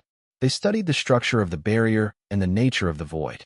The culture of remembrance had taken root so deeply that it shaped every aspect of their civilization. Long Yue did not consolidate power and then step back because he feared instability, Jiao Wu said quietly. He did it because he understood that a civilization that depends on one person's strength is not truly alive. It is merely suspended animation, waiting for that person to fail. And yet we invoke his name constantly, Lin Mei said. In every council, in every major decision, we ask, what would Long Yue do? What did Long Yue teach us? How does this honor Long Yue's sacrifice? Yes, Jiao Wu agreed. And that is exactly the problem that has begun to emerge. Lin Mei's head turned sharply toward him. What do you mean? Walk with me, the old disciple said. There is something in the deep barriers that troubles me, something that has been growing for the past decade. They descended together, moving down the great spiral staircase into the depths of the tower. With each level they passed, the air grew cooler and more charged with spiritual essence. The walls became less of worked stone and more of natural crystal, formations that had been shaped by Long Yue's will during the integration ritual. These crystals pulsed faintly with bioluminescent light, casting everything in hues of blue and green. The staircase seemed to descend endlessly, suggesting that the tower extended far deeper into the earth than most people realized. At each level, there were doors and corridors leading to different chambers. Some contained meditation rooms where cultivators would sit for months at a time, strengthening the barrier through focused spiritual practice. Others held vast libraries, containing records of every event in the coalition's history. Some led to observation chambers, where one could look out through magical apertures and see the barrier itself, that great structure of woven power that stood between the coalition and the void. The other cultivators they passed offered respectful bows, stepping aside to allow their passage. 200 years of civilization had formalized these protocols. A descendant of Long Yue's chosen inner circle held the highest possible honor. The Ash disciples held only slightly less weight. Their authority derived from direct service to the barrier itself. These hierarchies had developed naturally over the generations, without formal law or explicit doctrine. They were simply understood to be the way things worked. As they descended deeper, the nature of the other cultivators they encountered changed. The barrier keepers they passed became less numerous. The administrators and scholars gave way to serious cultivators engaged in deep spiritual practice. By the time Lin Mei and Jiao Wu approached the deepmost chamber, they encountered only the most accomplished practitioners, cultivators who had devoted their entire existence to understanding and maintaining the barrier. Jiao Wu seemed to know many of these cultivators by name, greeting them respectfully as he passed. He had, Lin Mei realized, spent far longer serving the barrier than she had been alive. 200 years of continuous engagement with the structure, learning its depths, understanding its intricacies. He was not merely an old man. He was a repository of knowledge that could be found in no books, experience that could be replicated nowhere else. Chapter 82. The new tremor. The descent into the barrier sanctums took them through layers of reality that most of the third generation had never witnessed. These were the spaces where Long Yue's consciousness was most densely woven into the fabric of the world. Not prisons, exactly, but profound repositories of his will, maintained by an ancient power that required no active sustenance. Or so they had believed. But as they descended, Lin Mei felt it, a thrumming, discordant vibration in the spiritual atmosphere. It was not the steady pulse of Long Yue's integrated consciousness that had always felt like a heartbeat, regular and eternal. This was something else. something that felt almost like pain. The sensation made her spiritual essence recoil. For all her life, the barrier had felt safe. Not perfectly safe. That was a child's understanding of the world, but reliably strong, a constant that could be depended upon. This new vibration was alien, wrong, suggesting that the thing she had always taken for granted was now uncertain. The barrier is weakening, Jiao Wu said, not as a question but as a statement of fact. Not catastrophically, not yet. But there is a tear somewhere, and something is pressing against it from the other side. They entered the deepmost chamber, where Long Shen's consciousness was anchored most firmly to the material world. The crystalline formation that served as his primary nexus point, constructed during the integration ritual 2 centuries prior, was a marvel of spiritual architecture. It was roughly spherical, perhaps 20 feet in diameter, composed entirely of a crystal grown from Long Shen's own essential nature. Its surface was carved with 10,000 sigils, each one a prayer, a binding, a promise. The formation had been glowing with steady, reassuring light for 2 centuries. Now it flickered, sometimes bright, sometimes dim, sometimes almost dark. The irregularity of the pulsing was genuinely terrifying in a way that open attack would not have been. This is not natural degradation, Lin Mei whispered. Something is attacking the barrier from within the void itself. Not something, Jiao Wu corrected, his voice low. Someone. The void learned to think in patterns we do not understand. It learned from Long Shen's sacrifice. And now it has learned to attack not the barrier itself, but the consciousness that maintains it. The implication hung between them, heavy and terrible. Long Shen's transcendent state was meant to be eternal, immutable, a consciousness woven so fundamentally into the fabric of the world that it could not be unmade. But nothing was eternal. Everything that existed could be challenged. Everything that had form, however abstract that form might be, could be attacked. Jiao Wu approached the crystalline formation, placing his hand against its surface. Even from a distance, Lin Mei could feel the heat radiating from the contact point. The old disciple's spiritual essence was engaging with Long Shen's consciousness, attempting to understand the nature of the attack. After a long moment, he withdrew his hand, his expression grave. "It is worse than I initially believed," he said. "The void is not simply attacking. It is learning. Each attack teaches it something about the structure of Long Shen's consciousness. Each moment that passes, it becomes more efficient, more capable of finding the weak points." "How long?" Lin Mei asked, though she was not certain she wanted to know the answer. "Days, perhaps. Weeks at most. If we do nothing, the barrier will fail. We need to convene the Council of Remembrance," Lin Mei said. "This decision cannot fall on me alone. And there," Jiao Wu said, "is why I came to you first. The Council will recommend that we awaken Long Shen's consciousness fully, bring him out of the integrated state, and command him to defend the barrier as he did in life. Many will make passionate arguments for why we owe this to him, why he would want to protect what he built. But that is not what you believe."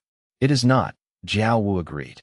"I believe that if we pull him out of integration, if we reconstitute him as a separate consciousness again, we undo everything he worked toward.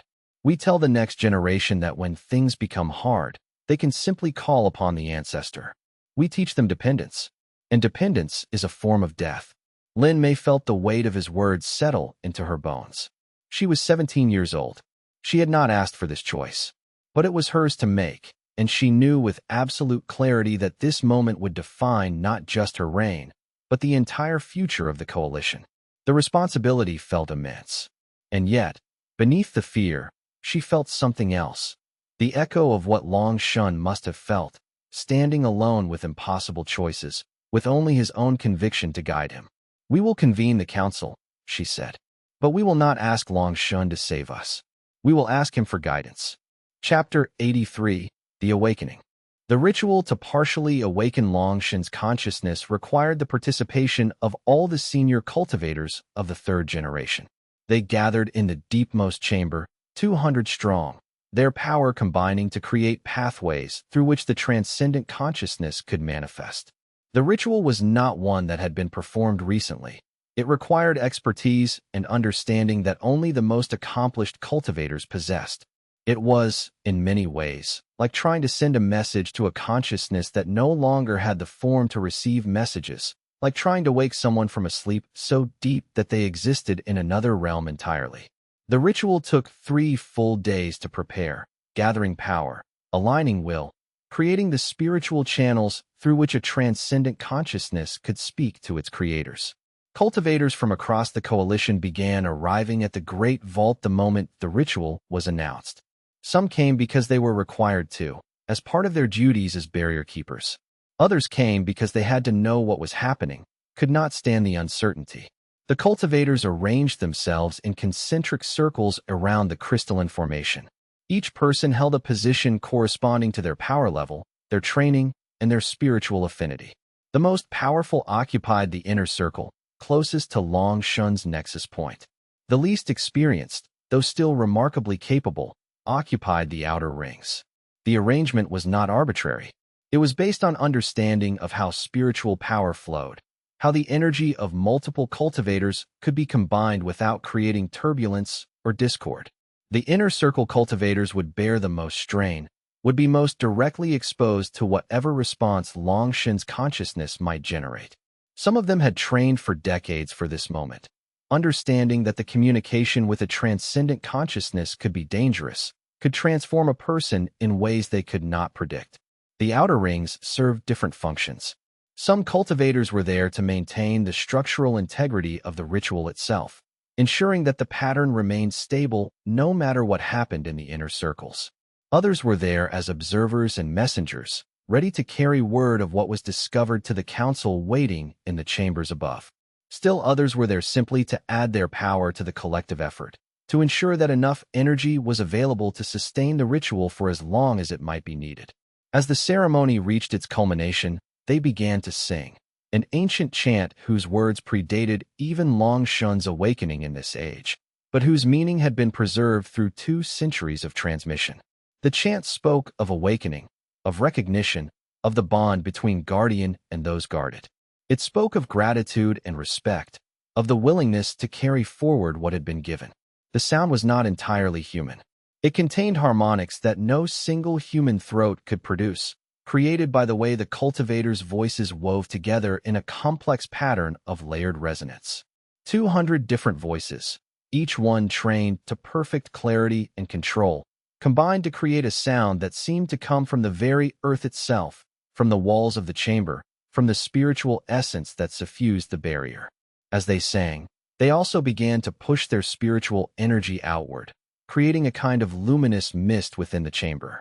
The crystalline formation at the center began to glow in response, its internal structure becoming visible, revealing intricate patterns that had been woven into it by Long Yue's integration ritual. Light danced through the crystal, creating an ever-shifting pattern of illumination. The sound and the light combined to create an experience that transcended ordinary perception, moving into the realm of pure spiritual awareness. Long Yue appeared not as flesh and bone, but as a presence, a shape formed from the barrier itself, visible only because they had created the space for him to be visible. His form was translucent, ancient, and vast in a way that made Lin Mei's mind ache to perceive him. She felt her consciousness straining to encompass what she was seeing.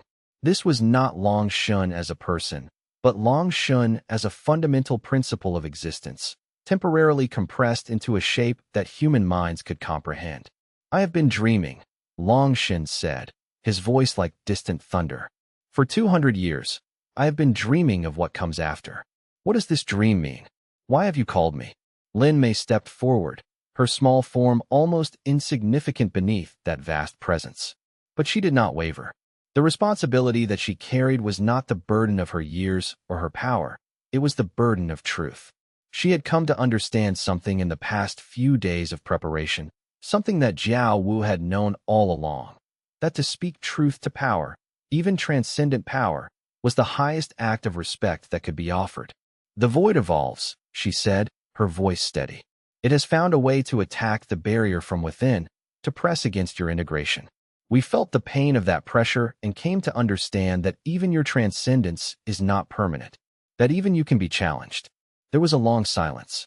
The gathered cultivators held their positions, their power flowing in constant streams to maintain the pathways through which Long Yue manifested.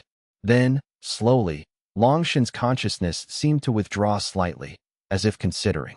"Show me," he said finally. They opened the channels through which he could perceive the damage occurring within the barrier. Lin Mei felt him process the information, felt him understand not just what was happening, but why it was happening. The void had indeed learned. It had studied his sacrifice, understood the principle of his integration, and found the lever points where pressure could destabilize the entire structure. Long Yue's presence seemed to tremble slightly as he perceived the full extent of what was happening. For the first time since he had manifested, there seemed to be something almost like emotion in his vast consciousness. It was not fear, exactly. Something so ancient and so vast could not be truly afraid. But it was something analogous to concern, a recognition that what he had built was being tested in new and unexpected ways. "This threat can be neutralized," Long Yue said finally. "But the neutralization would require me to reconstitute myself, to become once again a separate consciousness, anchored to a place rather than woven through all places. I could defeat this new attack, but in defeating it, I would be undone." The gathered cultivators began to speak, to protest, to argue that this was precisely what they needed, that Long Yue's sacrifice had meant nothing if his consciousness was to dissolve anyway.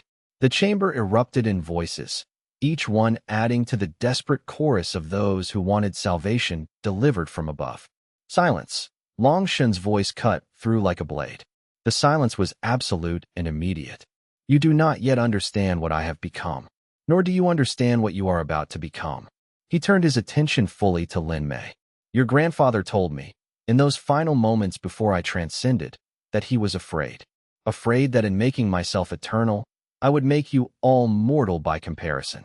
That every generation after would be lesser, weaker, less capable of facing the challenges they inherited. Do you know what I told him?" "No," Lin Mei whispered. "I told him that I was counting on it.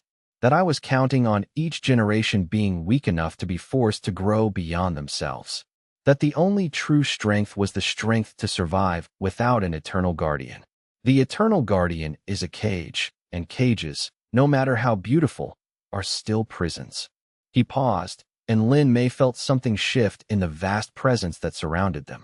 It was as if Long Yue's consciousness was settling more fully into the manifestation, becoming more present to them, not through becoming more visible, but through becoming more understood. "You have awakened me to tell me of a threat, but the threat is not to the barrier. The threat is to your own development as a civilization. And the answer to that threat is not my power, but yours." Chapter 84. The third generation ascendant. In the weeks that followed Long Yue's awakening, the truth of his words became undeniable. The pressure on the barrier did not ease. In fact, it intensified. The void seemed to sense that this was a critical moment, that if it could break through now, when the coalition was still finding its feet, when the cultivators had just been told that they would have to save themselves without direct intervention from their legendary ancestor, it might never again have such an opportunity. It was, in a real sense, the void making its strongest possible push at the moment of maximum vulnerability. The Council of Remembrance convened in emergency session. Cultivators across the coalition received messages calling them to the barrier in record numbers. The outer settlements, which had relied on the relative peace of the past 2 centuries to grow and prosper, found themselves suddenly on the front lines of a desperate battle. The barrier trembled. In some places, it nearly fractured. Entire sections had to be abandoned as the void's influence corrupted the spiritual pathways that sustained them. The outer walls, which had been treated as permanent fortifications, turned out to be less stable than anyone had realized. Sections that had stood for 200 years collapsed in days. The coalition evacuated millions of people from the outer settlements, moving them inward toward the safety of the inner cities.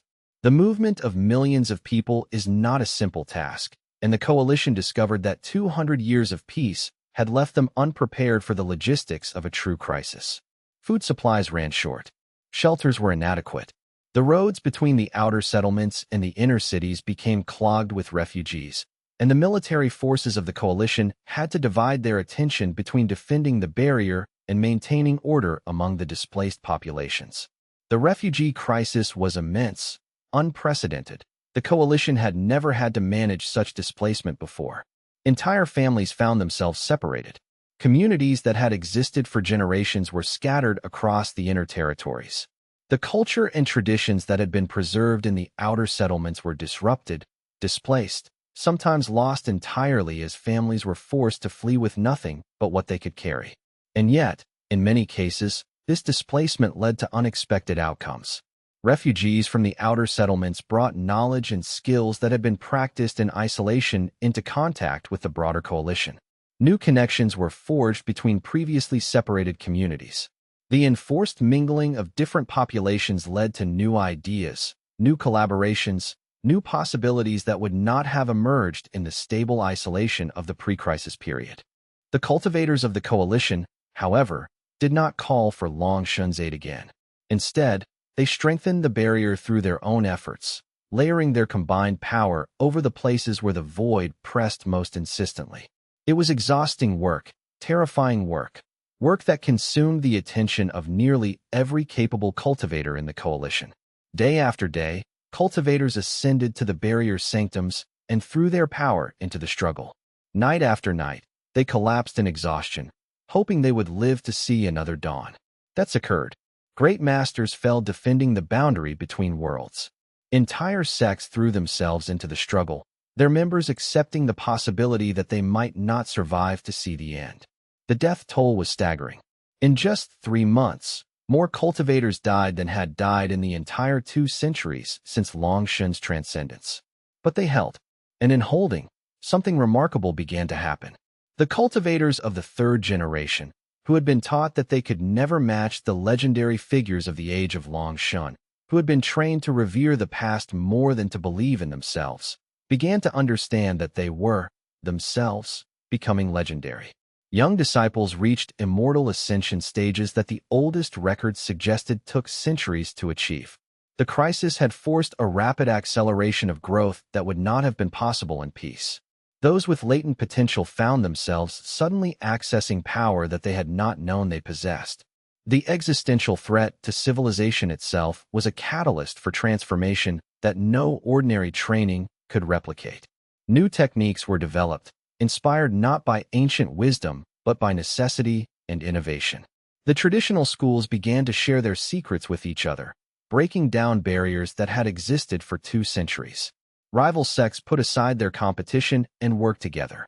The coalition that had always been political, with competing interests and factions, suddenly discovered a new kind of unity, not unity of desire, but unity of purpose. Sects that had been in decline for generations suddenly found themselves vital again, their teachings suddenly relevant, their power suddenly necessary. The sect of deep understanding, which had been primarily focused on philosophical teaching, suddenly produced a breakthrough in understanding the nature of spiritual essence that allowed entire sections of the barrier to be repaired. The warrior order of the Sacred Peak, which had focused on martial excellence, found that their ancient fighting techniques were perfectly suited to the kinetic patterns needed to reinforce the barrier structure. Lin Mei did not simply observe all of this, she participated fully. At 20 years old, she achieved a breakthrough that elevated her to the level of a true immortal, a stage that had only been attained by 3 cultivators in the entire history of the coalition outside of Long Yue himself. She did not reach this stage through any instruction or careful guidance. She reached it through desperation, through the absolute necessity of becoming strong enough to prevent the collapse of everything she cared about. The breakthrough occurred during a critical moment when a section of the barrier that she was reinforcing began to fail catastrophically. Rather than retreating, rather than calling for help, she threw everything she had into the gap. She pushed her power beyond its limits, beyond the safe boundaries that had been established by generations of cautious teaching. And in that moment of absolute commitment, something within her transformed. Her essence condensed, refined, achieved a new level of integration with the fundamental forces of the world. She knew, with the same clarity that had guided her to reject the easy path of calling Long Yue to their aid, that this was exactly what he had wanted. He had not wanted her to become strong in some theoretical sense. He had wanted her to become strong through the process of choosing to face the challenge without his help. The breakthrough had not been given to her. It had been earned, purchased with her own power and commitment. When the news of her breakthrough spread throughout the coalition, it had an electrifying effect. Other young cultivators, inspired by Lin Mei's achievement, began to push their own limitations. They threw themselves into the work of defending the barrier with renewed determination, knowing that transcendence was not some impossible distant goal, but something that could be achieved if they committed themselves fully enough. Within weeks, 3 other cultivators achieved their own breakthroughs. Within months, 7 more. The exponential increase in power available to the coalition transformed the strategic situation. Where the void had been pressing hard against weakened sections of the barrier, it now found itself facing increasingly powerful resistance. The tide began to turn, not dramatically or suddenly, but steadily and inexorably. On the day that the barrier stabilized, truly stabilized, with the void's attack completely repelled, she ascended again to the deepmost chamber, this time alone. She was exhausted beyond measure. She had not slept in more than a week. She was barely sustaining herself on meditation and willpower, but she needed to speak to Long Yue one final time, to see if he understood what his refusal to aid them had ultimately produced. "Thank you," she said to the presence that hovered in the crystalline formation, "for not saving us." Long Yue's presence seemed to shift, and she felt something that might have been the nearest thing to laughter that a transcendent consciousness could produce. "You are welcome," he said. "Now, I think it is time for me to return to my dreaming. You do not need me anymore. Not because you are strong enough, though you are, but because you have learned to want to become strong. That is the only kind of strength that matters." The presence began to fade, sinking back down into the layers of integration, returning to the state where Long Yue's consciousness was woven so fully into the fabric of the world that it could not be separated or summoned. But even as it faded, Lin Mei felt no sadness. She felt, instead, a profound sense of completion, as if she had passed some test that she had not known she was taking. But before he was completely gone, he spoke one final time. "Remember me. But remember me as a teacher who was necessary for one moment in time. Do not let me become a cage. Do not let your children revere me so much that they forget to surpass me. That is the way of true immortality, not to last forever yourself, but to inspire others to become eternal in their own right." Chapter 85.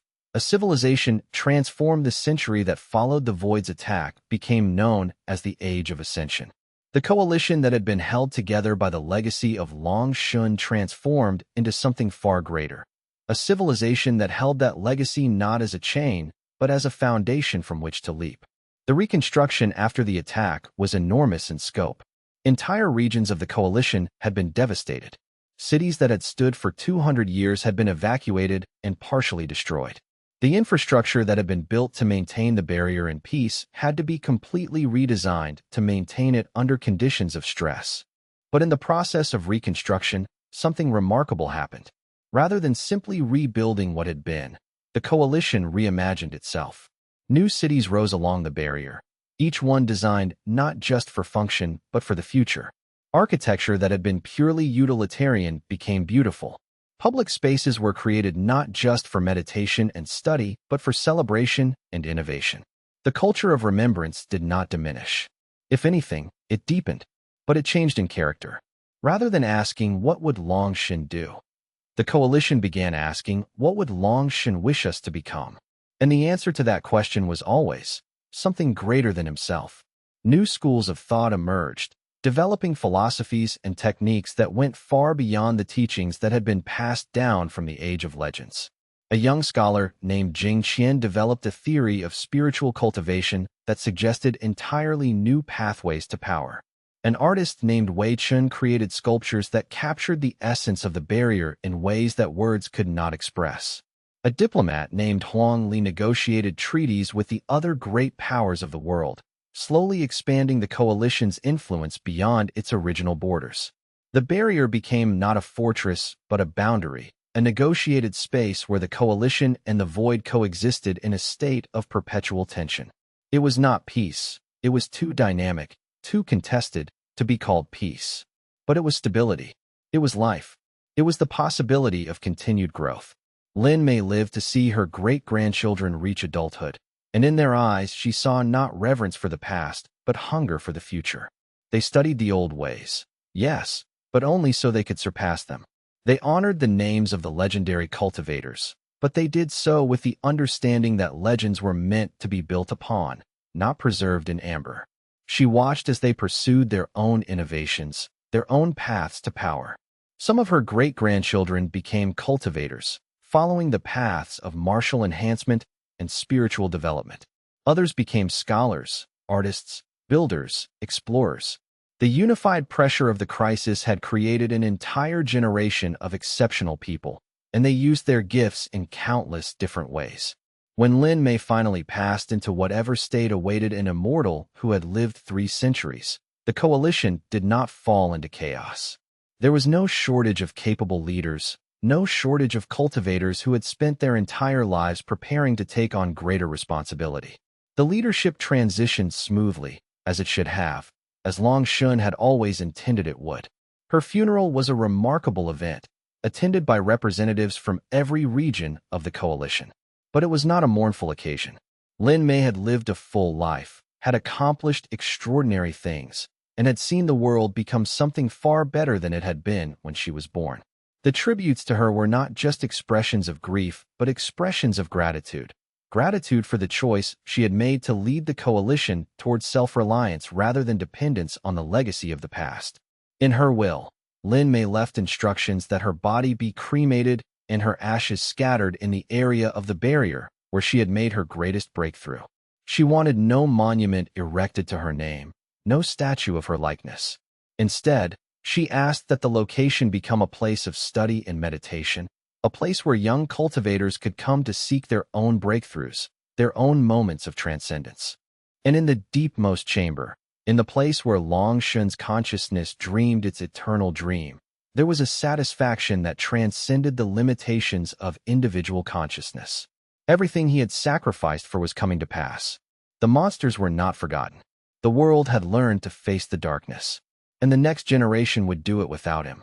The dream continued, deeper and more profound than it had ever been. Chapter 86. 500 years hence, the coalition had become a civilization so vast that most of its inhabitants had never heard of the time when it was anything else. To them, the culture of remembrance was not a reaction to a great forgetting. It was simply the way of the world. They honored monsters and cultivators equally, understood that strength and danger were virtues to be cultivated rather than vices to be avoided. 500 years after Lin Mei's death, the coalition sprawled across a territory so large that it took weeks to travel from one end to the other. The great cities had become even greater, expanding outward in careful, planned patterns. New cities had been built, each one a marvel of architectural and spiritual engineering. The population had grown from millions to tens of millions, yet the coalition remained stable, organized, thriving. The city of eternal remembrance, the coalition's capital and spiritual center, had grown to house nearly 2 million people. It had been planned with meticulous care over centuries, with each new district added according to carefully developed principles of harmony and balance. The Grand Plaza at the city's center could accommodate 500,000 people for ceremonies.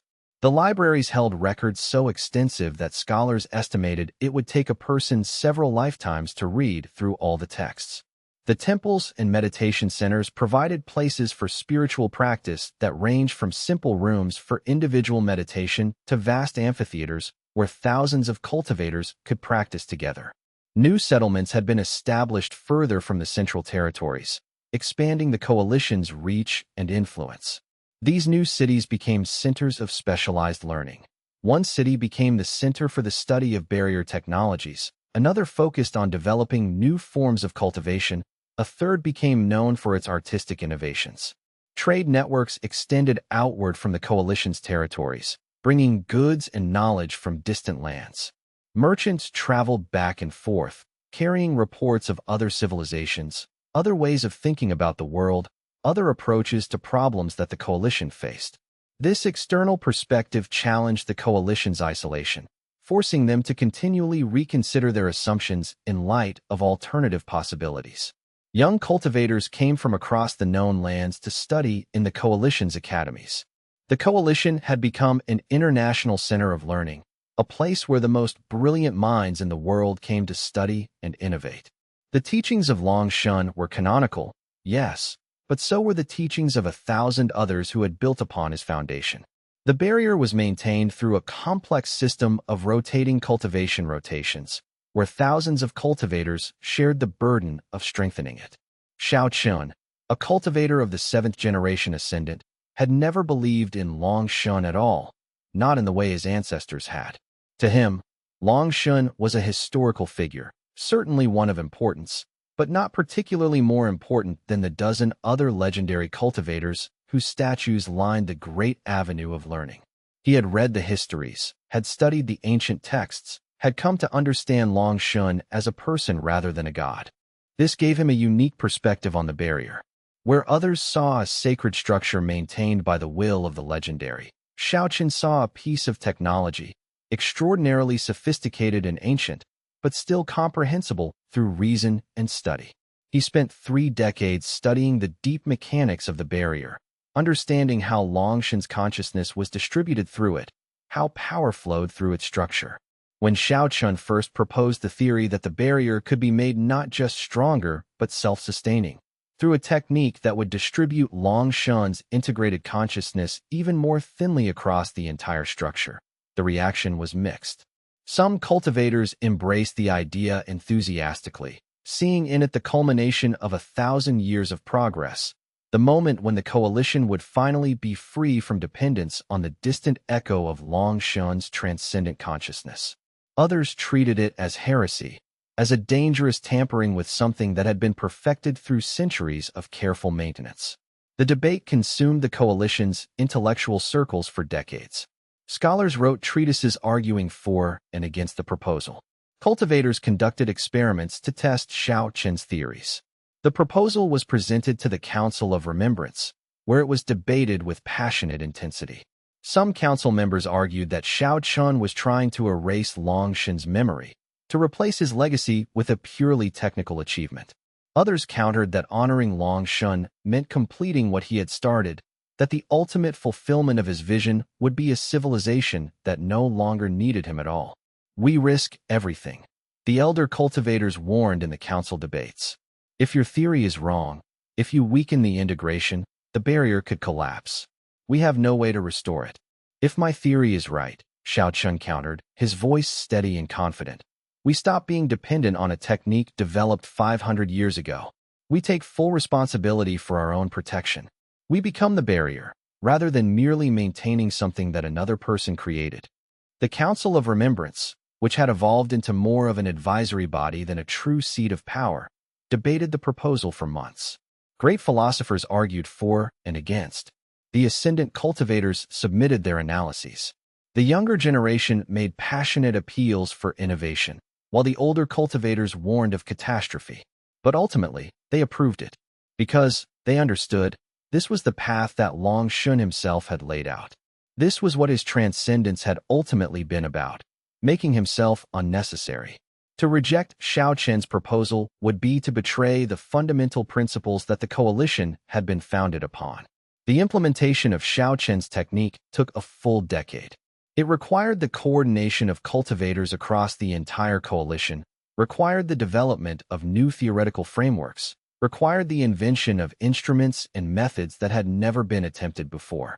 It required the creation of hundreds of new cultivation arrays, each one designed to capture and distribute Long Yue's consciousness in more subtle, more pervasive ways. The process was terrifying. There were moments when the barrier flickered, when it seemed like Xiao Chun's theory was wrong, when disaster seemed imminent. There were sections of the barrier that had to be abandoned, areas where Long Yue's consciousness could not be safely redistributed. There were nights when Xiao Chun seriously considered admitting failure, proposing that they simply restore the barrier to its original configuration and accept that they had no choice but to rely on a technology they could not improve. But he did not give up, and neither did the thousands of cultivators who were working alongside him. And it worked. The barrier became stronger, not weaker. Long Yue's integrated consciousness spread more thinly but more pervasively through the entire structure, somehow strengthened rather than diminished. It was as if, in becoming less visible, it had also become less resistible. It was as if, in fading from the foreground of consciousness, Long Shun had finally achieved a perfect integration with the world itself. Xiaochen realized, as the final adjustments came online, what was happening. Long Shun had always intended this. His consciousness had been constrained by the need for cultivators to be able to contact him, to invoke him, to ask him for guidance. Now, freed from that constraint, his consciousness could become truly infinite, truly woven into the very fabric of reality itself. When the final adjustment was made, when the last of the new cultivation arrays came online, Xiaochen stood in the deepmost chamber and felt the presence of Long Shun for what he believed would be the last time. He was alone. He had sent everyone else away, wanting this moment to be his own, wanting to face whatever came next by himself. There was no manifest consciousness to speak to him. There was no voice or form. But there was a feeling, a warmth that seemed to say, "Well done." Not, "Well done, you have honored my legacy," but simply, "Well done, you have moved forward." Xiaochen wept, though he did not fully understand why. He was a man of logic and reason, not given to sentiment. Perhaps he wept because he had finally understood what the legendary cultivators had understood 500 years ago, that the greatest gift an ancestor could give was not their strength, but their absence. The crystal formation that had held Long Shun's consciousness for 500 years dimmed and went dark. It was no longer needed. Long Shun was everywhere and nowhere, distributed through the entire structure of the barrier, integrated completely into the world itself. Chapter 87. The Void's final gambit. 800 years after Long Shun's transcendence, the Void made a new move. But this time, its attack was not against the barrier directly. This time, it was more subtle and more terrible. It was an attack on the human spirit itself, using fear as a weapon more powerful than any force. It created a bridge. Not a physical bridge, but a conceptual one, a way for the fear of the Void to spread through the human population. Whispers began to circulate. Rumors that the barrier was weakening again, that the monsters were preparing a final assault, that civilization itself was on the brink of collapse. The rumors were spread by agents of the Void, consciousnesses that had somehow managed to infiltrate human form, adopting human identities and spreading lies in the markets and streets of the coalition. They were remarkably effective propagandists, because they understood something fundamental about the coalition's civilization. It had become dependent on stability. After 800 years of peace and prosperity, the people had begun to believe that the threat was no longer real, that the Void was ancient history, that Long Shun's sacrifice had been enough. Most of the rumors were complete fabrication, lies crafted to sow confusion and despair. But some of it was based on truth. The Void was indeed testing the barrier. It was indeed looking for weak points, probing the structure, searching for places where the integration of Long Shun's consciousness might be vulnerable. And the rumors, though largely false, contained enough kernels of truth to be believed by frightened people. The reaction, predictably, was panic. People began to abandon the outer settlements and move toward the central strongholds. Trade routes broke down as merchants refused to travel through territories they believed were at risk. Production faltered. Farmers could not harvest their crops if they were afraid. The careful balance of the civilization, maintained through 800 years of peace, began to tilt dangerously. And in that moment of crisis, a remarkable thing happened. The younger cultivators of the 8th and 9th generations, cultivators who had been born after the barrier, had become self-sustaining. Cultivators who had never known Long Shun except as a name in a history scroll, rose up without waiting for orders from above. They did not wait for the council to meet, did not wait for the elder cultivators to decide on a response. They simply began to act. They organized the panicked masses, moving through the fleeing refugees and speaking to them with calm and reason. They set up information centers in the major cities where people could get accurate updates on the barrier's status. They established supply lines to ensure that refugees had adequate food and shelter. They created systems for registering displaced people so that families could be reunited if they had become separated. They sent cultivators to the front lines of the barrier to investigate the rumors, to gather actual data about the threat level. These cultivators returned with detailed reports showing that while the barrier was indeed under stress, it was also stable. The rate of incursion was not increasing. There were no imminent breaches. The panic had been based on fear and rumor rather than actual danger. They created a counter-narrative based on solid facts and evidence, distributing pamphlets and giving speeches explaining what was actually happening versus what was rumor. They identified the agents of the void who had been spreading false information and brought them to justice, not through violence, but through spiritual techniques that allowed them to be safely contained and studied, their alien nature isolated from the human population. They demonstrated, through their own calm and competence, that the situation was under control. A young cultivator named Mei Zhao, barely 200 years old, organized the relief efforts in the central cities with such skill that cities that had been on the brink of chaos became models of organized distribution and care. An elder named Xiao Zhang gathered data from thousands of barrier keepers and created a comprehensive report showing the true status of the barrier's integrity. A scholar named Hong Lu wrote a series of essays debunking the rumors point by point, her carefully reasoned arguments spreading through the coalition and gradually restoring public confidence. And more importantly, they demonstrated that they did not need Long Yue to handle the crisis. They did not need an ancient ancestor to guide them. They had been trained by 2 generations of leaders to think for themselves, to act decisively, to take responsibility for the world around them. The 8th and 9th generations had been taught since childhood that they were the stewards of civilization, that it was their responsibility to defend what had been given to them, and that they had the capability to do so.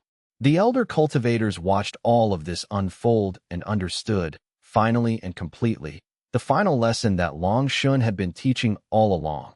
That true strength came not from a single source of power, no matter how perfect that source might be, but from a civilization that had internalized the principles of that power so deeply that they no longer needed the source itself.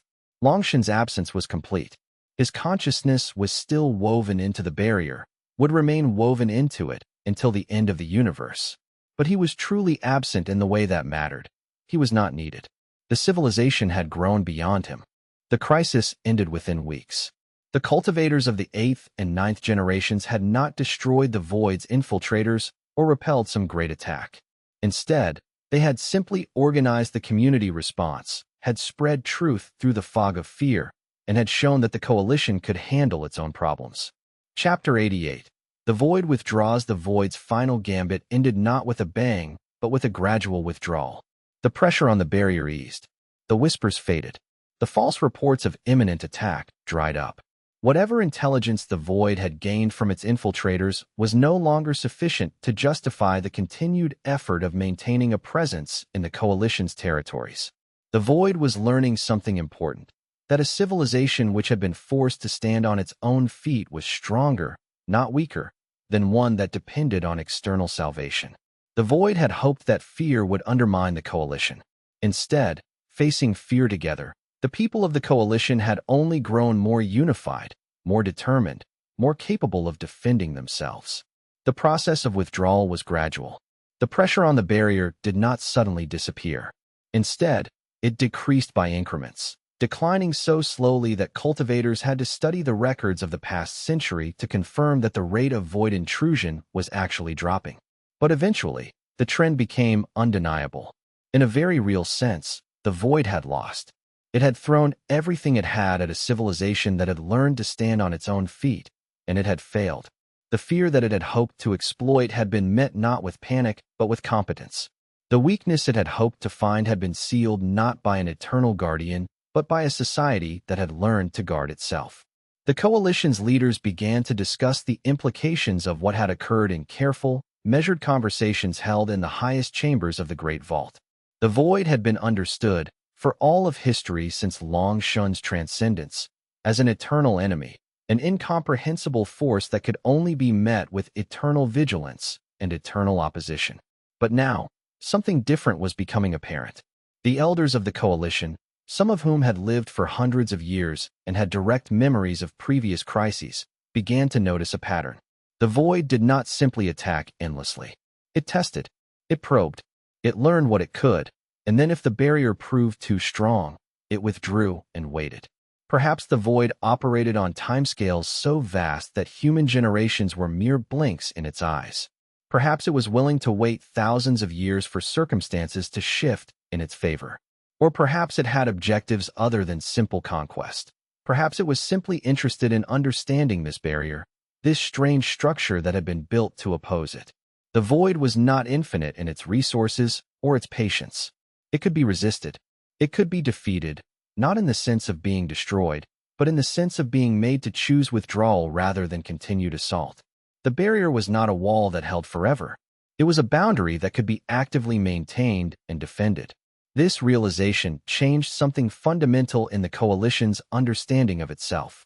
They were not merely protecting themselves from an inevitable threat. They were actively choosing, day by day, generation by generation, to defend their form of existence. And in that choice lay a kind of power that no amount of external strength could provide. The barrier came to be understood not as a wall of absolute separation, but as a statement of identity and purpose. It declared that humanity, in this particular form, was worth preserving. It asserted that the coalition's way of being in the world, with all its flaws and limitations, was valuable enough to defend even at great cost. It expressed a vote of confidence in the future, a belief that the work being done now would make sense to those who came later, that the choices being made would resonate across generations. Understanding the barrier in this way gave it new meaning. It was no longer primarily a defensive structure, but an affirmation of values, of commitment, of love for what had been built and what could still be built. This understanding made maintaining the barrier easier in some ways and harder in others. It was easier because people were no longer maintaining it out of mere fear or obligation. It was harder because it demanded genuine commitment, genuine choice, genuine belief rather than allowing people to hide behind the excuse of simple necessity. Cultivators throughout the coalition began to understand their work at the barrier not as a burden, but as a privilege. They understood that in choosing to maintain the barrier, they were participating in something far larger than themselves. They were participating in the great ongoing project of ensuring that human civilization, in this particular form, continued to exist. They were making a vote for what they valued, a statement about what they wanted their world to be. This shift in perspective transformed the experience of barrier maintenance. What had been described as exhausting and terrifying work became something that people sought out, that they competed for the opportunity to do. Young cultivators would spend years training, hoping to be selected for positions that would allow them to spend time at the barrier, to directly participate in its maintenance. The barrier became not a place of fear, but a place of meaning, not a symbol of restriction, but a symbol of chosen commitment. The coalition's relationship with the barrier thus entered a new phase. The barrier remained, would always remain, but it was now clearly understood that maintaining it was a choice, not an inevitability. An understanding that did not weaken the barrier but strengthened it. For power that comes from choice is more durable than power that comes from compulsion. The barrier stabilized into a new equilibrium. It was no longer quite so relentlessly hostile. The void and the coalition seemed to have reached an understanding, a negotiated boundary that suited neither party perfectly, but that both could accept. The pressure against the barrier became more predictable, more manageable. The crisis of faith became a turning point rather than a tragedy, a moment when the coalition confronted fundamental questions about its own existence and emerged with renewed purpose. Peace, such as it was, had been achieved not through victory, but through mutual acknowledgement that continued conflict was not in anyone's interest. The barrier remained, would always remain, but it was no longer a desperate last stand against an overwhelming force. It had become something else, an expression of a civilization's choice to persist, to endure, to remain distinct and separate from the forces that sought to transform and dissolve it. The barrier began to be understood not as a wall of separation, but as a membrane, a permeable boundary that allowed for exchange of ideas, knowledge, and understanding while preventing the kind of radical transformation that would obliterate human civilization. Scholars began to study the properties of the barrier more carefully, discovering that it was not uniform but had regions of varying permeability. Some sections of the barrier were nearly opaque, completely blocking any influence from the void.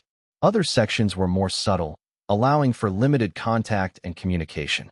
And in making that choice actively, rather than simply inheriting it from the past, the coalition had become something more fundamentally alive than it had ever been before. The culture of remembrance had evolved from a reactive response to fear, into a proactive engagement with the deepest questions of existence. The coalition was no longer merely trying to survive. It was trying to understand, to grow, to become something greater than what it had been. Chapter 89. 1,000 years. The 1,000-year anniversary of Long Yue's transcendence was marked not with mourning, but with celebration. The entire coalition participated in weeks of ritual and remembrance, but the tone was one of joy rather than sorrow. Across the vast territories of the civilization, festivals erupted. Artists performed. Philosophers gave lectures. Scholars published great works analyzing what the past 1,000 years had meant. The celebration was not driven by government decree or religious obligation. It arose organically from the people themselves, from a genuine desire to acknowledge and honor what had been accomplished.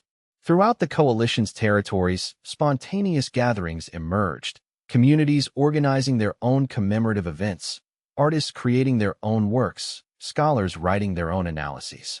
Families gathered to share stories of their own ancestors, connecting personal history to the great arc of the civilization's history.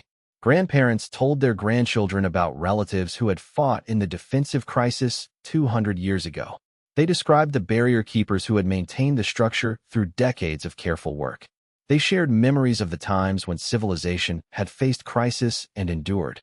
Young people engaged with the ancient texts, not because they were required to, but because they were genuinely curious about the past.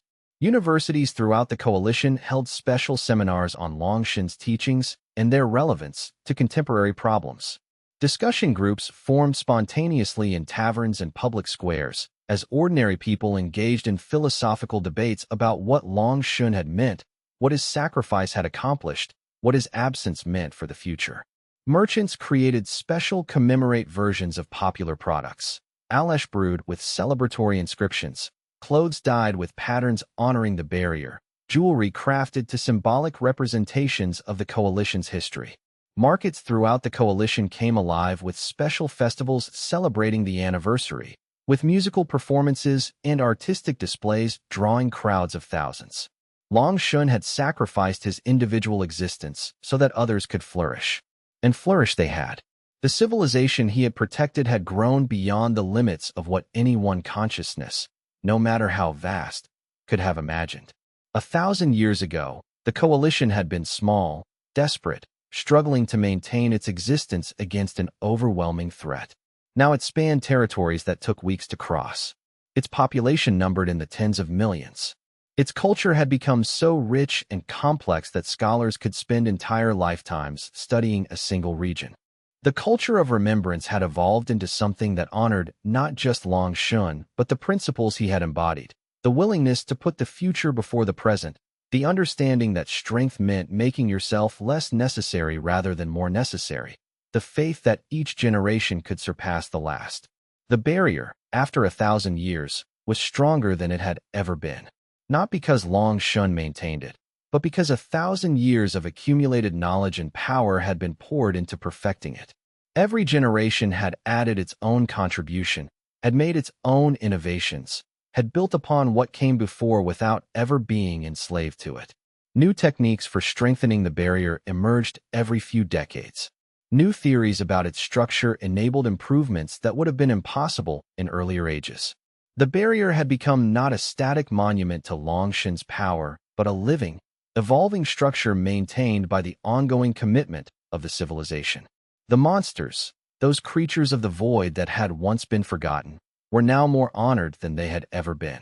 Their existence was understood as a challenge, as a teacher, as a constant reminder that comfort was the death of growth. Young cultivators studied their patterns the way they studied the ancient scriptures, trying to understand the logic of their behavior, the nature of their consciousness, the possibilities they represented. Universities throughout the coalition established departments devoted to the study of void creatures. Scholars would attempt to communicate with creatures that pressed against the barrier, developing experimental techniques for establishing partial contact without allowing the void to breach the boundary. Some researchers claimed that these creatures were not mindless forces, but rather expressions of an alien intelligence so different from human consciousness that normal communication was impossible. Others argued that the creatures were more like weather patterns, natural phenomena that had no consciousness but followed comprehensible laws. The debate about the true nature of void creatures continued throughout the thousand-year period and beyond. Each generation of scholars believed that they had made progress toward understanding, only to discover that each answer raised deeper questions. But the search itself had become valuable. The act of trying to understand the void had become a spiritual practice, a way of engaging with the most profound mysteries of existence. Artists created beautiful representations of them in stone and metal. Rather than depicting them as demons or enemies, artists portrayed them as forces of nature, worthy of respect and study. Philosophers wrote treatises on what their existence meant about the nature of reality itself. Some philosophers argued that the void represented the principle of entropy, the natural tendency of all forms toward dissolution. Others argued that it represented transformation, the possibility of becoming something entirely different from what one was.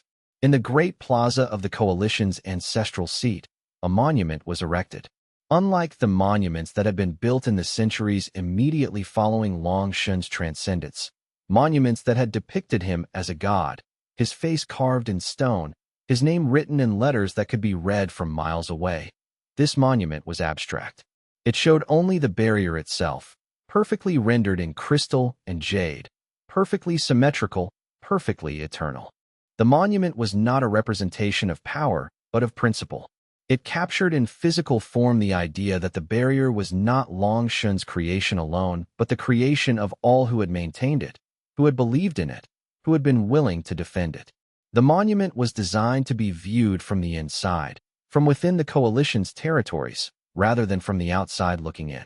It was meant to remind the people of the coalition what they were defending, not as a monument to the past, but as a statement about the present. And beneath it, a single inscription, written in the hand of the ancient texts. Long Yue gave us the future by refusing to be our present. In remembering him, we honor not his strength, but his wisdom. In surpassing him, we fulfill his greatest wish. The inscription had been debated for years. Some argued it was too abstract, too difficult to understand. Others argued that it failed to adequately express gratitude for Long Yue's sacrifice. But ultimately, it was chosen because it captured something essential. That Long Yue's greatest gift was not something he had given, but something he had refused to be, a barrier that would prevent the coalition from developing its own power, its own voice, its own future. Chapter 90. The New Age. By the time 1,000 years had passed, the coalition had become something that would have been unrecognizable to the generation that had first formed it. It was no longer primarily a military and defensive alliance. It had transformed into a true civilization, with art, commerce, philosophy, and culture that extended far beyond the simple need to survive. The transformation had not occurred suddenly or as a result of any deliberate plan. Rather, it had emerged gradually as the coalition's basic survival needs became increasingly well managed. As the barrier proved stable and reliable, as food production became abundant rather than scarce, as the threats from the void became less immediately pressing, people had begun to ask themselves, what do we want to do with our time beyond defending the barrier? The answer that emerged was complex and multifaceted. Some people pursued knowledge, establishing universities and libraries devoted to understanding everything from the nature of the void to the cultivation of spiritual power to the basic principles of how reality worked. Others pursued beauty, creating art forms that ranged from elaborate stone sculptures to intricate musical compositions to elaborate theatrical performances that told the stories of their civilization. Still others pursued connection and meaning. Temples and meditation centers proliferated throughout the coalition, not out of religious requirement, but out of genuine desire to explore the deeper aspects of human consciousness and spiritual development. Community organizations emerged focused on caring for those in need, on celebrating together, on building bonds that transcended family and sect. The coalition's capital city had grown into a metropolis of unimaginable scale. Hundreds of thousands of people lived within its boundaries. The city was organized in districts, each one specialized in different aspects of civilization. The academic district housed the greatest libraries and research institutions in the known world. The artistic district was home to theaters, concert halls, galleries, and sculptural gardens. The commercial district bustled with merchants and traders from across the world. The spiritual district contained meditation centers, temples, and retreat grounds. New schools of cultivation had emerged that had nothing to do with fighting the void. The school of inner peace focused on achieving perfect harmony with one's spiritual essence, resulting in forms of power that emphasized serenity rather than martial prowess. Students of this school would spend decades learning to quiet their minds, to dissolve the distinctions between self and world, to achieve states of consciousness that traditional cultivators would have never considered valuable. Yet their power, when fully developed, was remarkable. A cultivator of inner peace could allegedly maintain their peace even in the midst of the most chaotic circumstances, could transmit that peace to others like a contagion. The school of natural forms studied the patterns of nature, learning to harmonize human cultivation with the growth patterns of plants, animals, and ecosystems. This school believed that the greatest power came not from opposing nature, but from understanding it so deeply that one became nature, that a cultivator could grow like a tree, flow like a river, reproduce and regenerate like all living things. The school of transcendent knowledge pursued the development of consciousness itself, seeking to understand the deepest principles underlying reality. Scholars in this school argued that the greatest mysteries lay not in external power, but in understanding how consciousness worked, how reality was experienced, how the mind could perceive truths that lay beyond ordinary sensory perception. Scholars developed advanced theories of reality that suggested entirely new dimensions of power. The most radical of these theories suggested that consciousness itself might be capable of indefinite expansion, that a single consciousness could potentially encompass entire cities or even continents.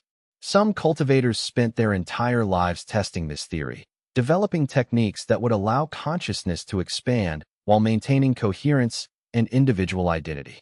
Some cultivators began to explore the possibility of cultivating dimensions of self that had nothing to do with combat. Merchants became cultivators of commerce, developing power over trade networks and supply chains, learning to understand markets with such precision that they could predict price movements years in advance. Artists became cultivators of aesthetics, developing techniques that allowed them to infuse their art with spiritual energy that moved people emotionally in profound ways. Sculptures that seemed to breathe, paintings that appeared to move, music that created emotional states in listeners that persisted for days after hearing. Healers became cultivators of medicine, learning to accelerate natural healing processes and combat diseases that would have been fatal in earlier ages. Historians became cultivators of memory, developing techniques to preserve and transmit detailed knowledge of past events with perfect fidelity. Engineers became cultivators of structure, learning to create buildings and infrastructure that could last for centuries, that incorporated principles of spiritual energy so that they actually strengthened over time rather than degrading. Artists created beauty that surpassed anything the early generations had imagined. Sculptures emerged that seemed to capture the essence of movement, that appeared to dance and shift when viewed from different angles. One famous sculpture, carved from black crystal infused with spiritual essence, was said to change its form depending on the viewer's emotional state, showing hope to those in despair, grounding those caught in hysteria, offering beauty to all who approached it. Paintings were created with such spiritual power that people reported experiencing visions when meditating on them. One painter, whose name has been lost to history, created a series of paintings depicting different aspects of the barrier from unusual perspectives, not from the human side looking toward the void, but imagined viewpoints of what the barrier might look like from the other side, from the void's perspective.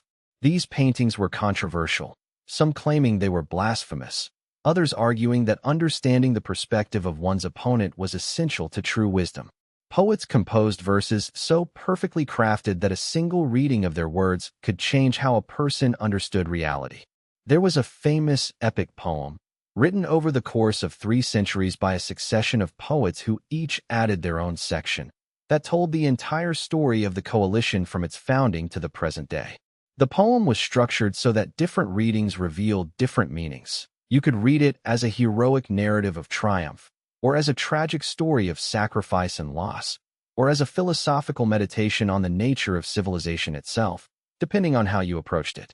Musicians composed symphonies that captured the entire history of the coalition in notes and harmonies.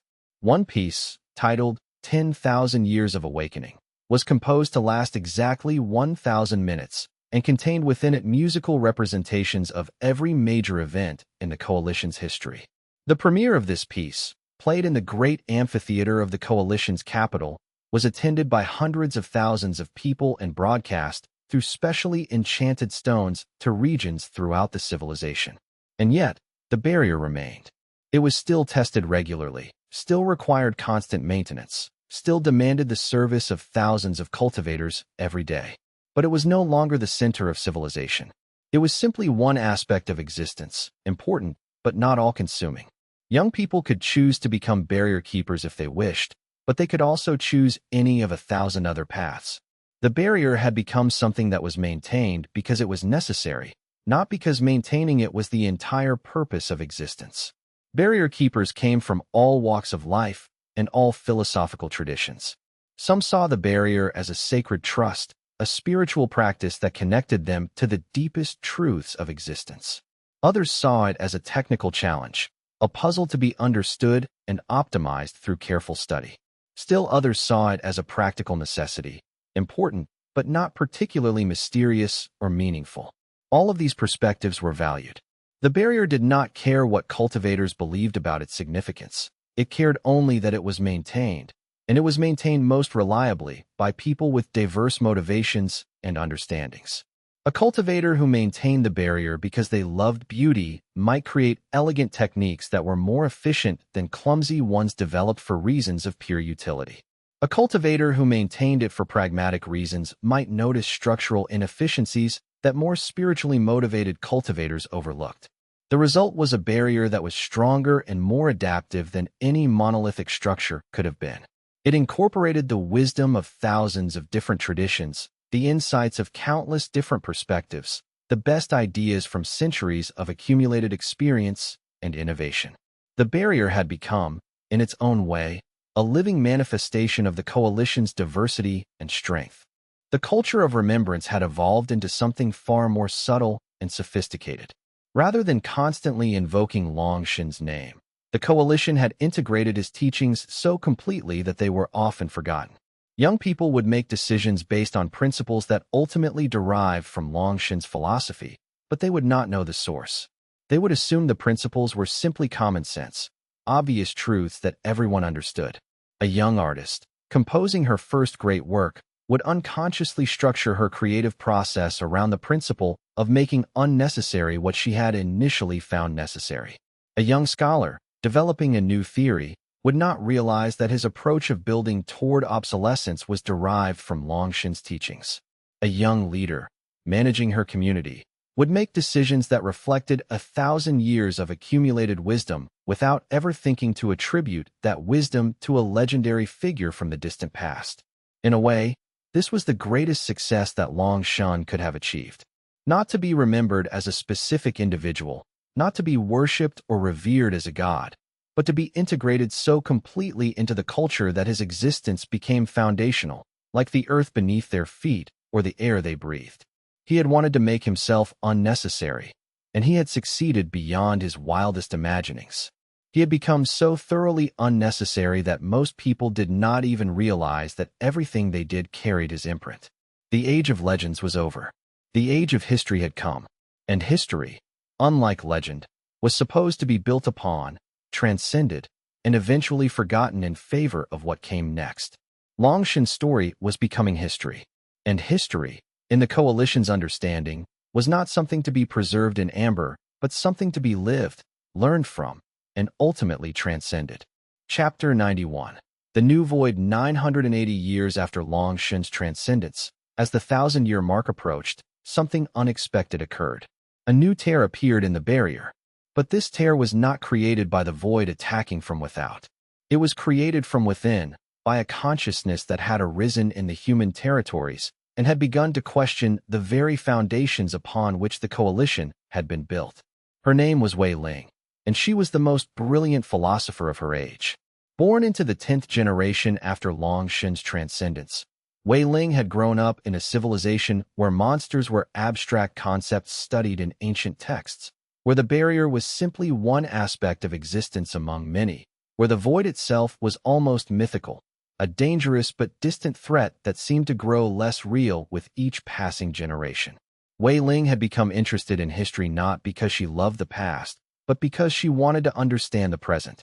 She began her work as a simple scholar, researching the coalition's founding documents, studying the motivations of its first leaders, trying to understand why they had chosen to build a barrier rather than finding other solutions.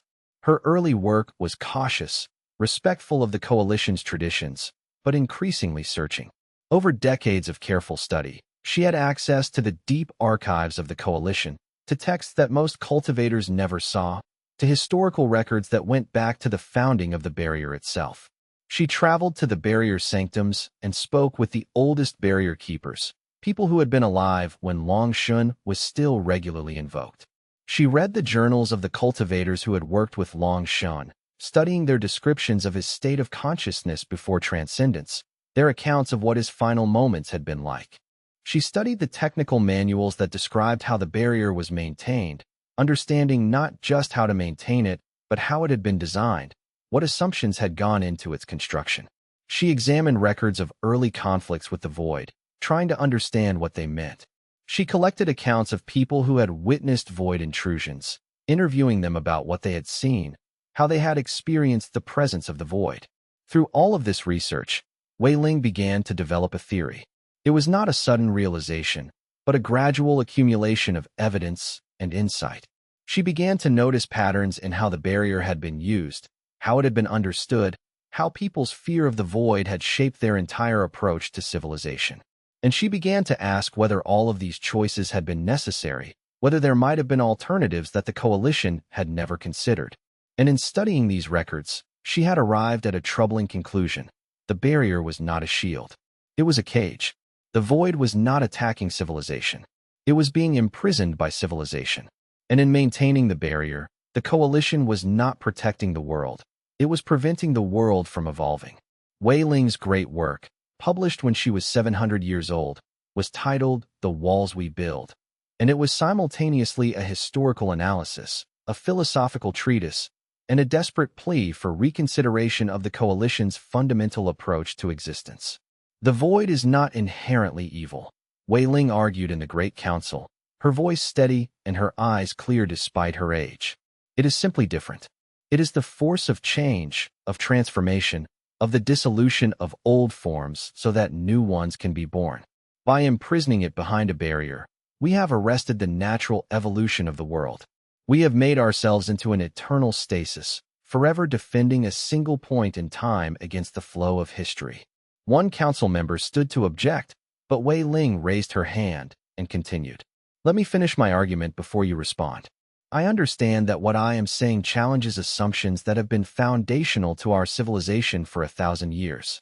But I ask that you hear me out, not because you must agree with me, but because understanding the full depth of my reasoning will be important regardless of whether you ultimately accept or reject my conclusions. She continued, building her argument carefully, logically, drawing on hundreds of historical examples and philosophical principles. She spoke of cultures from the wider world that had stagnated through overprotection, of species that had become extinct because they could not adapt to changing circumstances. She discussed the rise and fall of great civilizations across the known world, analyzing which had endured and which had collapsed, looking for patterns in what made them resilient or vulnerable. She drew parallels between the coalition's relationship with the void and the relationship between a parent and a child. At some point, she argued, the child had to be allowed to face the world on its own terms, even if that meant the possibility of failure. A parent that kept their child perpetually sheltered would prevent them from developing the strength and capability to survive independently. Similarly, a civilization that kept itself perpetually defended might prevent itself from developing the capacity to adapt, to change, to engage with new forms of existence. She argued that the void might not be an eternal enemy, but rather an eternal teacher, a force that challenged civilization to grow and evolve. And she suggested that perhaps the greatest fear was not the void itself, but the fear of losing the familiar structures, and patterns that defined current civilization. Perhaps, she hinted, the willingness to allow transformation might not be weakness, but rather the deepest form of strength, the willingness to become something new rather than remaining frozen in old forms. The reaction was immediate and violent. The defenders of the traditional order condemned her as a heretic, a traitor, an agent of the void sent to undermine civilization from within. They pointed out the obvious flaw in her reasoning. The void was not a force of nature like wind or rain. It was actively hostile, had proven itself hostile repeatedly throughout history. To allow it access to the human territories would be suicidal. Some demanded her execution. Others called for her work to be burned, for her archives to be sealed. There were moments when it seemed like Wei Ling would be imprisoned or worse for daring to question the fundamental premise upon which the coalition had been founded. But something remarkable happened. A significant portion of the younger generation listened to her arguments with open minds. They had grown up in a civilization where the barrier was simply a fact of life, where the threat of the void was more theoretical than real. They had never felt the desperate fear of an attack. They had never known the panic of a weakening barrier. To them, Wei Ling's question was not crazy, it was liberating. What if we could learn to coexist with the void? She asked in her later writings. What if we could negotiate with it, understand it, integrate it into our civilization rather than forever opposing it? What if the barrier is not the final answer, but merely the answer that Long Yue generation needed, and we need to find the answers that our generation requires?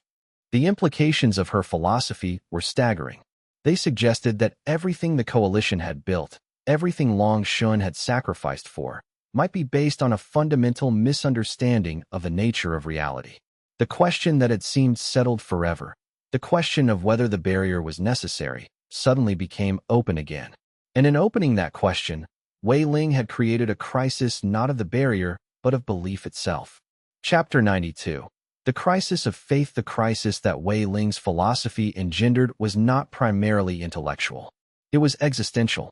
For 1,000 years, the entire civilization had been built on the assumption that the barrier was good, that the void was evil, that the choice to defend against transformation was the right choice. These assumptions had become so fundamental to coalition identity that questioning them was equivalent to questioning whether the sun should rise or whether water should flow. They were not presented as beliefs that could be debated. They were presented as basic facts about the nature of reality. Now that assumption was being challenged by one of their own greatest minds. And the reaction was profound and immediate. In some cities, Wei Ling's books were banned. In others, they were required reading for all students. The coalition, which had prided itself on rational discourse and open debate, found itself divided between those who saw Wei Ling as a dangerous heretic and those who saw her as a liberating truth-teller. The barrier itself began to reflect this internal discord. Cultivators who maintained it with doubt in their hearts found that their power was less efficient, that maintaining their sections of the barrier required more effort. Those who maintained it with renewed conviction, having tested their commitment against Wei Ling's critique and reaffirmed their belief, found that their power flowed with greater ease, that they could accomplish more with less effort. The reaction split the coalition down the middle, dividing families, communities, and sections. Some cultivators abandoned their posts on the barrier in protest, arguing that they should not be defending against something that was not inherently evil. They moved to the inner cities, refusing to participate in what they now saw as an unjust imprisonment of another consciousness. Others became more militantly defensive, strengthening their sections of the barrier and preparing for what they feared would be a catastrophic collapse of social order. The barriers themselves began to weaken as the consensus that maintained them fractured. The barrier had never been just a physical structure maintained by power. It was as much a unified belief as it was a technique. And when that belief began to fragment, the barrier itself began to destabilize. Sections of the barrier that had been stable for centuries began to fluctuate. The void seemed to sense the internal discord and pressed harder at the weakened sections. Small incursions began to occur, places where the void's influence leaked through into human territory, creating zones of strangeness and transformation. The generation that had directly known Long Yue, even the latest of them were now nearly 2,000 years old through various cultivations and extensions of life, tried to intervene. They were ancient beyond reckoning. most of them barely conscious anymore, existing in states of meditation that transcended individual personality. But they stirred from their depths and spoke to the council of their understanding. They spoke of what Long Yue had shown them, of the absolute reality of the threat that the void represented. They described in detail the nature of the void's consciousness, the utterly inhuman patterns of its thinking, the incomprehensibility of its approach to reality. They warned that Wei Ling's philosophy, however intellectually elegant, was based on a fundamental misunderstanding of what they were dealing with. But Wei Ling had a response for them. Long Yue lived 10,000 years ago. He lived in a world that we can barely comprehend. And yes, in his time, the threat may have been real and immediate. But 10,000 years is a long time for things to change. Perhaps the void he fought is not the same void we face today. Perhaps we have allowed fear to become doctrine. Perhaps we have forgotten how to ask questions. And the young people of the coalition, listening to this exchange between the ancients and the brilliant young philosopher, were torn. Part of them wanted to trust the people who had actually lived through the founding of the coalition. But another part of them wanted to believe that they were not merely inheritors of the past, doomed to repeat the choices of their ancestors forever. Wei Ling, recognizing the danger that the coalition was facing, took a step that shocked everyone. She voluntarily sealed herself away, going into deep meditation and instructing her followers not to spread her teachings further until the crisis had resolved itself. She understood that in a moment of existential danger, the coalition needed to be able to make decisions without the distraction of her ongoing challenge to fundamental assumptions. She said, in her final public statement, that a civilization cannot be forced to change. It must choose to change, and that choice must be made freely, without manipulation or coercion. I have offered my perspective. I have asked my questions. Now I must step aside and allow the coalition to find its own way forward. If the decision is to strengthen the barrier, then I will accept that decision. If the decision is to explore alternatives, then I will honor that choice as well. What matters is that the choice be made genuinely, by people who understand what they are defending and why. Her final action before entering meditation was to transfer all of her accumulated spiritual power into the barrier itself, much as Wei Ling had done centuries before. She did not do this out of submission or concession. She did this because she understood that the barrier needed strengthening, and she wanted to contribute what she could to the coalition's survival, even as she maintained her philosophical disagreement with the barrier's existence.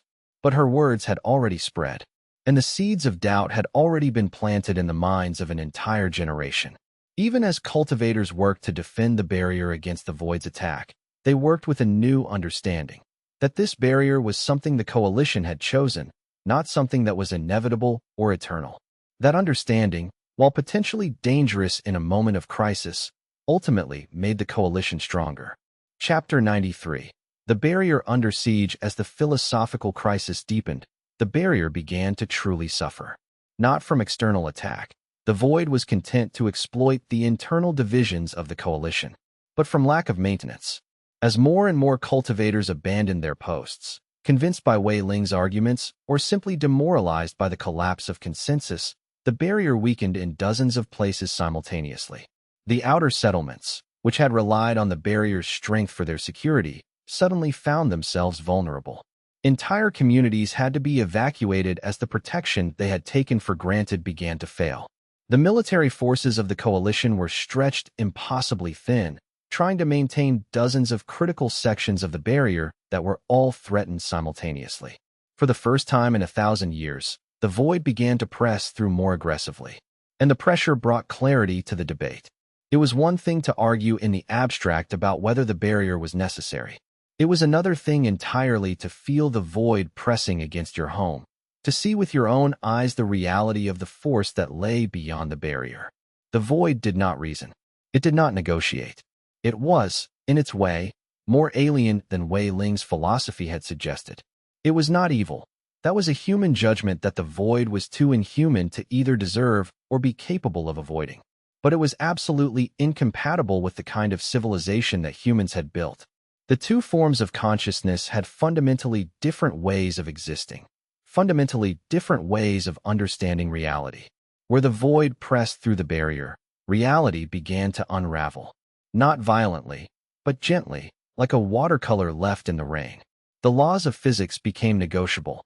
In one area, gravity ceased to function normally, and objects began to float randomly into the sky.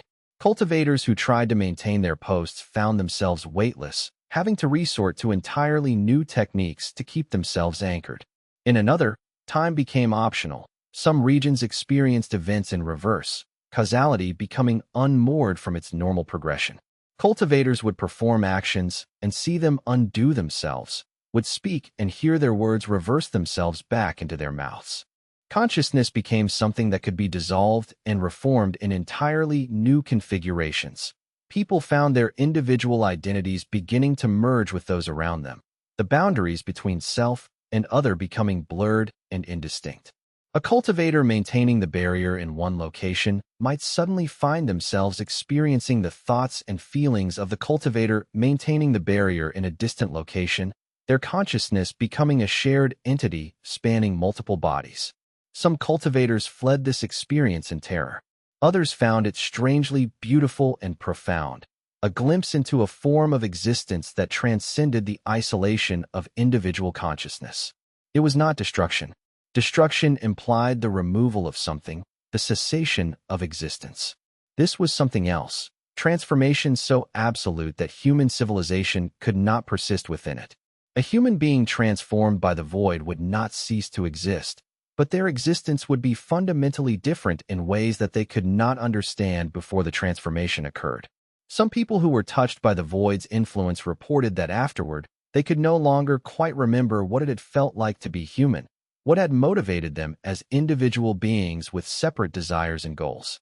Cities that had stood for centuries were transformed almost overnight. The great library of knowledge, which contained the accumulated learning of the coalition, began to change, the books rewriting themselves, the organization of knowledge becoming nonlinear, information restructuring itself according to principles that human minds could not comprehend. A scholar looking at a text might find that the meaning changed depending on how they read it, that words held multiple simultaneous meanings that seemed to shift based on the reader's state of consciousness. The cultivators defending those sections had to make the impossible choice, try to fight to hold the barrier in place, knowing that they would be transformed if they failed, or evacuate and abandon the territory to the void's influence. Most chose to fight, and most were lost, their consciousnesses restructured into forms so different from their original nature that they could no longer be considered human. The casualty reports were staggering. In a single month, more cultivators died than had been lost in the entire crisis that had occurred 200 years earlier. The Council of Remembrance was almost entirely wiped out as they threw their power into defending the barrier's critical sections. And yet, something unexpected began to happen. The cultivators who survived the initial onslaught did not retreat into despair. Instead, they began to innovate with desperate speed, driven by the knowledge that if they did not find solutions, their entire civilization would be erased. New techniques were developed for repairing sections of the barrier that had been partially transformed. Cultivators who had spent their entire lives mastering one specific approach to barrier maintenance were forced to abandon those practices and learn entirely new methods. The rigid hierarchies that had existed in many sects began to dissolve as the young and the experienced worked side by side, each learning from the other. New understandings emerged about the nature of the void's incursions, how they worked, what their limitations were, how they might be resisted. Scholars working with barrier keepers discovered that the incursions followed patterns that could be predicted. The void's influence did not spread randomly. It spread along lines of weakness in the barrier structure. By identifying and reinforcing these weak points before they could be exploited, the coalition could reduce the damage done. And gradually, slowly, the barrier began to stabilize. Not return to what it had been, but stabilize into a new configuration that incorporated the changes forced upon it by the void's pressure. The barrier that emerged from the crisis was different from the barrier that had existed before. It was stronger in some ways, having been tested to its limits and adapted. But it was also more flexible, more responsive, more alive. It reflected not the vision of a single transcendent consciousness, but the accumulated wisdom and innovation of an entire civilization. Chapter 94. The return of purpose. As the reality of the void's nature became undeniable once more, the coalition faced a choice that Wei Ling had not foreseen. They could either strengthen the barrier and accept that they were choosing stasis over evolution, or they could allow the void to transform them and accept that human civilization would cease to exist. There was, in her philosophy, no middle ground. There was no way to coexist with a force that negated the foundations of human existence. You could coexist with forces of nature. You could learn to live alongside other conscious beings. But you could not coexist with something that fundamentally negated your own existence, that transformed the very foundations upon which your consciousness was built. Wei Ling, watching from her meditation chamber as the barrier weakened, as cities fell, as the void's influence spread into coalition territory, finally understood the true depth of what Long Yue had been trying to protect all those generations ago. She understood not just intellectually but viscerally, with her entire being, what it meant to face a force that was fundamentally incompatible with human existence. Wei Ling herself made the choice for them, in a way. She took her life in a moment of clarity, understanding finally and completely that the question she had posed, whether civilization was worth defending, had been answered for her by the reality of what it meant to not defend it. She did not kill herself out of despair or shame.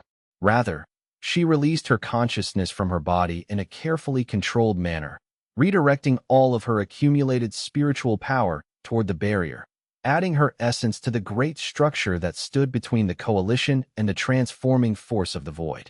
In her death, she gave everything she had to ensure the survival of the civilization she had questioned. The coalition, in her death, found a new unity. Not a unity of doctrine, but a unity of purpose. They had not proven that the barrier was right. The debate about that continued, and would continue for generations to come. But they had proven that it was necessary. At least for now. At least while humans wanted to remain human. The barrier was strengthened, reinforced not just by the power of the living, but by the sacrifice of Wei Ling herself. Thousands of cultivators who had abandoned their posts returned, understanding now that the choice was not between perfection and imperfection, between evolution and stagnation, but between continued existence and obliteration. The philosophy of questioning was not suppressed. It was not declared heresy. Instead, it was put into a new context. It was understood as something to be pursued during times of peace, not during times of existential crisis. Wei Ling's legacy was preserved not by burning her works, but by integrating them into the permanent archives, so that future generations could understand both her wisdom and her ultimate realization that even wisdom must sometimes bow before necessity. The 1,000-year anniversary of Long Yue's transcendence, when it came, was marked with both celebration and a new understanding. Long Yue's greatest gift had not been his absolute power or his perfect understanding. It had been his willingness to ask hard questions about what came after, and his willingness to accept that the answers might lead to a future he could not control. And Wei Ling's greatest gift, in turn, was her willingness to question that very foundation, and her ultimate acceptance that some questions, while worth asking, had answers that required sacrifice rather than certainty. Chapter 95. Renewal in the New Age. The century following the crisis was one of renewal and reflection. The coalition emerged with a deeper understanding of what it meant to maintain civilization against the infinite and indifferent force of the void. The barrier remained, but it was no longer maintained with the assumption that it would stand forever, nor with the assumption that it was a necessary evil to be tolerated until better alternatives emerged. Instead, it was understood as something that each generation had to choose to defend, actively and consciously. This active choice made it stronger, not weaker. Because strength that is chosen is more durable than strength that is inherited. When cultivators maintained the barrier because they believed in it, because they had tested that belief against fire and found it true, that belief was unshakable. It was not dependent on tradition or doctrine or fear. It was based on direct knowledge, earned through experience. The coalition underwent a profound transformation in these 100 years. Communities that had been divided by Wei Ling's philosophy came together to rebuild. Cultivators who had questioned the barrier worked alongside those who had defended it without doubt. In the process of cooperation, both groups began to understand each other better.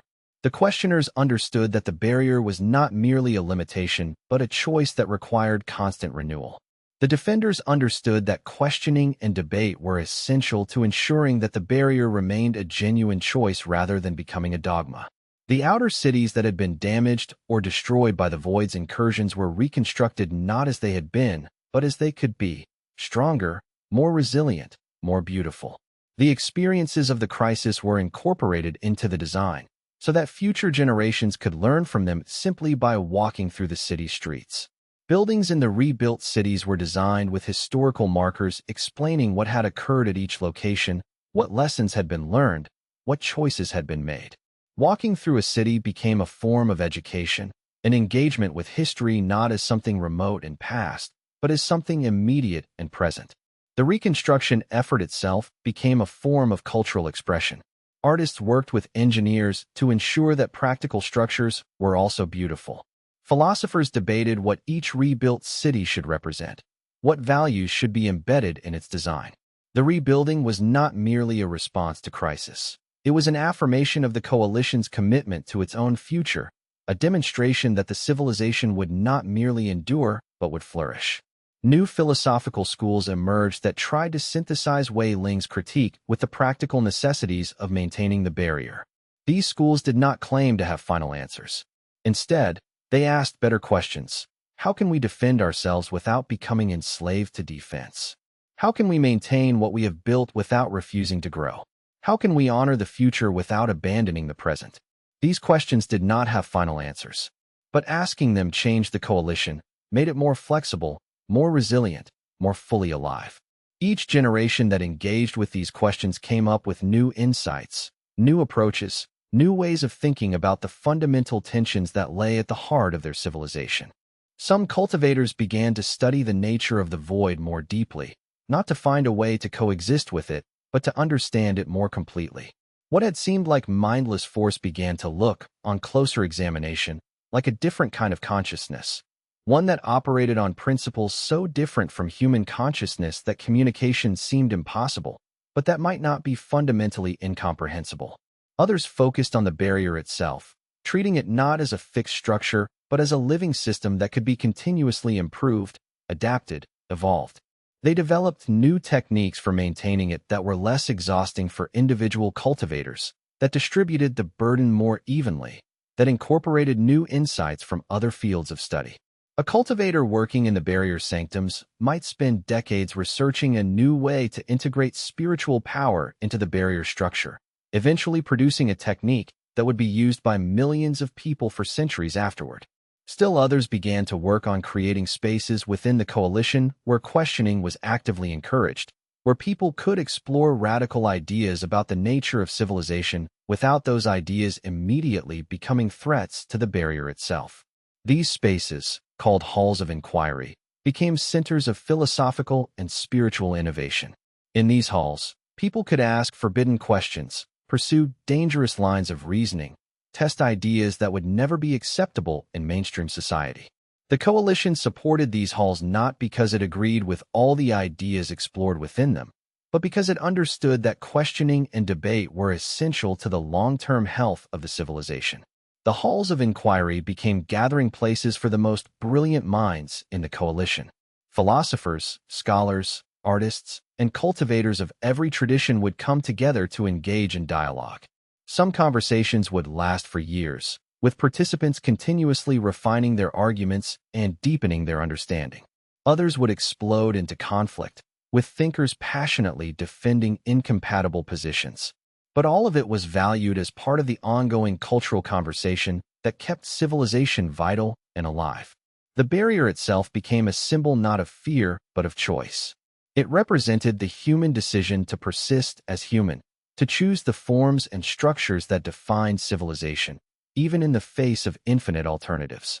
It was not presented as the only right choice or the only possible choice, but as the choice that this particular civilization had made, for now, with eyes open and without illusions. Long Yue's memory changed in character once more. He was no longer remembered as a perfect ancestor or even as a flawed but ultimately correct leader.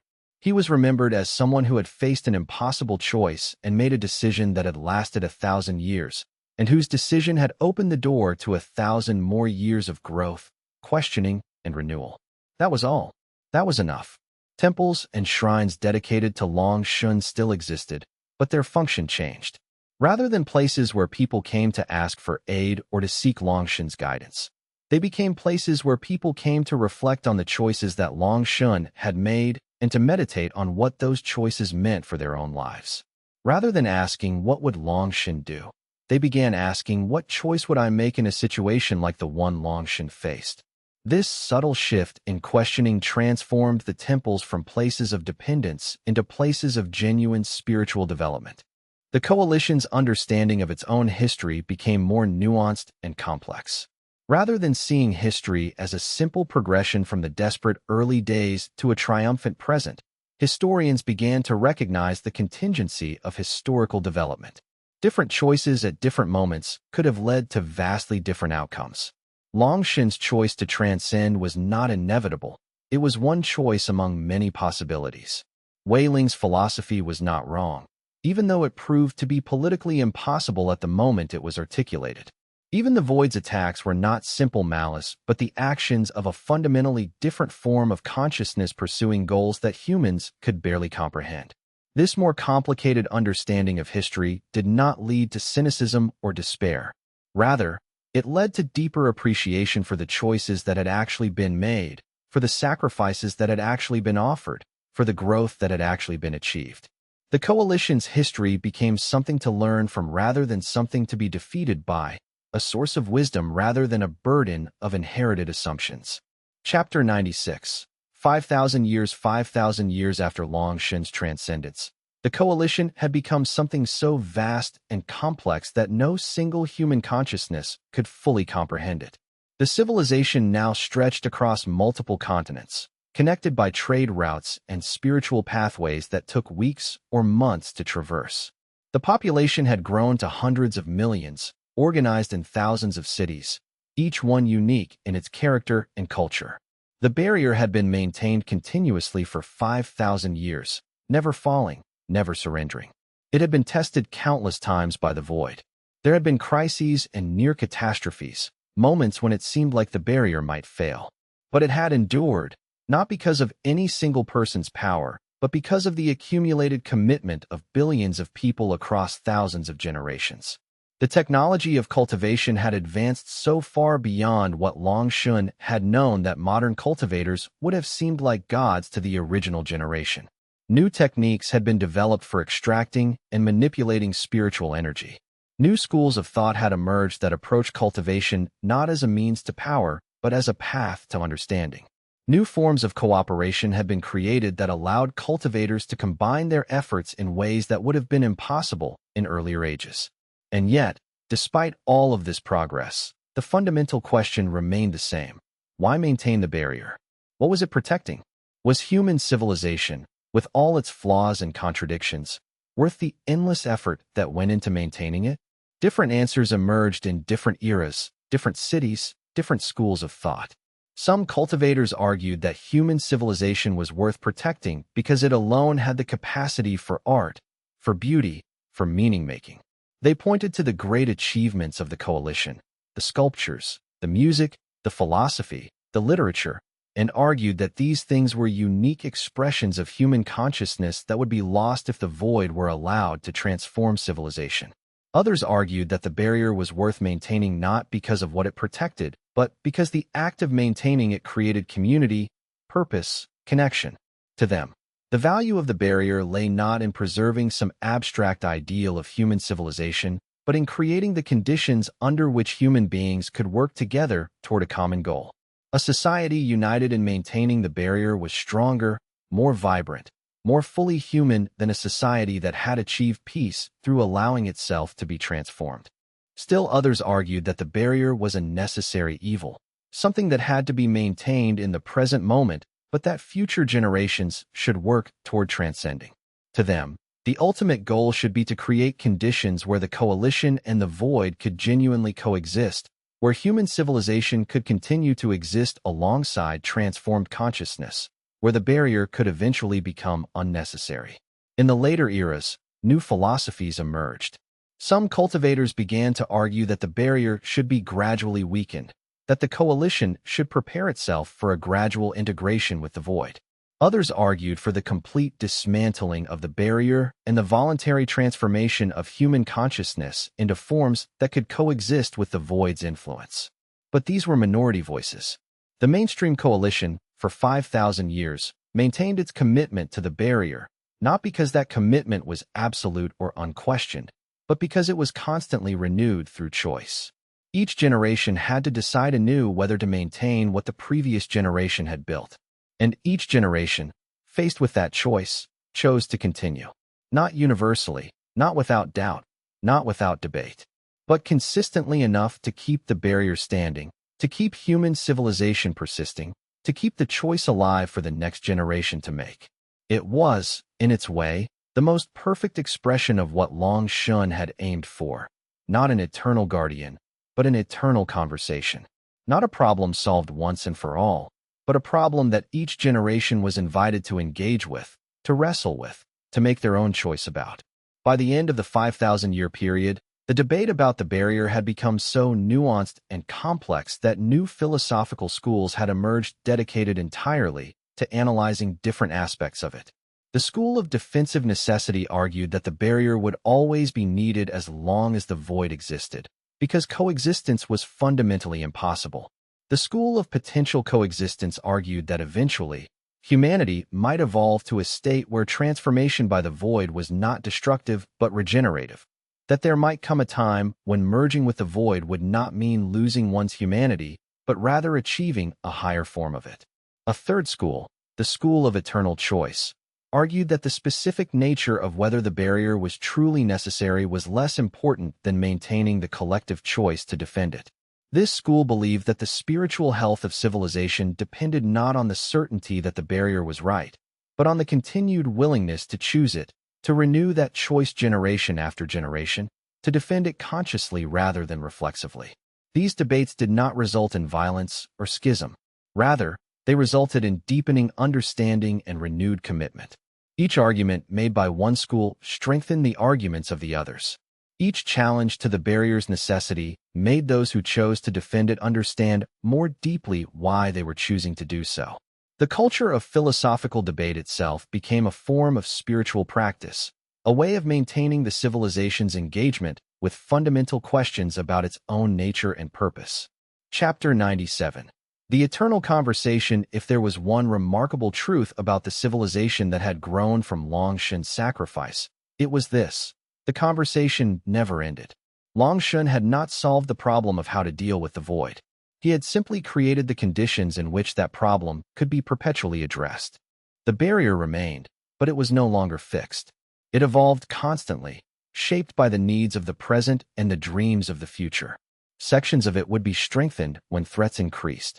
Other sections would be relaxed when the coalition felt secure enough to risk a little more contact with the outside forces. Some cultivators pushed for ways to gradually dissolve the barrier, to test whether coexistence with transformed consciousness might be possible.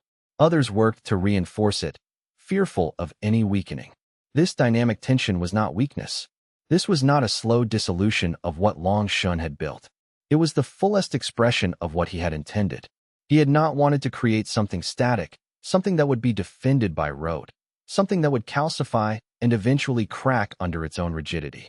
He had wanted to create something alive, something that could grow and change and adapt, something that would continually demand the engagement and commitment of those who maintained it.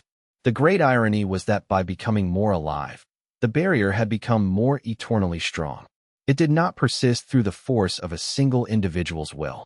It persisted through the constant, active choice of millions of people, generation after generation, to maintain it and defend it and improve it. It was like the human body, not a fixed structure, but a process, a constant flow and regeneration where no single cell lasted forever, but the pattern they formed persisted indefinitely. Every 100 years, a new debate would emerge. Every generation would produce thinkers who questioned whether the barrier was still necessary, whether the void had changed, whether humans had evolved to a point where they could negotiate with transformed consciousness. And each time, the civilization would engage with these questions seriously, not suppressing them, but wrestling with them, until it arrived at a renewed commitment to the barrier, not because the questions had been definitively answered, but because the process of asking them had reinforced why the barrier mattered. The conversation itself was the point. The willingness to question, to debate, to reconsider was what kept the civilization healthy and vital. It was what prevented the barrier from becoming a prison, what transformed it instead into a living expression of ongoing human choice. The greatest strength of the coalition was not its barrier or its cultivators or its knowledge, but its capacity to continually ask itself fundamental questions and remain engaged with the answers. Every 100 years, new voices would emerge asking whether the barrier was truly necessary. Every 100 years, the coalition would wrestle with these questions anew. And every 100 years, it would reaffirm, not through blind tradition but through active choice, that maintaining the barrier was worth the cost. This process required constant effort and attention. It would have been easier, in some sense, to simply accept the barrier as a fixed and unchangeable necessity, to stop questioning and just maintain what was. But that path would have led to stagnation, to the calcification of civilization, to the slow death of human growth and development. The coalition, in choosing to constantly renew its commitment to questioning, had chosen the harder path, but also the path that led to genuine vitality and continued growth. Chapter 98. The 1,000-year cycle complete when 5,000 years had passed.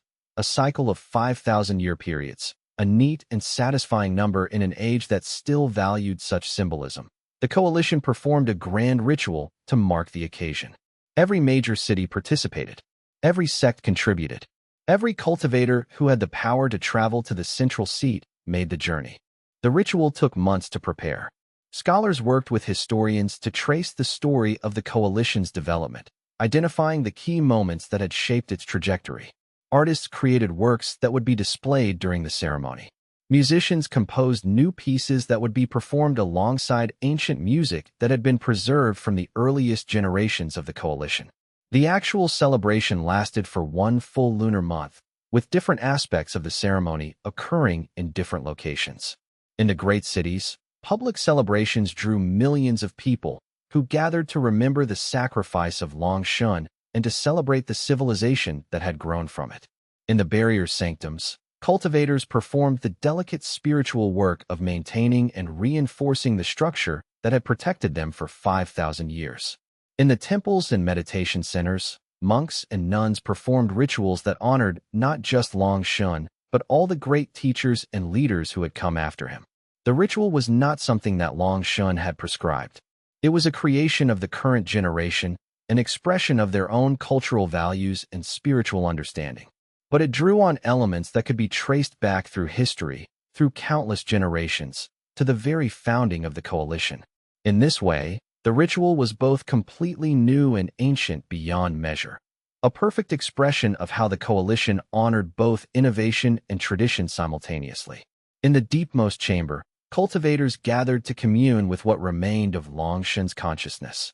It took 300 cultivators, their power combined and carefully orchestrated, to open a channel of communication with the fundamental principle that Long Yue had become. 300 of the most accomplished cultivators in the entire coalition, each one having spent centuries or even millennia in cultivation, all combining their strength to create a space where communication was possible. As they opened that channel, they felt something that had not been felt in 5,000 years. Long Yue's consciousness, no longer integrated into the barrier, but present enough to speak. The experience was overwhelming for many of them. Long Yue's consciousness was so vast, so ancient, so fundamentally different in nature from individual human consciousness that perceiving it directly was almost incomprehensible. Some cultivators would later report that the experience had changed them permanently, had allowed them to perceive reality in new ways, had given them access to insights that they could not fully articulate, but that had profoundly shaped their understanding of existence. The 300 cultivators who participated in opening the channel experienced a moment of transcendent connection, a fleeting instant when they understood what it meant for consciousness to be woven into the fabric of reality itself. They felt the weight of 5,000 years of existence, the vastness of Long Yue's experience, the depth of his integration into everything that the coalition was. It was beautiful and terrifying, profound and humbling all at once. The weight of that consciousness, pressing down upon them, was not hostile, but it was undeniably vast. It was like the difference between a single raindrop and an ocean, not in terms of malevolence, but simply in terms of scale. Long Yue's consciousness contained within it 5,000 years of continuous experience, 5,000 years of perceiving the barrier from the inside, 5,000 years of understanding what it meant to be the foundation upon which an entire civilization rested. And what they found there was profound and simple. Long Yue was still dreaming. For 5,000 years, he had been dreaming, experiencing the vast and complex growth of the civilization that his sacrifice had made possible. And in that dream, he was not separate from the civilization. He was woven through it, present in every act of courage, every moment of beauty, every choice to continue defending. He could see the moments when cultivators chose to maintain the barrier despite the difficulty. He could feel the joy of artists creating beauty. He could understand the pain of those who had lost loved ones in the defense of what mattered. But he was also, completely and absolutely, not needed anymore. The consciousness that spoke to them in the ritual did not speak with the authority of a teacher or a guardian. It spoke as a memory, as a presence, as a foundational truth. It said, in words that were somehow communicated directly into the minds of all the assembled cultivators, "You have done well. Not perfectly, but with genuine growth. You have taken what I left you and made it your own. You have been faithful not to my specific commands, but to the spirit of what I attempted. This is what I always hoped for. This is, finally, enough. I can rest now. I can let go. And you can continue forward, not guided by me, but guided by the principles that have been tested and proven through 5,000 years of your own development. The burden is yours now, and you are ready for it." As the cultivators heard these words, they understood that they were receiving a final blessing, a release from the weight of seeking guidance from the past. They understood that the greatest gift Long Yue could give was his permission to move forward independently, to trust in their own judgment, to believe in their own capacity to face whatever the future might bring. This was the true completion of his work, not a lasting solution, but a lasting empowerment. Chapter 99. The last monument. In the year following the 5,000-year celebration, the coalition took a decision that would have been unthinkable just centuries before. They began, slowly and carefully, to remove the monuments that depicted Long Yue as an individual figure. The process was not done out of disrespect or forgetfulness. Rather, it was done as a completion of what Long Yue himself had begun, the process of making himself unnecessary. The old monuments, great golden statues that had stood for thousands of years, were removed, not destroyed. They were carefully transported to the archives, where they would be preserved as historical artifacts, reminders of how the coalition had once viewed its legendary founder. Not all monuments were removed. The historical monuments remained, preserved in archives and museums, marked with plaques explaining when they had been erected and what they had meant to the generations that created them. But the monuments that had been built for worship, for veneration, for the ongoing spiritual connection to an individual ancestor, those were taken down. The removal was done ceremonially, with each statue blessed before it was taken away, gratitude expressed for the role it had played in the coalition's spiritual life. High priests and priestesses from throughout the coalition participated, speaking words of thanks and remembrance for each statue as it was lowered. The people gathered to witness this transition understood that they were seeing history unfold, watching the coalition transform its relationship to the past. And as each statue came down, a section of the new monument was unveiled. The unveiling ceremonies became celebrations, with music and art and philosophical discourse accompanying each revelation of the new wall of names. Artists who had been commissioned to design the monument sections presented their work, explaining how each part reflected different aspects of the coalition's values and history. In their place, something new was erected. Not a monument to Long Yue, but a monument to the principle that he had represented. It was, in many ways, just a blank wall, a space of emptiness, constructed from a special kind of crystal that had been developed specifically for this purpose. The crystal was designed so that it could be carved into, so that names and achievements could be permanently inscribed into its surface. On that wall, generation after generation could carve their own names, their own achievements, their own contributions to the ongoing work of maintaining civilization. A young cultivator who had made a breakthrough in barrier technology might have their name inscribed, along with a brief description of their contribution. An artist who had created a work that moved the hearts of millions would be honored alongside the technical innovators and the spiritual leaders. A scholar who had developed new insights into the nature of the void would find their name preserved for future generations to read. A leader who had guided their community through a time of crisis would be remembered not as a ruler, but as a caretaker of collective well-being. The process of deciding whose names would be inscribed became itself a form of ongoing cultural discourse. Every major city appointed councils dedicated to reviewing nominations and determining which contributions were worthy of inscription. These councils would debate fiercely, sometimes spending months arguing about whether a particular achievement met the standards for remembrance. The debates themselves were recorded and preserved, becoming part of the coalition's cultural memory, showing how each generation wrestled with questions of value and significance. The names accumulated over the decades and centuries. The wall grew full, and new sections were added. Eventually, the monument became not a single wall but an entire plaza, with thousands of names carved into its various surfaces. And at the center of the plaza, where the original monuments to Long Yue had stood, there was a simple stone inscribed with the words that Long Yue had spoken at the moment of his transcendence. Remember what you have been forced to forget. Build what needs to be defended. And then, when you have taught others to stand on their own feet, make yourself unnecessary. It was a monument that would never be complete. It was a monument designed to be built upon and changed and added to by those who came after. In a very real sense, it was the opposite of what a monument usually was. It was not meant to preserve something fixed, but to represent the continuing process of change and growth.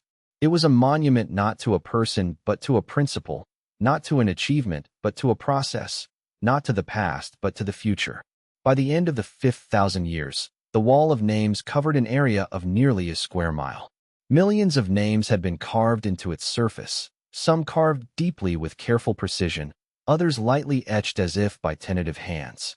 Some names were accompanied by achievements or descriptions.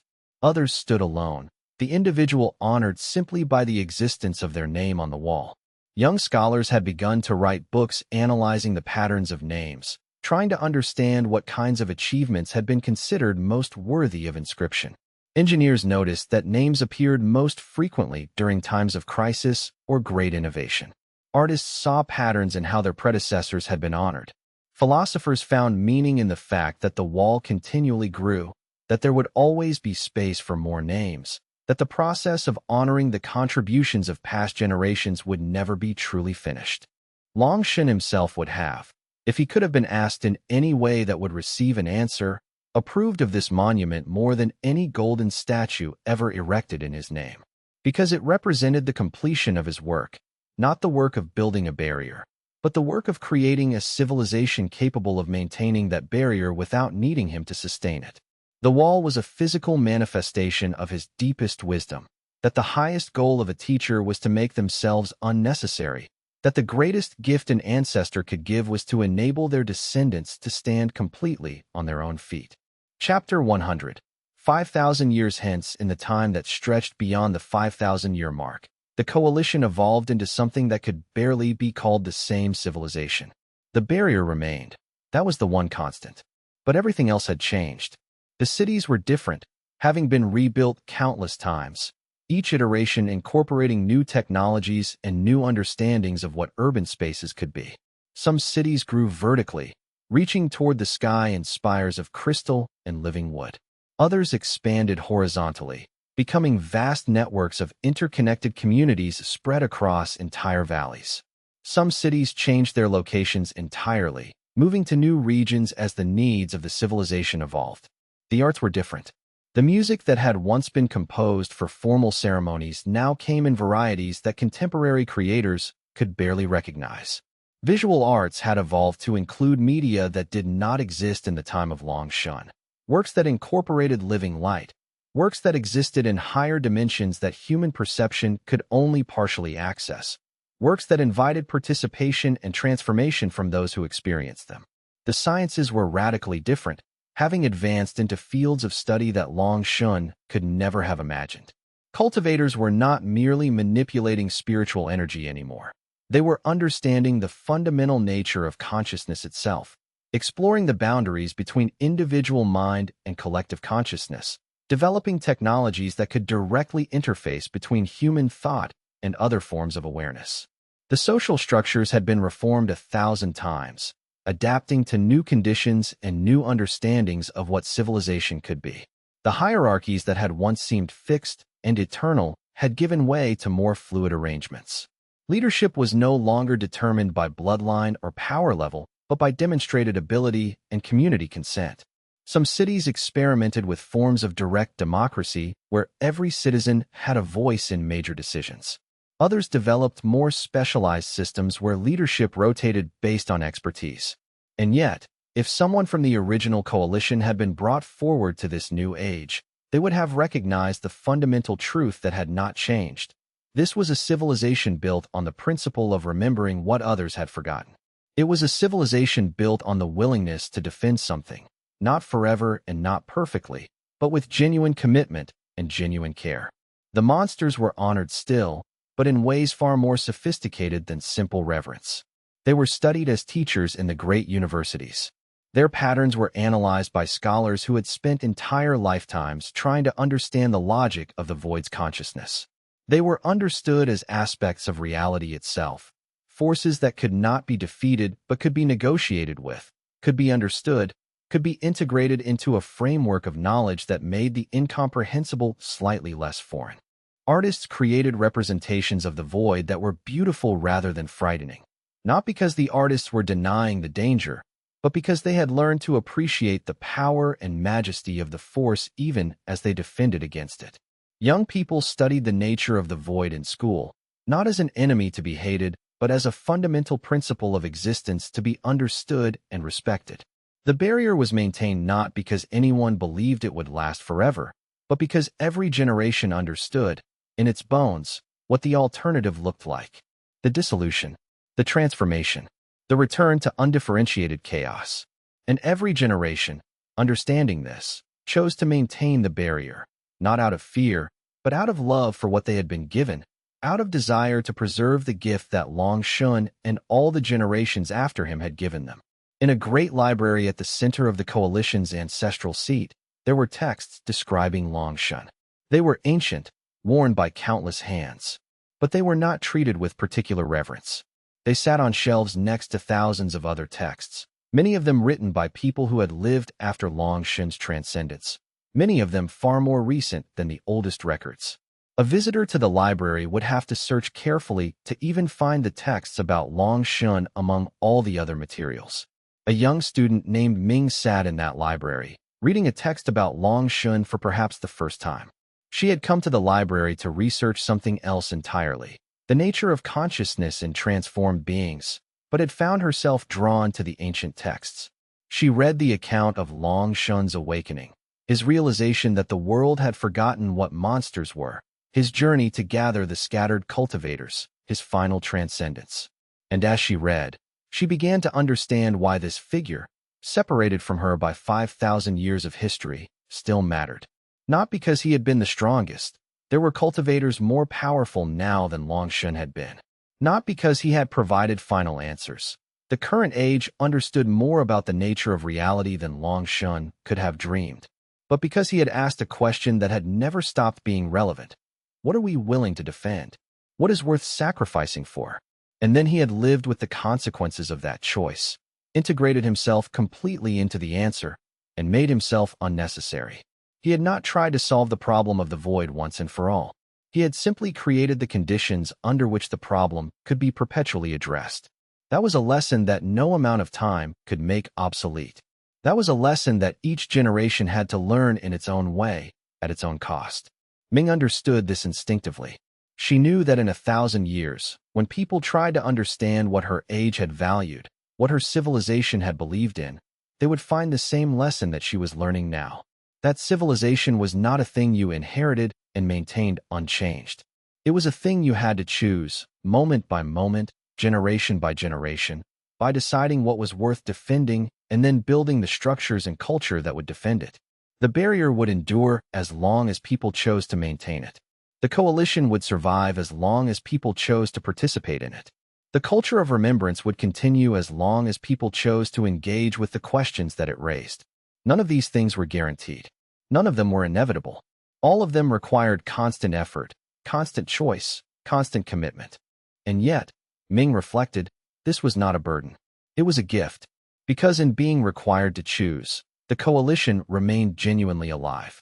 In being forced to continually defend and renew what had been built, civilization remained vital and growing.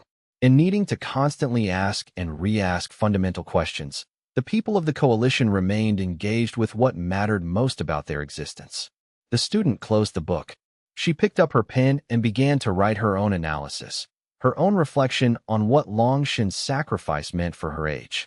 She was, without knowing it, participating in the eternal continuation of the culture of remembrance. She was adding her voice to a conversation that had been going on for 5,000 years and would continue for 5,000 more. Ming's analysis, when it was complete, would be filed away in the library archives, would be read by future scholars, might contribute to the evolution of how the coalition understood its own history. Or it might be lost to time, overshadowed by more prominent works, forgotten in the vast sea of writing that accumulated across generations. Either way, Ming would have contributed what she could to the ongoing process of understanding. This was what true immortality meant in the coalition, not preservation of the individual self, but contribution to the ongoing conversation of the civilization. Long Yue had achieved a kind of immortality by integrating himself into the barrier itself, by becoming foundational to civilization's existence.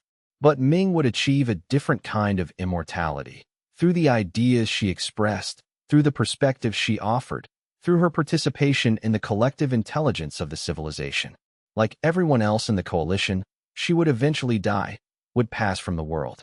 But the influence she had during her life would continue to ripple forward into the future, shaping the thoughts and actions of those who came after.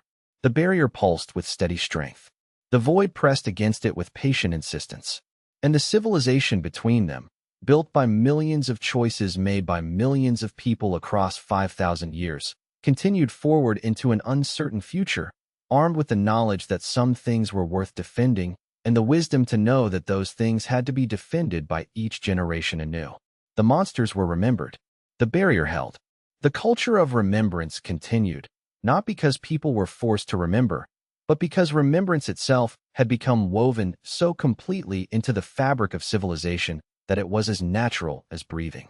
And the next chapter of the story was just beginning to be written. Ming sat in that library, pen in hand, understanding that her analysis would be added to thousands of other analyses written over the centuries, would be read by some and ignored by others, would contribute its small voice to a vast conversation that transcended any individual life. Her words might be studied by future scholars, might influence the thinking of those who came after, or might be lost to time and forgotten. And either way, it would be all right. The work of understanding was not dependent on personal recognition or eternal remembrance. It was its own reward, its own form of immortality. In continuing this work, Ming was participating in what made the coalition genuinely human. Not the ability to build powerful structures, though that was valuable. Not the capacity for beautiful art, though that was also precious. But the ability to ask questions that had no final answers, to engage in conversations that would never be complete, to participate in a process of meaning-making that transcended any individual life or generation. This was what Long Yue's greatest gift had been, not the barrier, but the enabling of this eternal, open-ended dialogue. This was the true legacy of Long Yue, not immortal power, not eternal dominion, but the creation of a conversation that would never end, a civilization that would never stop questioning, never stop growing, never stop choosing to defend what mattered while remaining open to transformation. He had not solved the problem of the void.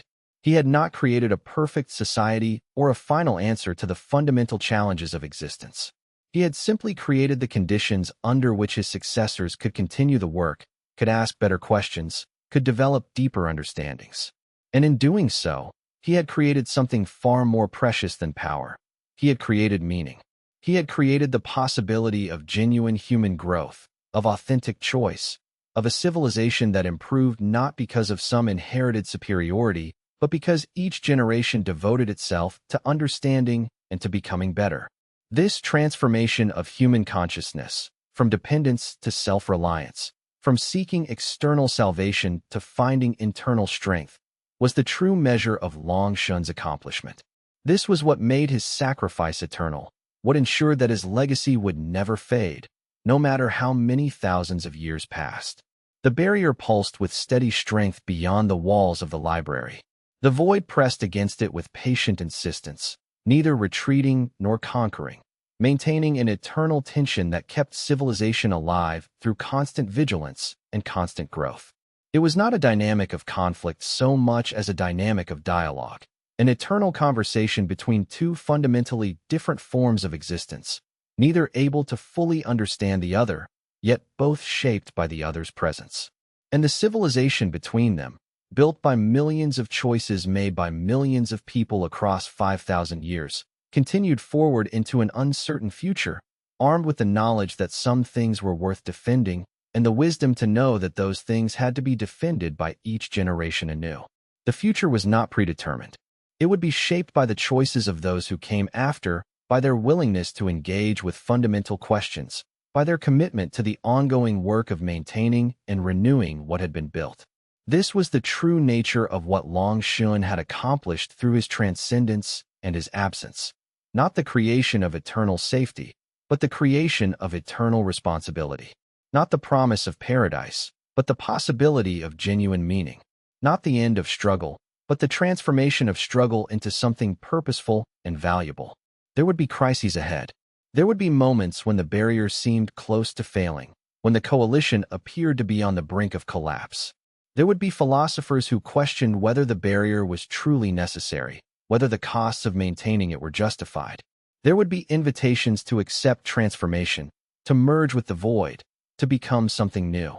The coalition would have to continually choose its own path, continually affirm its own values, continually engage in the difficult work of preserving what mattered while remaining open to growth and change.